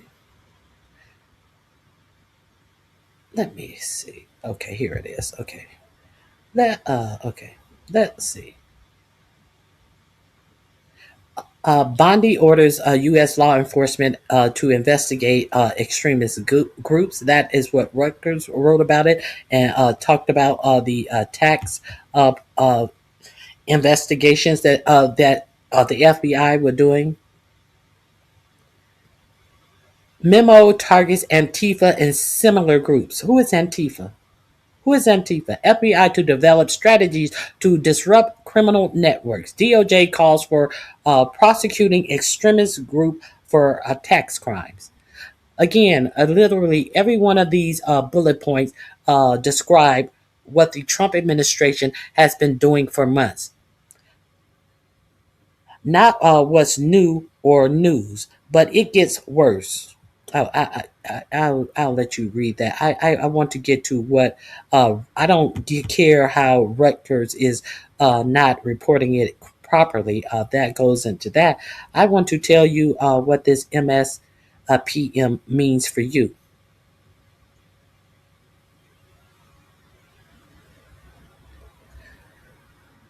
Not having gone to journalism school myself, I guess I missed the lesson on how compelling tax law is. But it gets worse for the NSPM7. It is a broad reordering of the sprawling domestic spy machine is not addressed. The Guardian subheadline goes on, move is part of Trump's broader crackdown on left-wing groups, including designation of Antifa as a domestic terrorism group. But these orders are not just about Antifa and casting them as only applying to this marginal group rather than to the entire public is both dead wrong and a surefire way to make people think that what Trump is doing won't affect them directly. This is the same error that led to the NSPM7 not getting coverage in the first place, with outlets such as C-SPAN confusing it with Trump's Antifa designation. A common refrain from the major media, know it all, that Antifa doesn't exist, so nothing would happen. But the Trump administration has its own definition of Antifa, using the label to expand to other groups that they are also targeting. Besides, now, the media knows that there's no such thing as Antifa. So they're just like, okay, they're not going to be able to find nobody in Antifa. But they are defining what they are saying Antifa is. This is a self-defined entity that this government is going to say that based upon what you do, where you go, how you spend, the surveillance that J.D. Vance's buddy Peter Thiel has on you, they're going to predetermine if you are going to commit a crime. And the media is not telling you any of this. And besides, isn't it the public's job to decide if they consider this domestic crackdown a threat? Unlike say Rutgers editor, They aren't the ones with the fancy legal departments to defend themselves if they become target of the NSPM7 machine. This, this we review, you read style of journalism marginalize the public from participating in their own governance, and nowhere is it worse than in the secretive world of national security, where not publishing documents is basically a reflex. In the memorandum phenomenon taught us, if the memorandi phenomenon taught us anything, it's that people, regardless of age and income, want to be involved in government, especially as it relates to their daily lives. Okay. He talked about Rutgers too much in that one for me. Let me go back to his homepage where he actually get into the NSPM7.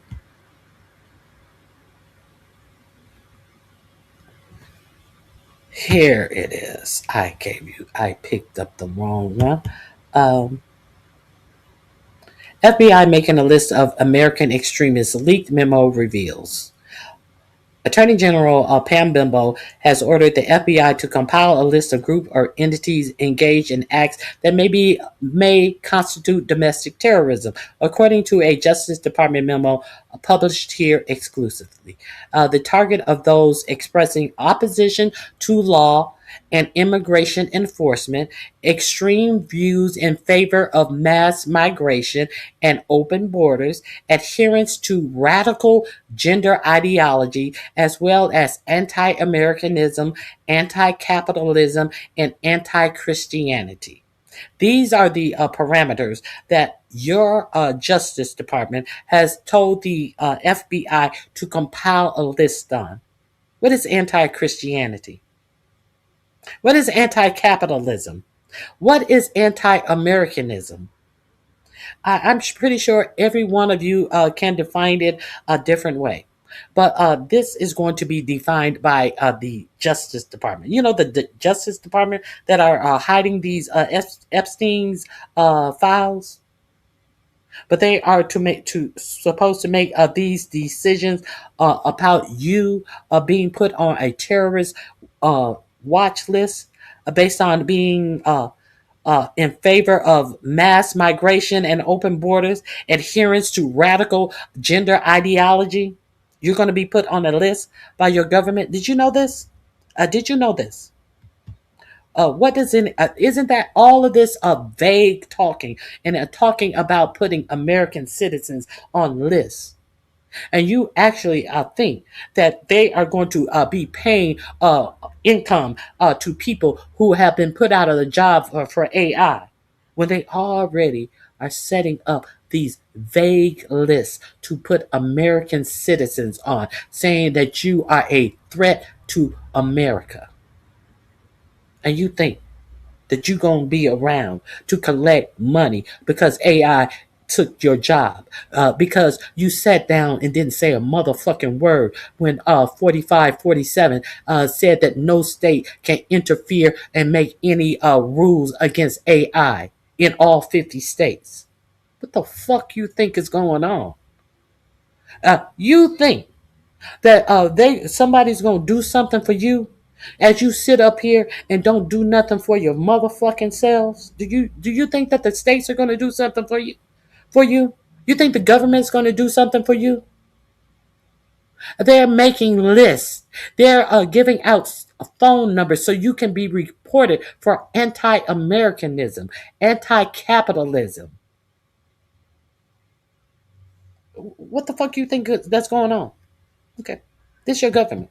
In addition to compiling lists of undesirable, Bondi directs the FBI to enhance the capabilities and publicity of its tip line in order to more aggressively solicit tips from the American public on, well, other Americans. To that end, Bondi also directed the FBI to establish a cash reward system for information leading to the identification and arrest of leadership figures within these purported domestic terrorist organizations. The memo later instructs the FBI to establish uh, cooperators to provide information and eventually to testify against other members of the group. The payout don't end there. Justice Department grants are now to prioritize funding to programs for state and local law enforcement to go after domestic terrorism. Your local beat cop can determine that you were doing something that is terroristic and report you. So understand. Have cops been infamous and famous for, or infamous, shall I say, for just rounding up people for making false arrests? Are cops known for this? But these are the people who are going to be also reporting you as domestic terrorists. In a section titled Defining Domestic Terrorism Threat. Now we're about to define it. Let's defining the domestic terrorism threat. The memo cites extreme viewpoints on immigration. Defined. Radical gender ideology. Defined. And anti-American sentiment. Defined.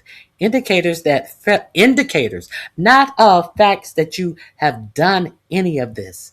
These pesky little indicators. You know, these pesky little indicators that Peter Thiel prompted you and told you that Palantir would be able to indicate people who are about to commit crimes. And you think I'm crazy when you stupid? You think I'm crazy, but you're stupid. Okay, indicators that federal law enforcement are instructed to refer to FBI Joint Terrorism Task Force. Those Joint Terrorism Task Force are then instructed to use all available investigative tools in order to map the full network of culpable actors involved in both inside and outside of the United States. You know, that investigative thing that they gave the Palestinian people who are being hunted down by the Palantir drones, and they were given kill numbers based upon what AI determined their closeness and their proximity to a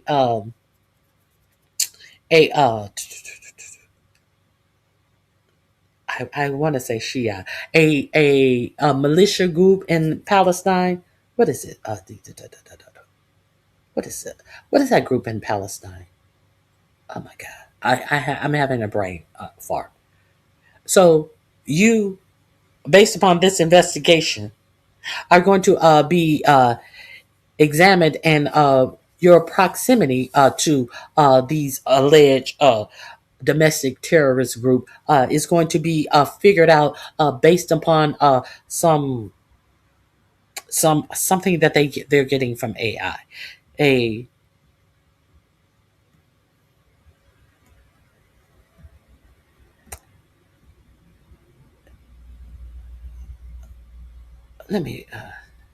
Upon receipt of these referrals, the JTTF shall use available consistent or with law enforcement internal policy statutory obligation to map the full network of culpable actors involved in the referred conduct inside and outside of the United States, the memo says. For months, major media outlets have largely blown off the NSPM7, thinking it was all just Trump bluster and too crazy to be serious. But a memo like this one shows you that the administration is absolutely taking this seriously, even if the media are not, and is actively working to operationalize NSPM7. NSPM7 was signed in September, largely in response to the murder of Charlie Kirk. So This is the guise that they decided to slip this in, and the media is paying it absolutely no attention because they know that there is no such thing as Antifa. But this administration has figured out a way to try to determine that things that you do and predictions about you from the watchdog Palantir will allow them to put you on a watch list, will allow you to be reported to the FBI. And you're not worried about what your government is doing because you're worried about undocumented immigrants. You're worried about black people. You're worried about pretending like you're a victim to someone who cannot even victimize you. But as you're being victimized, you're humming on 4547's nutsack. It was signed in September, largely in response to the murder of Charlie Kirk, which was a 9/11 type event for the Trump administration. As I've reported, a Kirk assassination is referenced explicitly in the department's memo. As anyone who's lived through 9/11 can remember, the government doesn't always think rationally in moments like those, to say the least. Remember the Iraqi war? Was the government thinking rationally then? No, but this is what they have drummed up after Charlie Kirk's death. And so here we are with a new war on terrorism. This time, millions of Americans like you and I could be the target. If you haven't seen that, let me.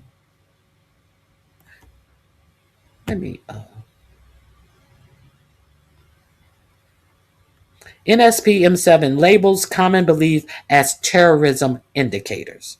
Common beliefs are labeled as terrorism indicators. With the mainstream media distracted by the made-for-TV drama of James Comey indictment, Trump has signed a little-noticed national security directive identifying anti-Christian and anti-American views as indicators of radical left violence, called National Security Presidential Memorandum 7. It's being referred to as NSPM7 by administration insiders. When was this written? September 27th. A lot of you don't know nothing about this. This is the first time in American history that there is an all of government effort to dismantle left-wing terrorism, Trump Homeland Security Advisor Stephen Miller said, referring to the issuance. Stephen Miller. Stephen Miller. This is the first time ever. And that should terrify you. To the extent, says Stephen Miller, who is living in a general's or a captain's home on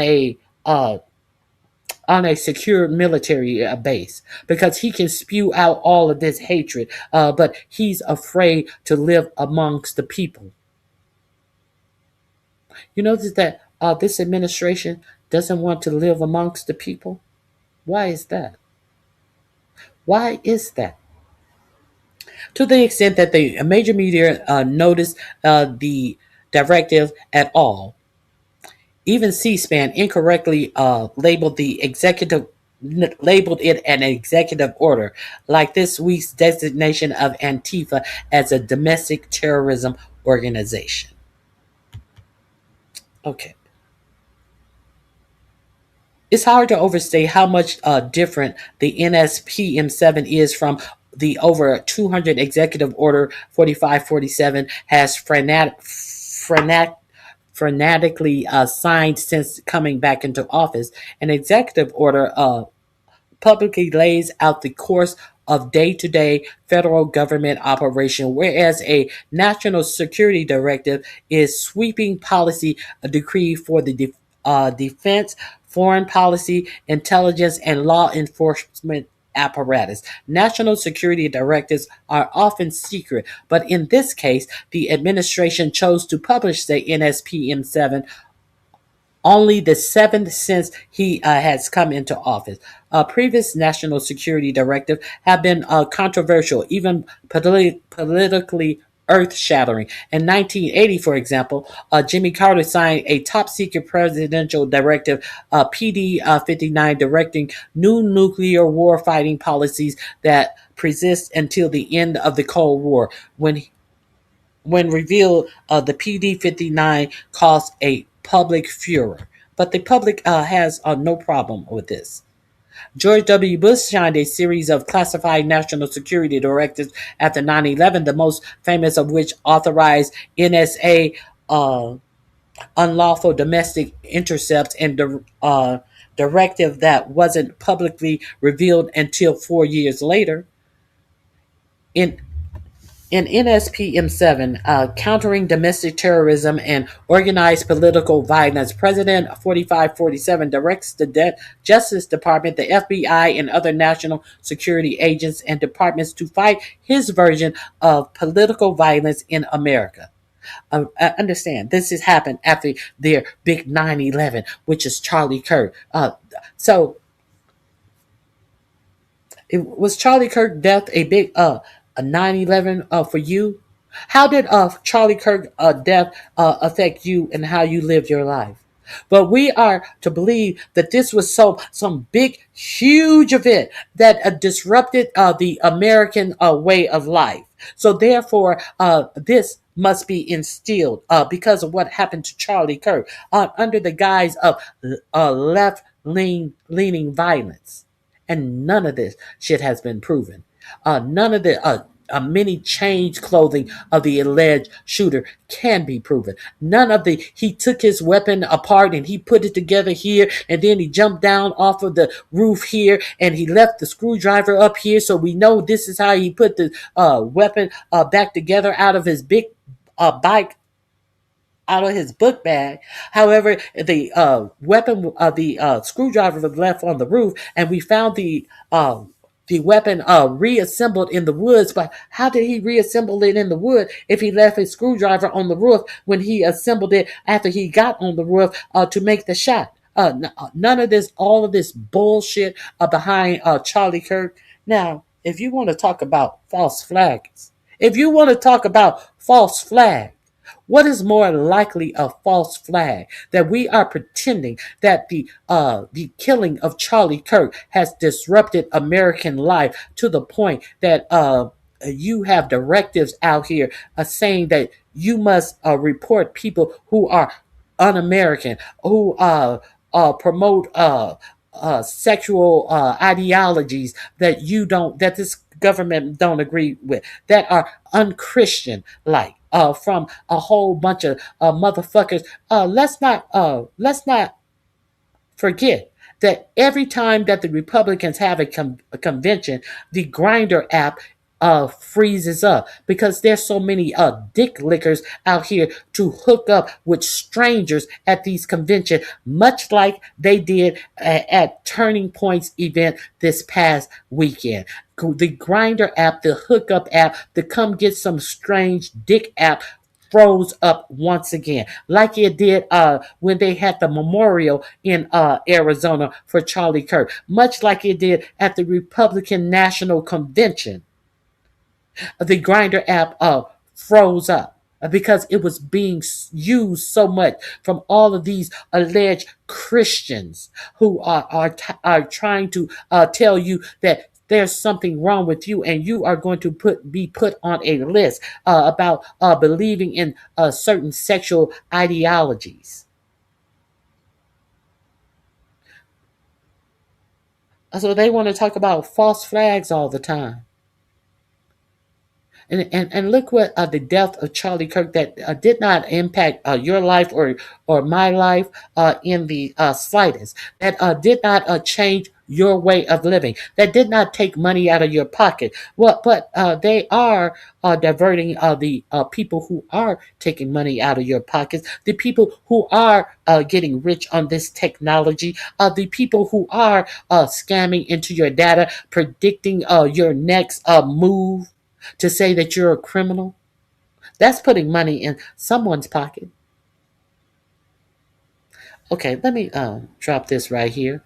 I just wanted to refresh you on the fact that you have got to be crazy if you think that you telling me something that I don't know about this government, while in the meantime, you know absolutely nothing about what's going on in this government. So I didn't mean to go that way, but sometimes you got to meet the bullshit with the actual facts. So let's move on. Let's get into some more distraction.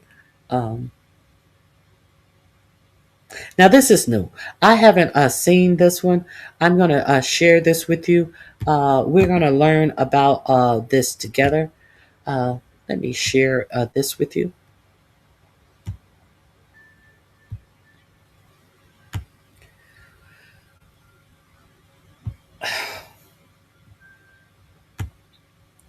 The Epstein files are way worse than you think. Are they? How could they be? A favor, sign up to get every full interview. You don't want to miss it. This week, I'm going to be talking to the man himself who got the Epstein. Again, sign up below. And of course, go sub to my boy Corin's channel, Corin's World on YouTube, because he has an awesome podcast with yours truly on every Monday night, 8:30 p.m. Eastern time. And we shoot the shit and we answer super chats. And you guys are welcome to come hang out with us. All right, y'all. So without any further ado, let's go ahead and jump right in the deep end here. So let me start with this. More Epstein files keep coming out. As you know, this has been a clusterfuck to say the least. I mean, they were supposed to release all the files with only redacting the victim's information. They didn't do that at all. They released 1% of the files, and they redacted a bunch of stuff about the perpetrators and the criminals. So flagrantly violating the law, not just the letter of the law, but also the spirit of the law. And that is now leading to backlash. So we'll talk a little bit more about that backlash later on. Definitely tune in again to Crystal Kyle and Friends, because Ro Khanna will give you all of the spicy, juicy details about what they're doing now, how they're pursuing justice now. But it's only gotten more comical. Very Carrie. Who are you saying bye to? Sonia? Sarana? Whoever. Are you saying goodbye to this stupid bitch? Hey, Deanna. Happy Merry Christmas Eve to you as well. Who are you saying bye to, Very Carrie? Did anyone hear me say anything about George Floyd? See, they are obsessed about dumb shit, about lying, but they have nothing to say about these actual facts. I don't recall saying George Floyd name one time, but they cannot live without saying George Floyd.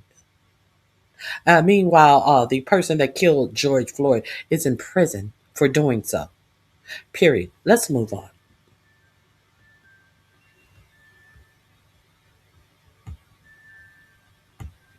Let's move on. Since then. So, like, they released stuff that they wanted to redact, and they showed the world like a Epstein drawer full of Trump pictures. Then they pulled that back down. In fact, it was like 16 different things that they posted, then pulled back down. Then the day after, come to find out, it was easy to pull up the future Epstein files that they hadn't released yet by changing the URL, the number 7 to 8. Like, this is literally Bush League stuff. This is like childish, idiotic stuff. It's a mistake that you'd expect like a middle schooler to make or something like that. Then you had, again, they posted something and then pulled it back down. You're able to unredact some of the stuff that's redacted because they did it in an amateurish way, where all you had to do was copy and paste it in Notepad and it would show the stuff unredacted. One of the Krasenstein brothers figured that out. So, I mean, to say this has been comical is that's not even strong enough. Like, I need stronger language to really fully indicate to you just how ridiculous this whole thing has been. It's like the Three Stooges running the FBI and the DOJ in the Trump White House. That's really what it is. All right, so the DOJ has deleted 3 files after publicly releasing the Volume 8 of the Epstein archive yesterday. One of the files is about the guard who is said to have fallen asleep the night Epstein died. Why did the DOJ delete them? The J-Mail team archived the files, details below. So I should actually point out this whole J-Mail thing. Somebody made it easier to search through all of the Epstein files because they almost made it so like you are in Jeffrey Epstein's email account, and they call it J-Mail. So there's that. Websites out there. People are looking through it that way. because of course the way the government did it, it's not searchable. And by law, they had to make it searchable, and they didn't make it searchable. So that's another way in which they violated the law. But here we go again. Why are you trying to protect the guard that fell asleep the night that Jeffrey Epstein died? It's almost like that's bullshit. It's almost like you don't want to get him further in trouble, right? It's almost like, he was in on it or something like that. And so by showing the information about this guy, oh boy, you open up a whole new can of worms. What happens if actual news agencies decide, well, reach out to this guy. Let's get a statement. Let's see if his story adds up. Let's see if this is suspicious. Because look, I got to tell you, we weren't born yesterday. The idea, the guard fell asleep. Like, what is this, a fucking Looney Tunes cartoon? What are you talking? Nothing to see here. The guard fell asleep on the night that a high-profile prisoner allegedly took his own life. About? Was it also the case? Who was president then? Whose attorney general was in power then? None other than the current 45-47. This happened. What did Biden have to do with this? Absolutely nothing. Let's continue. That like they were baking a delicious apple pie, and the scent trail of the pie made them start floating towards it on a windowsill. Is that like what do you? Oh, he happened to fall asleep at the time that Jeffrey Epstein offed himself. Like, again, do you think we were born yesterday? You have to be the most naive person on planet Earth to believe that. So obviously, something fishy is going on with that. But I got more. Look at this. New Epstein files. The Trump princess yacht hat found among Epstein's belongings. A hat embroiled with Trump princess, the name of Trump's former yacht, was found in the Epstein files. The hat features gold embroidery and nautical styling, appearing well-worn. Trump owned the luxury yacht in the late 1980s after purchasing it from Adnan Khashoggi. That's the dad of Jamal Khashoggi, who was murdered by Saudi Arabia for doing real journalism. Holy shit. Its presence among Epstein's possessions raises new questions about their early ties. So here we go. Let me click on this for you. So this was one of Epstein's belongings. He had a hat that said the Trump princess, which is the name of Trump's yacht. So what that means is he absolutely positively was on that yacht, and on that yacht enough where Trump gave him like a fucking, gaudy ass hat or a first mate hat or whatever the fuck. Gold trimmed hat. Very bizarre, which then of course begs the question, well, what the fuck were y'all doing on that yacht? I think we know what you guys were doing. We know who that gaudy piece of shit with all this gold filigree belongs to. Doing on that yacht. But I still ask the question, what were y'all doing on that yacht? Oh boy. But we're just getting warmed up, bro. Have you guys seen this one? So this is from the Epstein files, one of the pictures. Ready? So here's what it looks like, right? But then somebody zoomed in a little bit here for us, and what did they find? Teal and Elon. Now, as you know, we know Elon was at the 2011 billionaires dinner that Epstein set up. So was Bill Gates. So was Jeff Bezos. I don't know if Teal was there. But so Elon had connections to Epstein. Elon is in the Epstein files. And the fact that Teal is written down here too, like I said, the worst possible interpretation of what this Epstein thing is, that's what it actually is. So, do you think that J.D. Vance is going to be any better? A whole Peter Thiel puppet? It has been reported that Peter Thiel has visited the island. It is also reported that Peter Thiel's former boyfriend, lover, or whatever you would like to call it, mysteriously passed away. I don't believe, I can't remember if it was by his own hands or not, but a untimely departure from this world. Oh, and what about, we're going to get into the limo driver who said that 45-47 was sitting in the back detailing him doing some ungodly things to a woman. What happened to this woman? I believe this is the woman who they found somewhere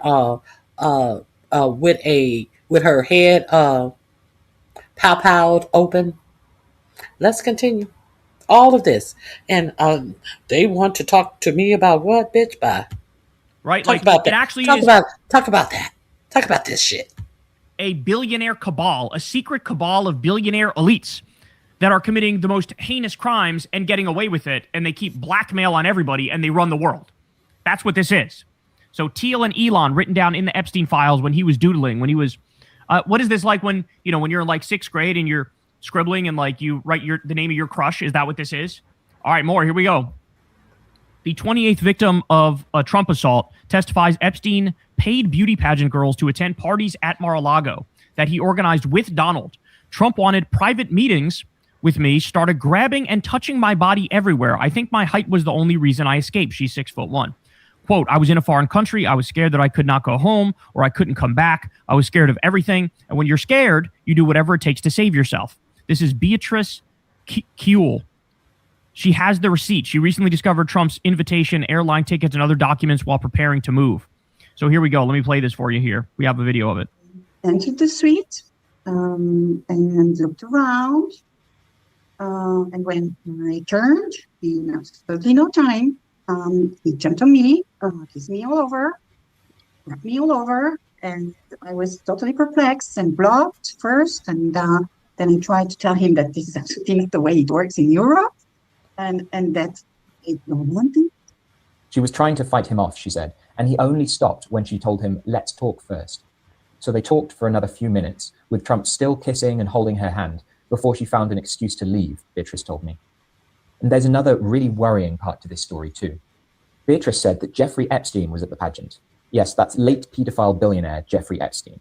She said he was insistent to her and to other women, offering to pay their expenses to attend parties at Mar-a-Lago, which Epstein said he was organizing with Don. A friend of Beatrice, who works in Swiss media, Pascal Clivaz, told me that Kuehl described the incident to him 2 decades ago and has not changed her story. So now we have further verification of these parties at Mar-a-Lago where a bunch of teenage models were invited and the only people there were Trump and Epstein. I need you to think about how gross that is. I need you to think about what they had in mind. Okay? All right. Beatrice Kuehl made headlines a year ago when she accused Donald Trump of sexual abuse. Now she reveals that Jeffrey Epstein also wanted to make her his prey. Epstein introduced... Any comments? No comments? I see the comment section has stopped. I see 50 people in here and no cat calls. Your cat got your tongue. Himself to me as Donald Trump's best friend on the sidelines of the competition. Donald Trump's best friend. First, the sexual assault by Donald Trump, and then Jeffrey Epstein wouldn't let go of me. It was like a horror show. First, the sexual assault by Trump, and then Epstein wouldn't let go of me. And this is what she looked like back in the day, and there's Donald Trump. She's with Donald Trump here. She literally has the receipts to prove the truth about the Trump and Epstein parties at Mar-a-Lago. Beatrice Kuehl found all the documentation, including all expenses paid, plane tickets, and Trump's invitation to his beauty pageant when she was preparing to move homes. Holy cow. So this stuff wasn't previously available. Now it's here. So that's her right there. Here's a picture of her with Donald Trump. Here's a picture of some of the documentation that she was talking about. More proof of Trump's Castle Casino Resort, Atlantic City, New Jersey. This is all the stuff she found that she just released. More stuff. First class tickets. Holy cow.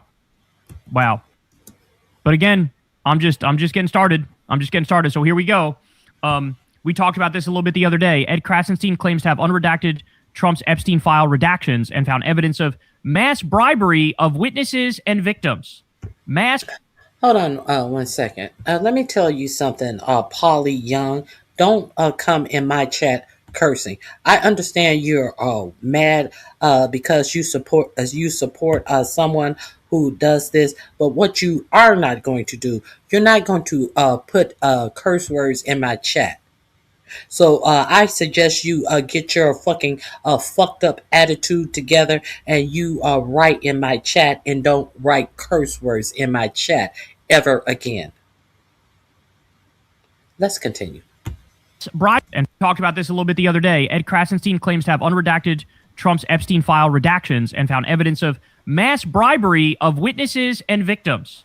Mass bribery done by Epstein and Trump to keep the victims quiet. That's what they're talking about here. I was just able to recover some of the redactions to Trump's Epstein files, and you won't believe what I just found. The Trump DOJ screwed up some of the redactions so bad that you can recover them. And I did so simply by copying and pasting the text. When I did, this is what was there. This is 100% proof that Trump tried to cover up the existence of other participants in Epstein's crimes. It says right here that they paid large sums of money to participant witnesses in order to keep them quiet, as well as their attorney's fees. This means that Trump tried to hide the fact that there's other participants and other attorneys who know about it, as well as those who helped Epstein release damaging stories and destroy evidence. This is the biggest cover-up in American history. Now, Pam Bimbo and a former Trump attorney and what is his name?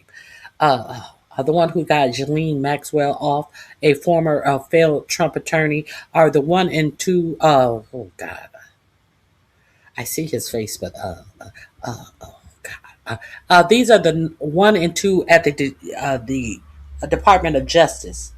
And this is the work that they are putting out. Why was any of this blacked out in the first place when it legally was not supposed to have been?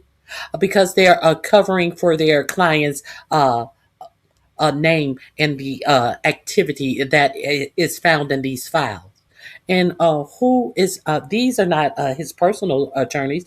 These are the DOJ. Who is paying the DOJ?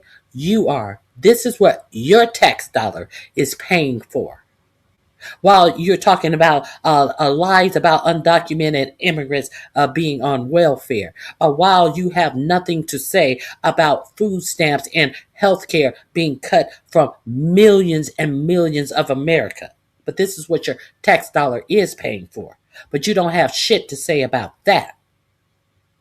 Let's continue. Correct. The biggest cover-up in American history. He's correct. This is now starting to remind me of the Catholic Church pedophilia scandal, where they had to pay out billions with a B, billions of dollars, because they were boinking kids for a generation. And now we learn mass bribery, mass payoffs of people who were victims of the sexual abuse done by Jeffrey Epstein and Donald Trump. All right. Horrific account from an alleged victim of Ghislaine Maxwell obtained by the FBI in August 2020, describing sexual assault and torture by Maxwell alongside Prince Andrew, as well as being drugged by her father and forced to participate in pedophilia ring parties at 6 to 8 years old in Surrey, England. So look, I should be clear about this one. This is what's called an intake form, which is just a fancy way of saying people reaching out to the FBI with tips to say, hey, this happened or that happened. You might want to look into this, etc. Right? So this is part of the Epstein files, but this is just an intake form. So what I would say is it's the lowest level of verified you could possibly have. Like, there's not as much certainty around this as other stuff that we've talked about, because this is just like, you know, somebody calls up and says something or whatever. Now, in many instances, it could literally just be somebody who's like a paranoid schizophrenic who's making some shit up. But we're not going to forget the intake file that, I forget her name. One accuser wrote that they did nothing about. There was no investigation into it. And the string of first accusers who he went to jail with on a sweetheart deal for 1 year. And his attorney got the job in 4547's first administration as Secretary of, I keep wanting to say Commerce. It's not the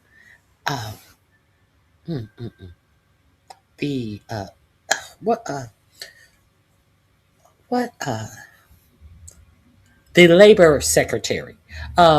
Jeffrey Epstein's attorney got the job in 4547's first administration as the Labor Secretary, and then this lady intake file was found, and nothing had been investigated and done about it. And subsequently, his first heard of assaulted young underage minors was discovered. So just because it's an intake file, let's not forget that there was an intake file prior to Jeffrey Epstein's first arrest for having relationships with underage girls. So keep that in mind. But having said that, you know, I'm sure there's plenty of things that are part of these intake forms that the FBI has, which are also true, right? Now, I don't have the ability here now to verify what's true and what's not true. Nobody does. Nobody knows. But this was leaked, and this is a story people should hear, right? They should hear about this, and you guys can make your own judgment as to whether or not you think it makes sense or not, okay? So, insane. I got another one here. New Epstein files. Child says she was hit by a car, driven by Prince Andrew, tortured by Maxwell. This is the same intake form that he's talking about, too. An FBI intake document dated July 2020 contains a shocking allegation from a woman who says she was trafficked as a child in the UK and taken to abuse parties connected to Epstein's network. She says that between the ages of 6 and 8, she was drugged by her father and driven to a private estate in Are we not going to forget that Prince Andrew has been excommunicated from the royal family? Prince Charles said, fuck that, mommy's dead, and don't show your shaggy, disgusting face around here. You get you get nothing. You get no royal titles. You get absolutely nothing. But some people decided to vote 45-47 president. Go figure. Surrey, where she was hit by a dark blue car driven by Prince Andrew. The impact caused permanent injuries to her ribs, hip, and leg. She says she later woke up to Prince Andrew standing over her. She also claims she was taken to another house, identified later as Frogmore Cottage, where she was restrained, tortured with electric shocks by Ghislaine Maxwell, and watched by a group of men. She says Maxwell beat her with a broom, broke her nose, and told her she, quote, deserved to die. Medical records are mentioned in the report, but the victim says she was only taken to the hospital after a rugby match to cover the real cause of her injuries. So, I mean, shit.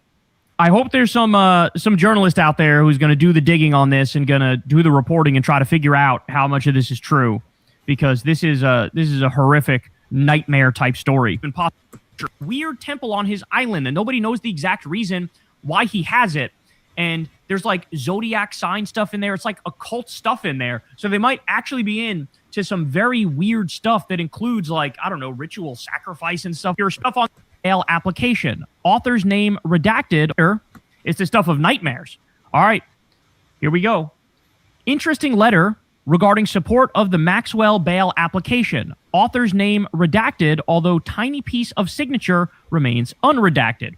So what this person is saying here is, if you look at this, you see this piece of the signature that's unredacted because it goes all the way up into the writing.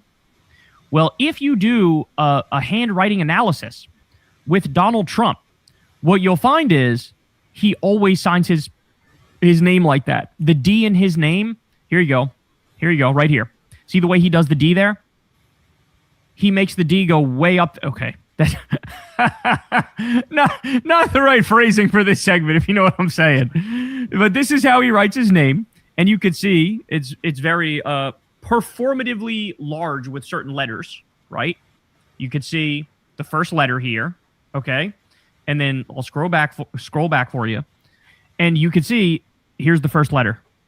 And so the speculation is, hey, this might actually be Trump signing a letter of recommendation for bail for Ghislaine Maxwell, who was convicted of human trafficking and pedophilia in her own respect. So Hassan, I wish her well. I wish her well. He did say he wished her well. Piker says, very strange that a big chunk of these redactions are now confirmed to be Donald Trump and suspected to be of numerous other powerful people, including co-conspirators. Why is the DOJ hiding these people's names as if they are victims? That's exactly right. So now we know, because something that was redacted, which people were able to unredact, now we know there's at least 10 co-conspirators, including Les Wexner, a billionaire, the guy who owned Victoria's Secret.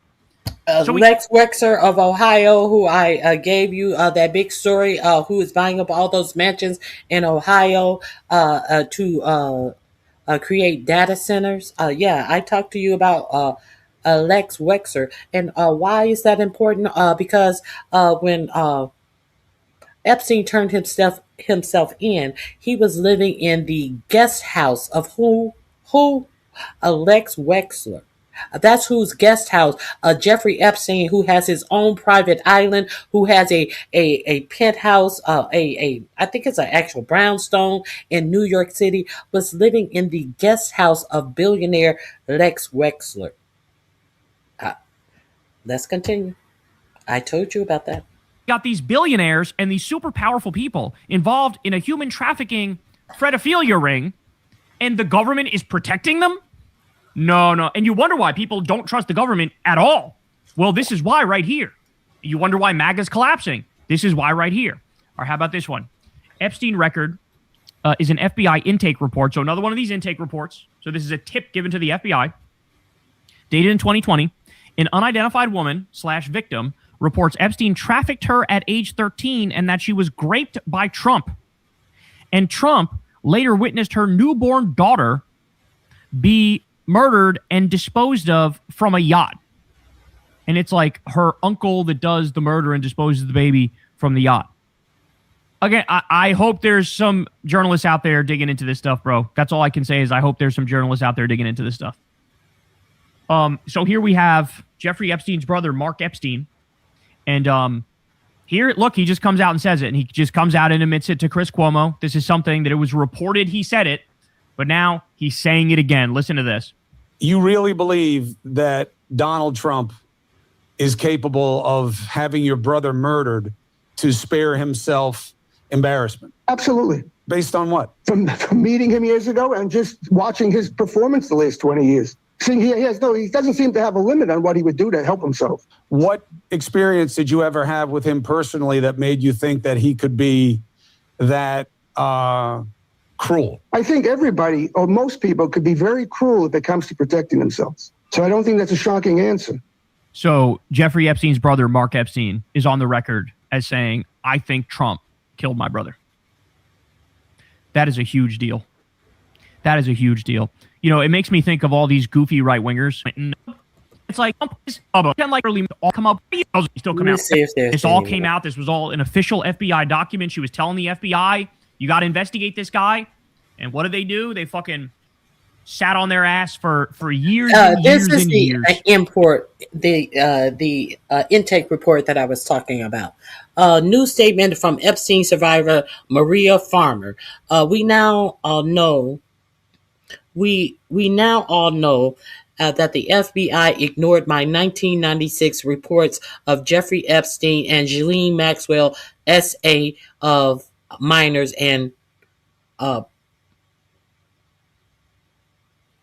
possession of child abuse material, which I made, not for myself, but for vulnerable girls like my younger sister and Virginia Giuffre. Since then, they have engaged in a systematic cover-up to protect him and his circle from powerful abuser. This revelation brings some validation, but not justice or accountability. Is what they did. And now they're still engaged in a cover-up to protect the cabal. All right. Finally, we'll end on this one. So the other day we talked about this letter that was allegedly sent from Jeffrey Epstein to Nasser, who was the sexual abuser that was part of the women's gymnastics Olympic team, right? And, that guy. Now, the DOJ says that this is not Jeffrey's handwriting. They put this out, and people gravitated to this personal note where Jeffrey Epstein said he was, by the time you get this letter, I'll be gone. And we definitely enjoyed the young girls and all that. If you remember Nassar, he was the one who got a life sentence for essaying all of these gymnasts. That's who this letter is allegedly to. Now, your Justice Department, who has told the FBI to put out a phone numbers where you can be reported for domestic terrorism. They have put out pictures, and they have taken shit off the site, and then when they get caught taking shit off the site, they put it back on the site. They obviously didn't mean to put this shit on, release these things, and then they take them out, and when they called on it, okay, we'll put them back on. They caught us. These are the people. who are telling the FBI to put your name on the list for things that they think that you can be reported for being un-American for. I just want you to understand that this is that same Justice Department that is going after American citizens. This same Justice Department that have put redactions on shit that a common person in the world has figured out how to go through and unredact their redactions. Now, they put this one out, and they said after it was a big hubbub about this, they said that they were going to do an investigation. And 2 hours later, they came back and said, no, this is a fake letter. This is a fake letter after a 2-hour alleged investigation of this shit that they said that they were going to give out, of this shit that they had over, what was it? Over $3 million of overtime pay that they paid agents to go through and scour the Epstein files to take 4547's name off of. Remember, they had a whole warehouse where they were scouring over the Epstein files, and they still are putting this shit out and still are trying, but we're going to trust them when they put your name on our anti-Christianity watch list. I went to prison. I believe he's dead now, if I remember correctly. And it was a very bizarre letter. Basically, the letter's like, hey, we share something in common, the thing about being into young girls, and like our president is also into nubile young girls. And it was a big deal. We all talked about it. But what came out afterwards is there are some issues with it. Like, for example, it was dated 3 days after Jeffrey Epstein had already died. It was sent from Virginia when Jeffrey Epstein was in New York. It didn't include his prisoner number, which by law it has to if you're going to send mail from prison. And so now people are trying to theorize, well, who sent that letter and why did they send it, right? And so I see some people making the argument it's still possible Jeffrey sent it, like it had to be approved by the people at the jail for it to be sent out. And, they have these explanations as to how it still could be the case that Jeffrey sent it. However, I want to share this theory with you because this one made me raise my eyebrows, and I'm curious what y'all think about it. So here we go. Adam Cochran says the following. I think the DOJ may have accidentally exposed a huge cover-up. After research, I do now believe this letter is fake. Initially, I thought his lawyers wrote it for him, but now my personal theory is this was planted by Bill Barr to cover up Epstein's death. First, pulling the MCC records of the commissary shows they did stock blank postcards in packets of 6, something you'd have to be familiar with to fake. But Epstein's receipts don't show any purchases of postcards. The closest was a single envelope. The postcard uses the Roger Dodger Hot Wheels postage stamp, which was sold briefly in 2018. Given the commissary's turnover of mail products, it's very unlikely a 2018 stamp was still being sold there in August 2019. The DOJ claims the postmark is wrong. What they are referring to is the Nova 220 and stylized imprint over the stamp. This shows where something entered the USPS mail system and the stamp was marked as used. This letter entered the post service not from MCC, but from Nova Processing Facility, Northern Virginia, in the 220 range of zip codes. That's right outside DC and includes the offices for the DOD, CIA, and other government agencies. Okay, keep that in mind, by the way. It's the 220 zip code. Okay. And according to stamp collecting websites, the code matches the same cancel pattern that was in use at the time, meaning it was authentically mailed from this region and not MCC. The first option here is that Epstein gave a note for his own attorney to write. Reed Weingarten represented Epstein and met with him 2 days before his death. He could have facilitated the drop-off of this letter, and Nova is right across the river from where Steptoe LLC is located. But at the same time, Reed seemed to work out of the New York office. We also have Reed's signature in 1922, this document from the recent DOJ file, and the handwriting looks nothing like the letter. But the postcard writing doesn't look anything like Epstein's writing either. Epstein also signed his name with some sloppy loop mark. That you can see. Look at that. That you can see. Okay. In fact, Epstein's writing is hard to find because he mostly had Maxwell take notes for him. His writing is incredibly sloppy. We find it in 2 places. 1, his passport applications. 2, the note he wrote in his jail cell. He couldn't have written the note. So you could see chicken scratchy, very like almost illiterate type stuff.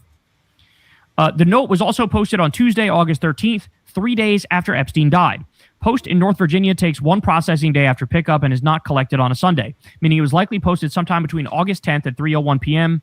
To Monday the 12th before noon.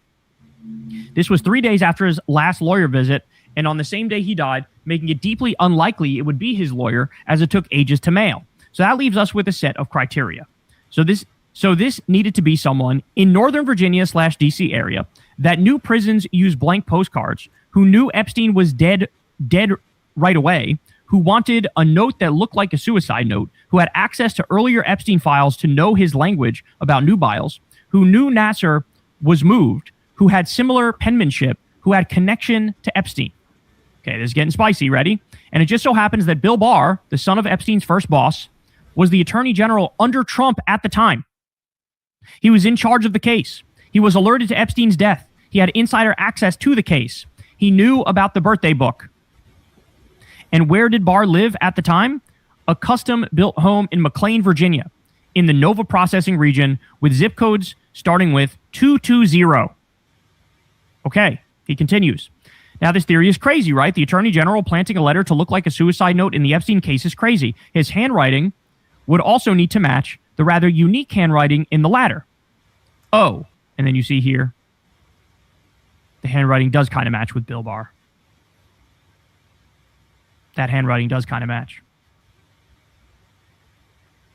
He continues. The stylized W is consistent, which is a common tell that someone's name contains a letter as they over-stylize it. It even has the same slant and middle part and shares a style with an oddly open capital A in as. So here, another comparison. Looks very similar. Looks very similar. There's also a consistent lazy R, but even more telling is the fact that there are two different styles of R in the writing, which isn't common. But Barr's signature has appeared with both styles in the past, just like the letter. Wow. The letter also uses open, unfinished lowercase a's, even when standalone, as seen in Barr's signature. It even appears in the capital A in As You Know, which again is rare. The letter open loops its L's and D's and other cursive letters, as we see in William in Barr's signature. Barr has also used upward flourishes at the end of words, which we see repeated in the letter, and you can see that here. So that's his name. You see the upward flourish at the end. See the upward flourish there. Yeah, that's what's happening. That's what's happening. In his public office signature, he adopted a long tail off, as does the letter in the signature.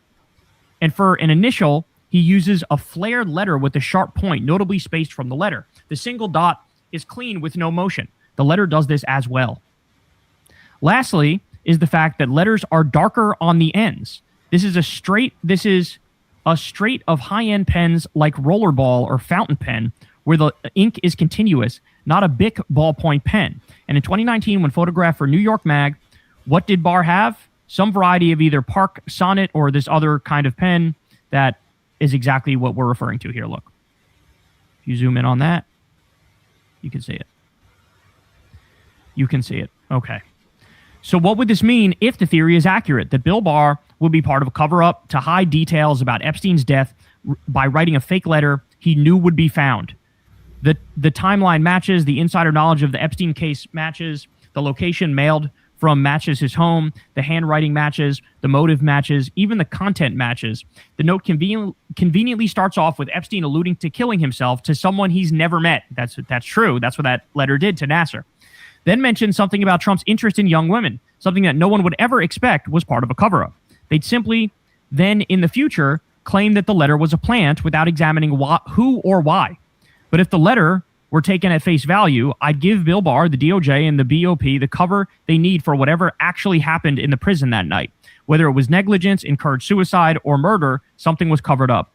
The Attorney General, Department of Justice, and BOP all cared about saving their own ass. But if Barr did this, he'd never tell the incoming DOJ, and so they denounced this letter because of its mention of Trump, drawing unwanted scrutiny, like me, to look at it more closely. And so unless one of Epstein's lawyers wrote this letter on his behalf, knowing their client was going to commit suicide, I can only arrive at the personal theory that Bill Barr posted this to cover up Epstein's death. And then he goes on to give a disclaimer here. And he says, look, I'm not a handwriting expert, and this is just a theory. I have no evidence. He hasn't been charged with anything, yada, yada, yada. But this is what this guy lays out. This is what this guy, Adam Cochran, lays out. So, look, I'm going to leave it up to y'all. You tell me what... I'm going to leave it up to y'all as well. That link is in my description box. Do with the information or what you may. Very interesting. Very interesting.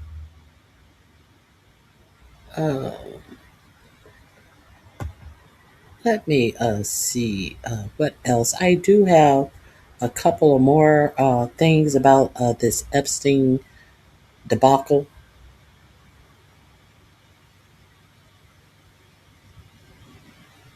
It must be down here. Oh, here we are. We're down here.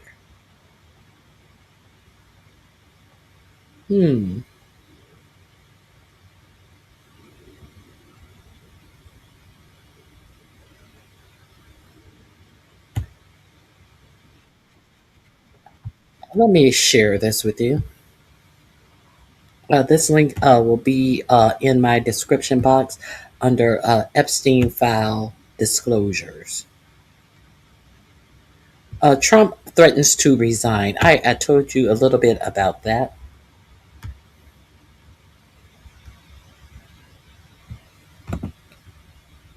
Let's get into it. Now it is so bad, he is weighing resignation. Yes, that is the state of mind that Donald Trump is in right now. And I will speak on behalf of all of America when I say, please leave us alone. Nothing would be better than you. Excuse my language, but don't, because it's the truth. Fucking off. Nobody wants to hear from you. Please go away. That is what Donald Trump is weighing tonight after Epstein bombshell is rocking his presidency. And I want to get into those that have caused him to lose his mind and want to quit today. But before we do, if I could quickly ask you, leave a like on this video. And if you haven't already and you enjoy our channel, to hit that subscribe button, because it goes a long way in supporting our work. Now, before we get into what Donald Trump said, suggesting that he is considering resigning the presidency, it seems, because he is so beaten down from his failed Epstein cover-up, I want to start with one of the reasons why, and it's what's happening inside of his own DOJ that he thought he controlled completely. I don't know if you can share this, but any FBI whistleblowers or DOJ whistleblowers who may be on the horizon, who's upset about the way this was handled, who may have been. We've had some approaching our office and the committee. I obviously can't get into the details, but there are people who are upset about the non-compliance with the law, and they don't want to be. So you understand that the DOJ has skirted the law and has not released all of the files on the date that they were given. Now we understand that there are whistleblowers coming forward from the Department of Justice. So this could get quite interesting. Held accountable, right? Anyone who is at the Justice Department who's involved. Understand that they are in anybody working in the Department of Justice is at threat of losing their law licenses and their jobs and their career and their reputations. Fucking around with Todd Blanche, that's the number 2 in the FBI, who I couldn't think of earlier, and Pam Bimbo.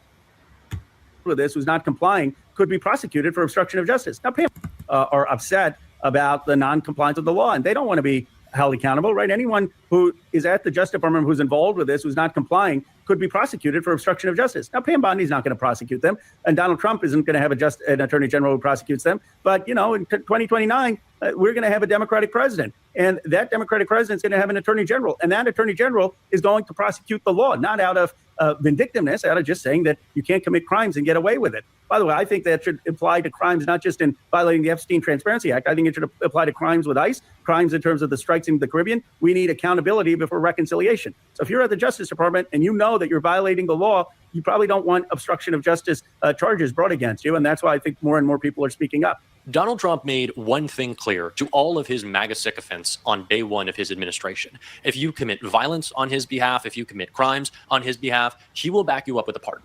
Donald Trump didn't just pardon January 6th insurrectionists because he wanted to say to those who went out and tried to overturn our election in 2020 for him that he loves them and that he'll always support them. That was a broader message. Donald Trump was telling anyone, if you want to commit crimes, make sure you do it on behalf of me. And he's also made it clear to anyone who is already a criminal If you give me a couple of bucks, I'll get you out of jail. Do you know why Nicki Minaj was at the Turning Point USA conference? Do you know why she's become such a big Trumper? Well, it's partially because she's an anti-vaxxer and clearly has lost her mind. Not that I really followed Nicki Minaj's cognitive or political state all that closely before Trump. It is because multiple members of her family, including her husband, need pardons. And those are the type of people who stick up and love Donald Trump. Right? That they're happy to coddle him and to say, oh, dear leader, you're the greatest, because they want to get something out of him and they know that they can. But what's happening inside the DOJ right now is a revolt against that as Donald Trump covers up. And Jamie Raskin broke down the perfect description of that cover up right here. What of this do you think falls into the category of protecting victims, and what falls into the category of cover up? Because obviously there is a very strong interest in making sure the victims are protected. Yeah, I'd say probably 0 and 100. They've not shown any deference or respect for the victims at all, for the survivors of this nightmare. And it's all about covering up things that, for whatever reason, Donald Trump doesn't want to go public, either about himself, other members of his family, friends, Jeffrey Epstein, or just the social, business, cultural network that he was involved in for at least a decade, if not longer. So do you think this actions that the Department of Justice are taking on this are specifically designed to protect Donald Trump? What else? I mean, that's their whole business model. In fact, they're trying to reorganize American constitutional jurisprudence and the rule of law around the idea that the entire executive branch serves one guy. That's the unitary executive theory, that this is all about serving whatever Donald Trump wants. So yeah, I can't imagine what other interests they have in mind. There is infighting within the DOJ because Donald Trump has asked them to accomplish an impossible task. You can... Okay, let me move forward. Trump wrote on Truth Social, the Kennedy Center honors will be broadcast tonight on CBS and stream on Paramount+. Tune in at 8 p.m. Eastern Time. At the request of the board and just about everyone else in America, I am hosting the event. Tell me what you think of my master... A board of sycophants. I would be remiss if I didn't talk about the fact that 4547 has put his name above JF Kennedy name as the Donald Trump and JF Kennedy Center. And he has already, there has already been a lawsuit struck about his idiocy. Of ceremony abilities. It really good. Would you like me to leave the presidency in order to make hosting a full-time job? We will be honoring true greats in history of entertainment. Sylvester Stallone, and I don't need to read off the other MAGA sycophants. Do we want... Sylvester Stallone. We will be honoring the true greats in the history of entertainment. Sylvester Stallone, Michael Crawford, Kiss, George Strait, and Gloria Gaynor. The greats. Okay. Sycophants. Do we want you to quit the presidency to make hosting your full-time job? I don't care what your full-time job is. Go away. I said this the other day, and I very much believe it. Trump derangement syndrome is not something that we crazy... Okay, let's get into some more. Hunter Biden exposes Trump to MAGA. But I'll tell you what. In a must-see takedown. Let's hear from Hunter Biden. You remember the Hunter Biden who they said was profiting off of Biden's reputation and position as the president of the United States? Let's hear Hunter Biden remind you of what is going on with the Trump family and the profiteering off of 4547 being in office. This is going to be under Hunter Biden. The link will be in the description box under Hunter Biden. So let me share this with you. Good at it. And I sit here and I talk about like the laptop, or I was on the board of a company, Burisma. You see what they're doing, man? I don't care what you think about anything. I don't know how you can look at what they're doing in the way in which they are profiting off the presidency, directly profiting and directly. Don Jr. opened up a club in Georgetown called the Executive Club, and he's charging people a $500,000 initiation fee to join the club, with the stated purpose of the club being it was the place where you can come and rub shoulders with the decision makers in his father's administration. $500,000, the second most expensive club in the country. Are you serious? All right, folks. So over the course of a sprawling, fascinating, dark, and intimate conversation/interview with a wildly successful right-wing podcaster named Sean Ryan, President Biden's son, Hunter Biden, among other things, made the most powerfully compelling takedown and deep dive of the corruption of Donald Trump and the Trump family that I have ever seen. And we have to talk about it. But before we do, if you end up liking this video and you want to support the channel, please be sure to hit the like, subscribe, and alert bells before you go. All right, folks, it's a bit different, but I think it is well worth your time. When I was researching and editing videos yesterday, and typically when I do this, I will have something on in the background, like I'm still listening to the news, see what's going on, current events. But I saw that Sean Ryan, who's extremely successful, a right-wing podcaster, but who has become increasingly critical of the Trump administration as their corruption and dishonesty become more apparent. He recently interviewed Democratic Governor Gavin Newsom. It was very successful. His audience hated it because his audience is very right-wing and pro-Trump. They were really pissed off that he decided to interview Hunter Biden. But I'll say this about Sean Ryan. He asked tough questions, very tough questions, but he was civil. He was cordial. They had a great dynamic, great rapport. Sean Ryan is apparently also, like Hunter, a recovering addict. He's also a veteran. And anyway, the point is, like, this entire conversation, I'll link it. You need to watch the whole thing. But I want to focus on this part because Hunter Biden, among other things, deeply troubled, a convicted criminal before he was pardoned by President Biden. This is a guy who, to a lot of people, is the very embodiment of nepotism and a corrupt ne'er-do-well. And from that vantage point, what he has to say is, I would argue, even more powerful, because he makes a case that, I mean, he properly contextualizes and debunks so many of the lies about him during the course of this interview. You should definitely check it out. I really want to focus, since Trump is the president, and that's what matters more than vindicating Hunter Biden or protecting Hunter Biden's reputation. He's able to, from that vantage point, like, hey, you guys think that I'm a Nepo baby and I'm corrupt? Well, not only will I properly contextualize and debunk these lies, but here is what the current sitting president and the first family are doing. And this is just so powerful. And throughout the course of this conversation, even Sean Ryan nodded along and agreed and was forced to concede the powerful point. So we're going to speed this up a bit to get through it all. But watch this. It's stunning. 100% serious. $500,000 to join.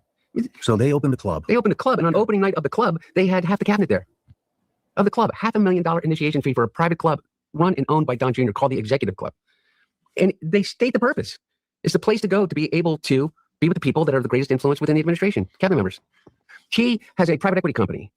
Don Jr. has a private equity company. It's just in the New York Times and in the Washington Post and in the Wall Street Journal and in every newspaper on page 14, of which his private equity company has majority stake in a startup drone company that's never produced a drone. It has 13 or 30 employees. I don't know. They got the largest loan guarantee of $695 million that the Pentagon has ever issued.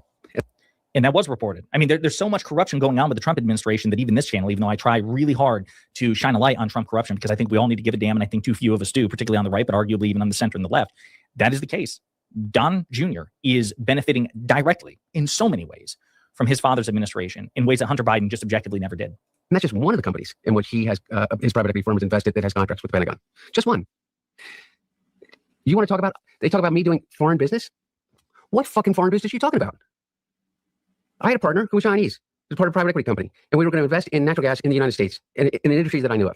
And it fell apart, and it didn't happen.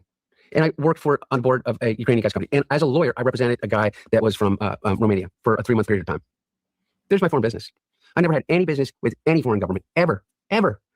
They're building towers in Saudi Arabia. They're building towers in the UAE. They're building. They're doing spas and golf courses and residential properties in Qatar. They're building on government property that they bought through Jared Kushner's fucking private equity fund, a government-owned island in Albania, I think it is. And they're doing one of the last public spaces in Serbia, a deal directly with the government. And that's just the tip of the fucking iceberg. It is just the tip of the fucking iceberg. I mean, again, we're going to play more of it, but this is the point. Again, if you watch earlier in the conversation, he goes step by step, and I mean for like 30 minutes in his history and why he actually was qualified to serve on the board of an energy company and even in a foreign country, the foreign lobbying that he did, you know, his the fact that he's a Yale educated attorney, his experience working with nonprofits and foreign governments, all these things that, unlike Don Jr., Hunter Biden actually has expertise, education, and such that make him more of a fit for the jobs that he's had, which no doubt came in part, and he himself admits, no doubt came in part because his employers wanted to try to exploit his last name for their benefit. But Hunter Biden is objectively more qualified to do the jobs that he's done compared to Don Jr. And again, it is the tip of the iceberg, and it's virtually impossible to keep track of. And that's why I give him such a huge shout out, Hunter Biden, for keeping track of this shit in a way that I've just seen nobody do. Well, don't forget about Gaza. And Jared Kushner is has flat out stated that Gaza is all about a real estate play, in which it is the best beachfront property in the Mediterranean. And they're going to redevelop Gaza. And where are they going to get the money to do it? They're going to get the money from the Saudi royal family. They're going to get it from the Emiratis. They're going to get it from the Qataris. They're going to get it from the Russians. They're going to get it from the oligarchs, from Blavatnik, from all of these guys, from Dmitry Firtash, who has been wanted for extradition in Australia and the United States for the past 10 years. And all of a sudden, he's off the extradition list. But by the way, he's doing a deal with Naftagaz and the Saudis and Don as it relates to the pipeline. As Jared Kushner and what's his name, Witkoff, who has zero experience. Jared Kushner being Donald Trump's son-in-law, married to Ivanka, and who served as the shadow Secretary of State during his first term and is arguably doing it even now because he's, burrowed his way into the middle of negotiations between, Ukraine and Russia, as well as Gaza and Israel. Food for thought. As Jared Kushner and what's his name, Witkoff, who has zero experience. Everybody says that I don't have experience.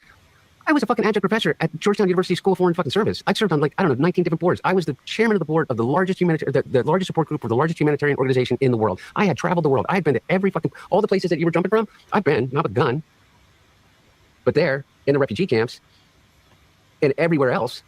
And they said that I didn't have experience. It's a Yale fucking educated lawyer. What experience does Don Jr. have in anything other than being handed a check in an office by his dad? Name one. Jared Kushner had the biggest real estate failure in the history of real estate in New York when he bought the 666 building. The 666 building, we talked about that, and I've told you about that. But everybody wants to pretend like these are successful business people. These are grifters. On Fifth Avenue. It had to be bailed out by the Qataris when Trump was president. And we're wondering, whether Hunter Biden? I don't get it, man. I really don't. The same Qataris that they announced that Pete Kegbreath announced that was going to get an Air Force base in Idaho. I showed you pictures of them at their ceremony where they were signing the paperwork. And then they said the media got it wrong. They are not creating a Air Force base, a Qatari Air Force base in Idaho.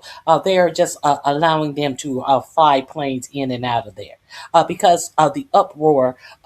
Some of you dummies probably don't even know about that because the uproar got too loud for them. And so they had a whole signing ceremony saying that they were doing just that. And then they walked it back. And you haven't heard anything else about it from this for-profit media. But let's continue. And I sit here and I think well, shouldn't that make you fucking mad? Shouldn't that make everybody mad? Forget about me. Forget about whether you think I'm a fucking, crook or whatever you want to believe.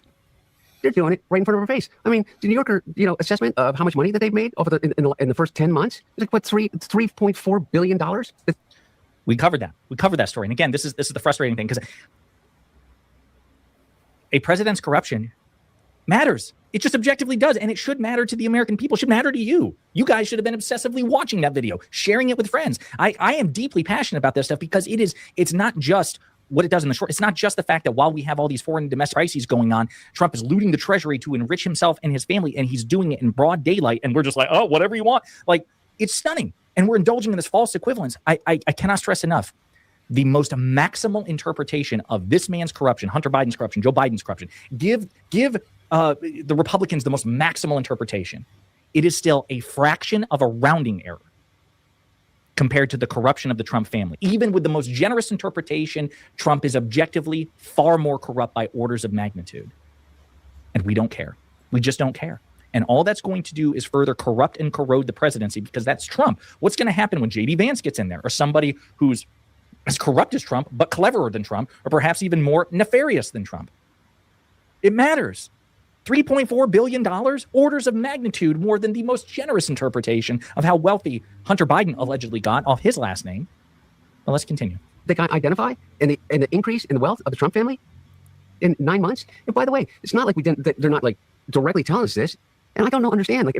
So if I give myself or give the people that voted for him the widest latitude with the belief that, what you said, is because they gave a shit about things. They gave a shit about the prioritization of what's wrong in the United States rather than what's wrong America first. Of us taking care of vets instead of taking care of illegal immigrants. Of all the shit that you want me to give them the latitude to believe that's why they voted for Donald Trump. Shouldn't this make you really fucking pissed off?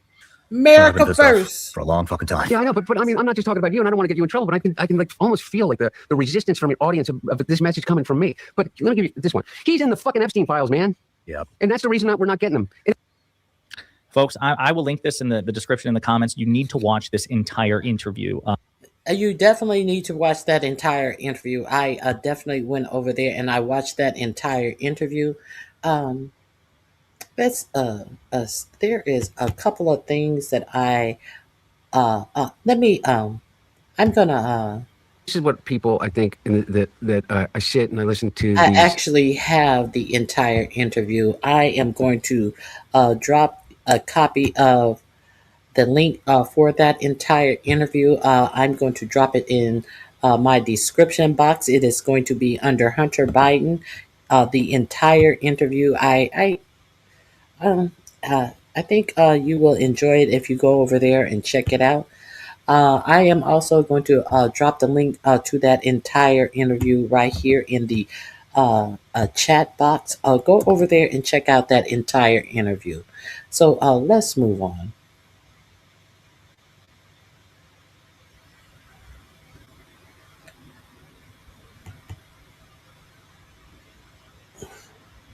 Who's talking about Minnesota? Stay on topic. If you want to talk about Minnesota, go somewhere where they're talking about Minnesota. This isn't the whataboutism page. This is about, I'm talking about what I choose to talk about. If you want to talk about any of those things, hey, Leonard, how are you doing? Happy holidays to you, Leonard. If that's something you want to talk about, what about you go and start up your page and talk about it? Fuck you and your what about ism. It's shit. I give zero fucks about what you want to talk about. If you want to participate in the conversation that's being talked about, you're more than welcome to participate in it. Let me get into. I gave you that. I gave you that. I gave you that.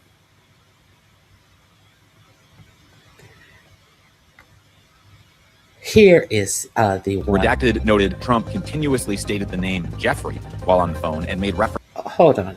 Now, this is the bombshell of the Epstein reporting that I have found. This is going to be under the Epstein files in my description box. I really need you guys to take a gander at this reporting about the Epstein files. Here we go. Status quo. I'm JT Siskowski for Status Coup. Before we dive into some of these very shocking allegations, I want to stress something. None of this proves that the president slept with underage girls.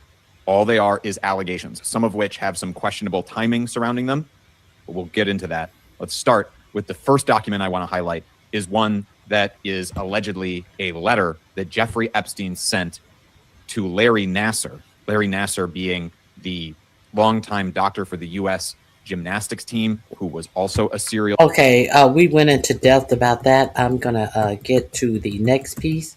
I dropped the link in my description box. Let's get to the thing that I really want you to some hear. of the exact same behavior that Jeffrey Epstein was convicted and accused of doing.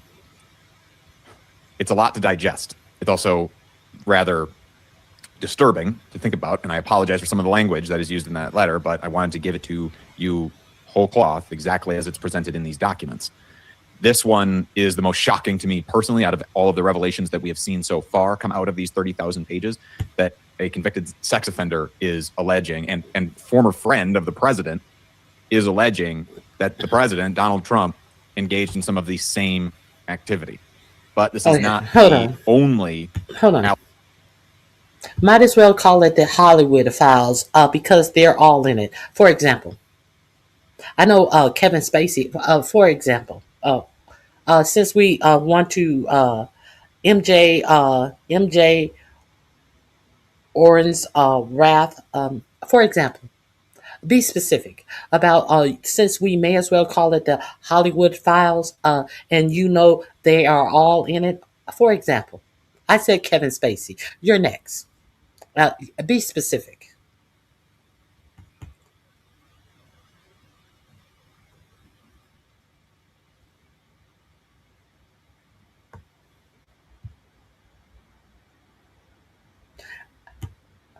Why didn't Biden release them when he could have? Because he couldn't have. Because Maxwell still had an appeal in court. And if you continue to ask stupid questions, I'm going to still give you the factual answers, as if you had not heard that before. But do you think while Ghislaine Maxwell still had a appeal before the courts, that the Department of Justice was going to drop all of the Epstein files for her to be able to use to try to gain information about do a detective release their files before you go to trial for a crime? Huh? Why don't the police release all their evidence before they ask you to confess? Are you dumb, or you think I'm dumb? But I think you're stupid. Let's continue. Okay.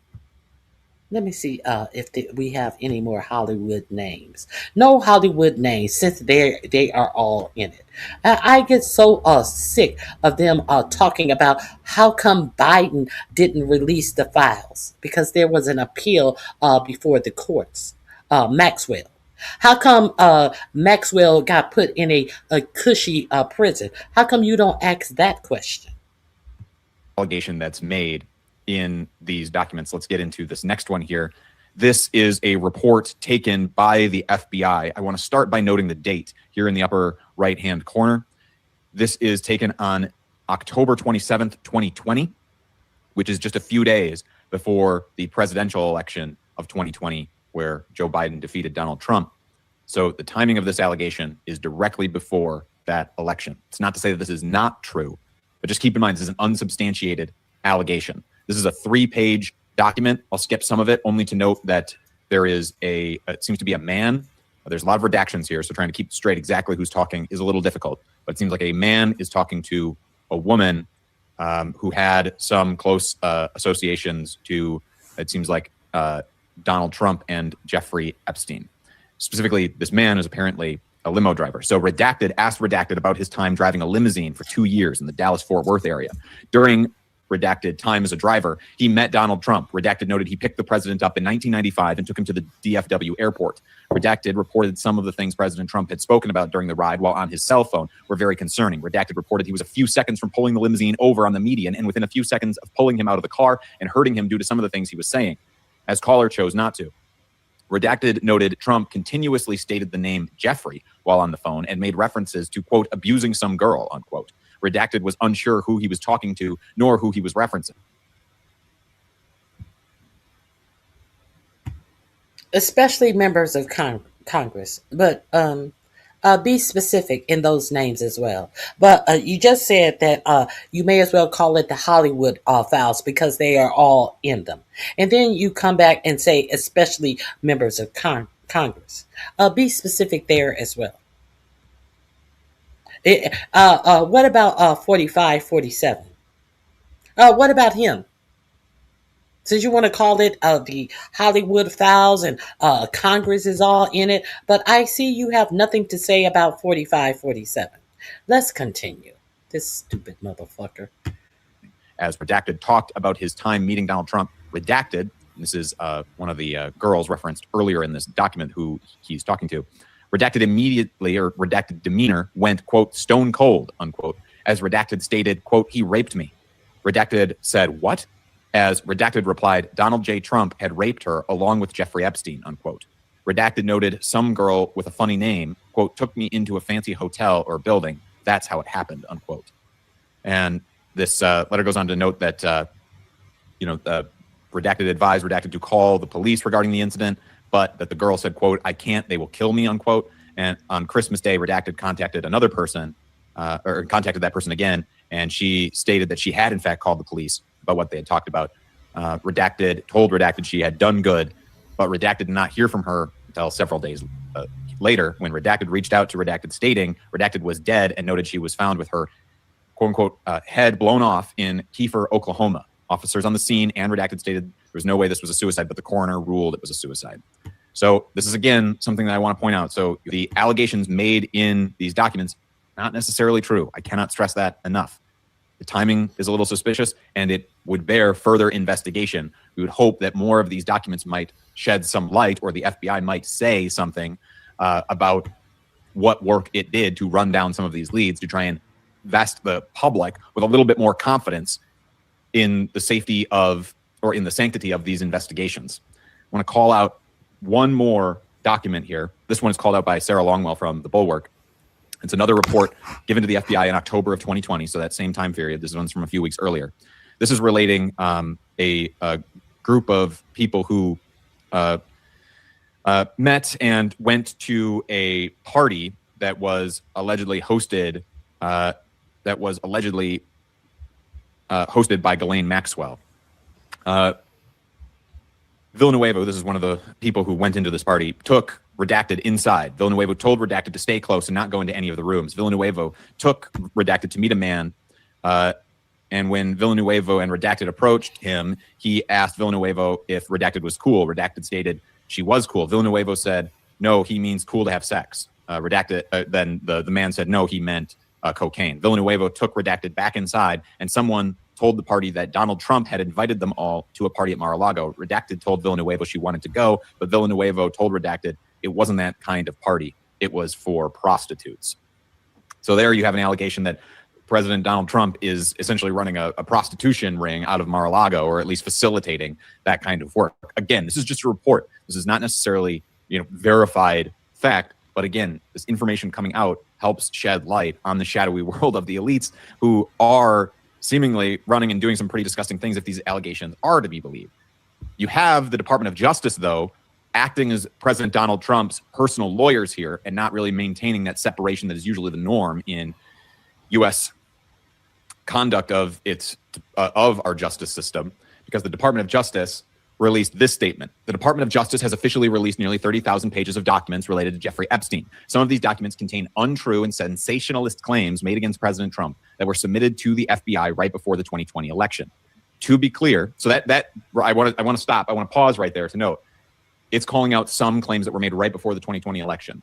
That would include those two FBI reports that I read to you that they are claiming are untrue. But it's a little odd that the U.S. Justice Department feels the need to step in and do PR flack for the president here.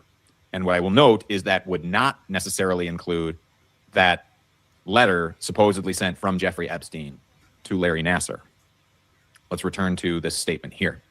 To be clear, the claims are unfounded and false, and if they had a shred of credibility, they certainly would have been weaponized against President Trump already. Yeah, again, just immediately going to playing politics here. Nevertheless, out of our commitment to the law and transparency, the Department of Justice is releasing these documents with the legally required protections for Epstein's victims. I want to call out something here. The Department of Justice is calling out the fact, and I have as well, has called out the fact that some of these allegations were made in the run-up to the 2020 election, meaning that the timing is suspicious. I want to call out that the timing of this release is suspicious.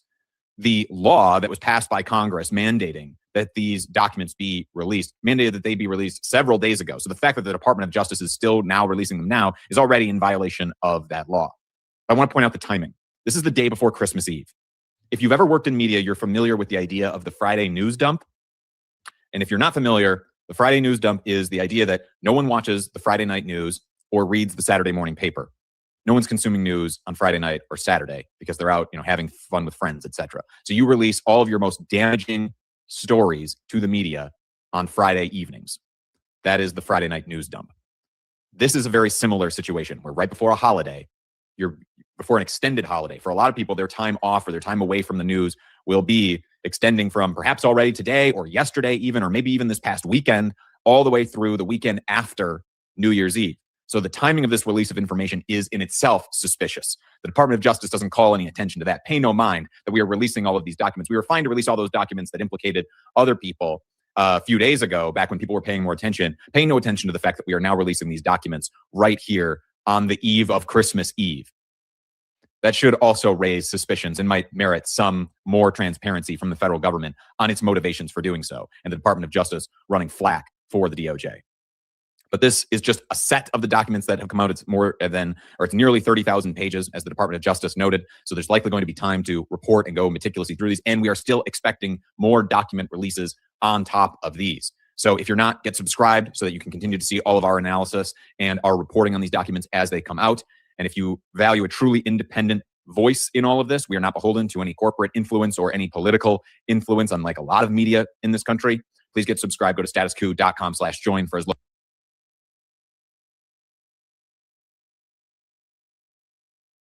Now, I am not telling you that these Hollywood elites are not in the file, but I am trying to we know about all of the depravity in the Hollywood elite. So I guess I'll leave you guys with this. It's been a long live, and I'll leave you guys with this AI generated little ditty. I can't play the music because it's copyright music. We know Chris Tucker has been to the island.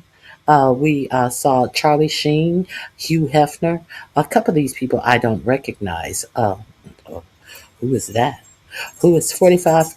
Who is that? The big buddy of wine. What was his name?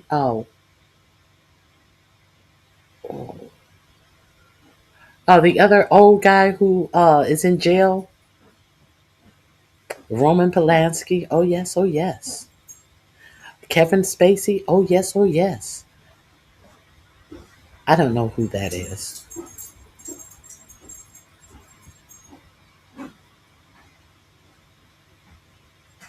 Look at the bimbo. Look at all of the redaction team in the secret space. Harvey Weinstein. Oprah Winfrey's good buddy, Harvey Weinstein. That is the former Prime Minister of Israel, Barack something. Yeah. Even Ellen. Do you guys hear about the Ellen?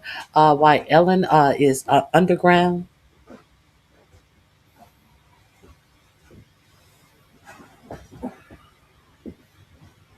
No, I think that's Barack, whatever, the the former prime minister of Israel. Oh, look at Naomi Campbell. Naomi.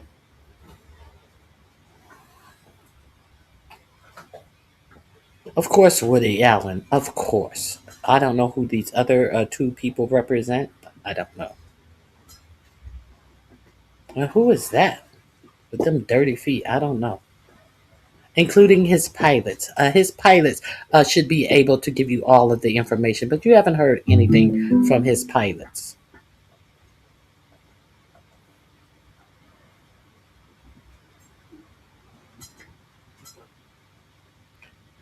Backstage at the Team Miss USA.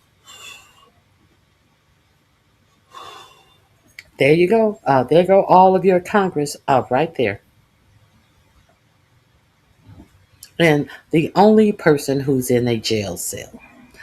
Poor baby. There's Weinhoff and Jeffrey, the sandwich guy. Weinstein and Jeffrey, the sandwich guy, who are also in jail for the same thing that a lot of your big names are walking around scot-free because they know that the names will not be released. So I appreciate you all for being here. Thank you, Weinstein. Yes, that's who I was trying to think of. I thank you all for being here. Let me damn, I threw that link away. I didn't add that to my description box. You will find it on Instagram. Amorosa.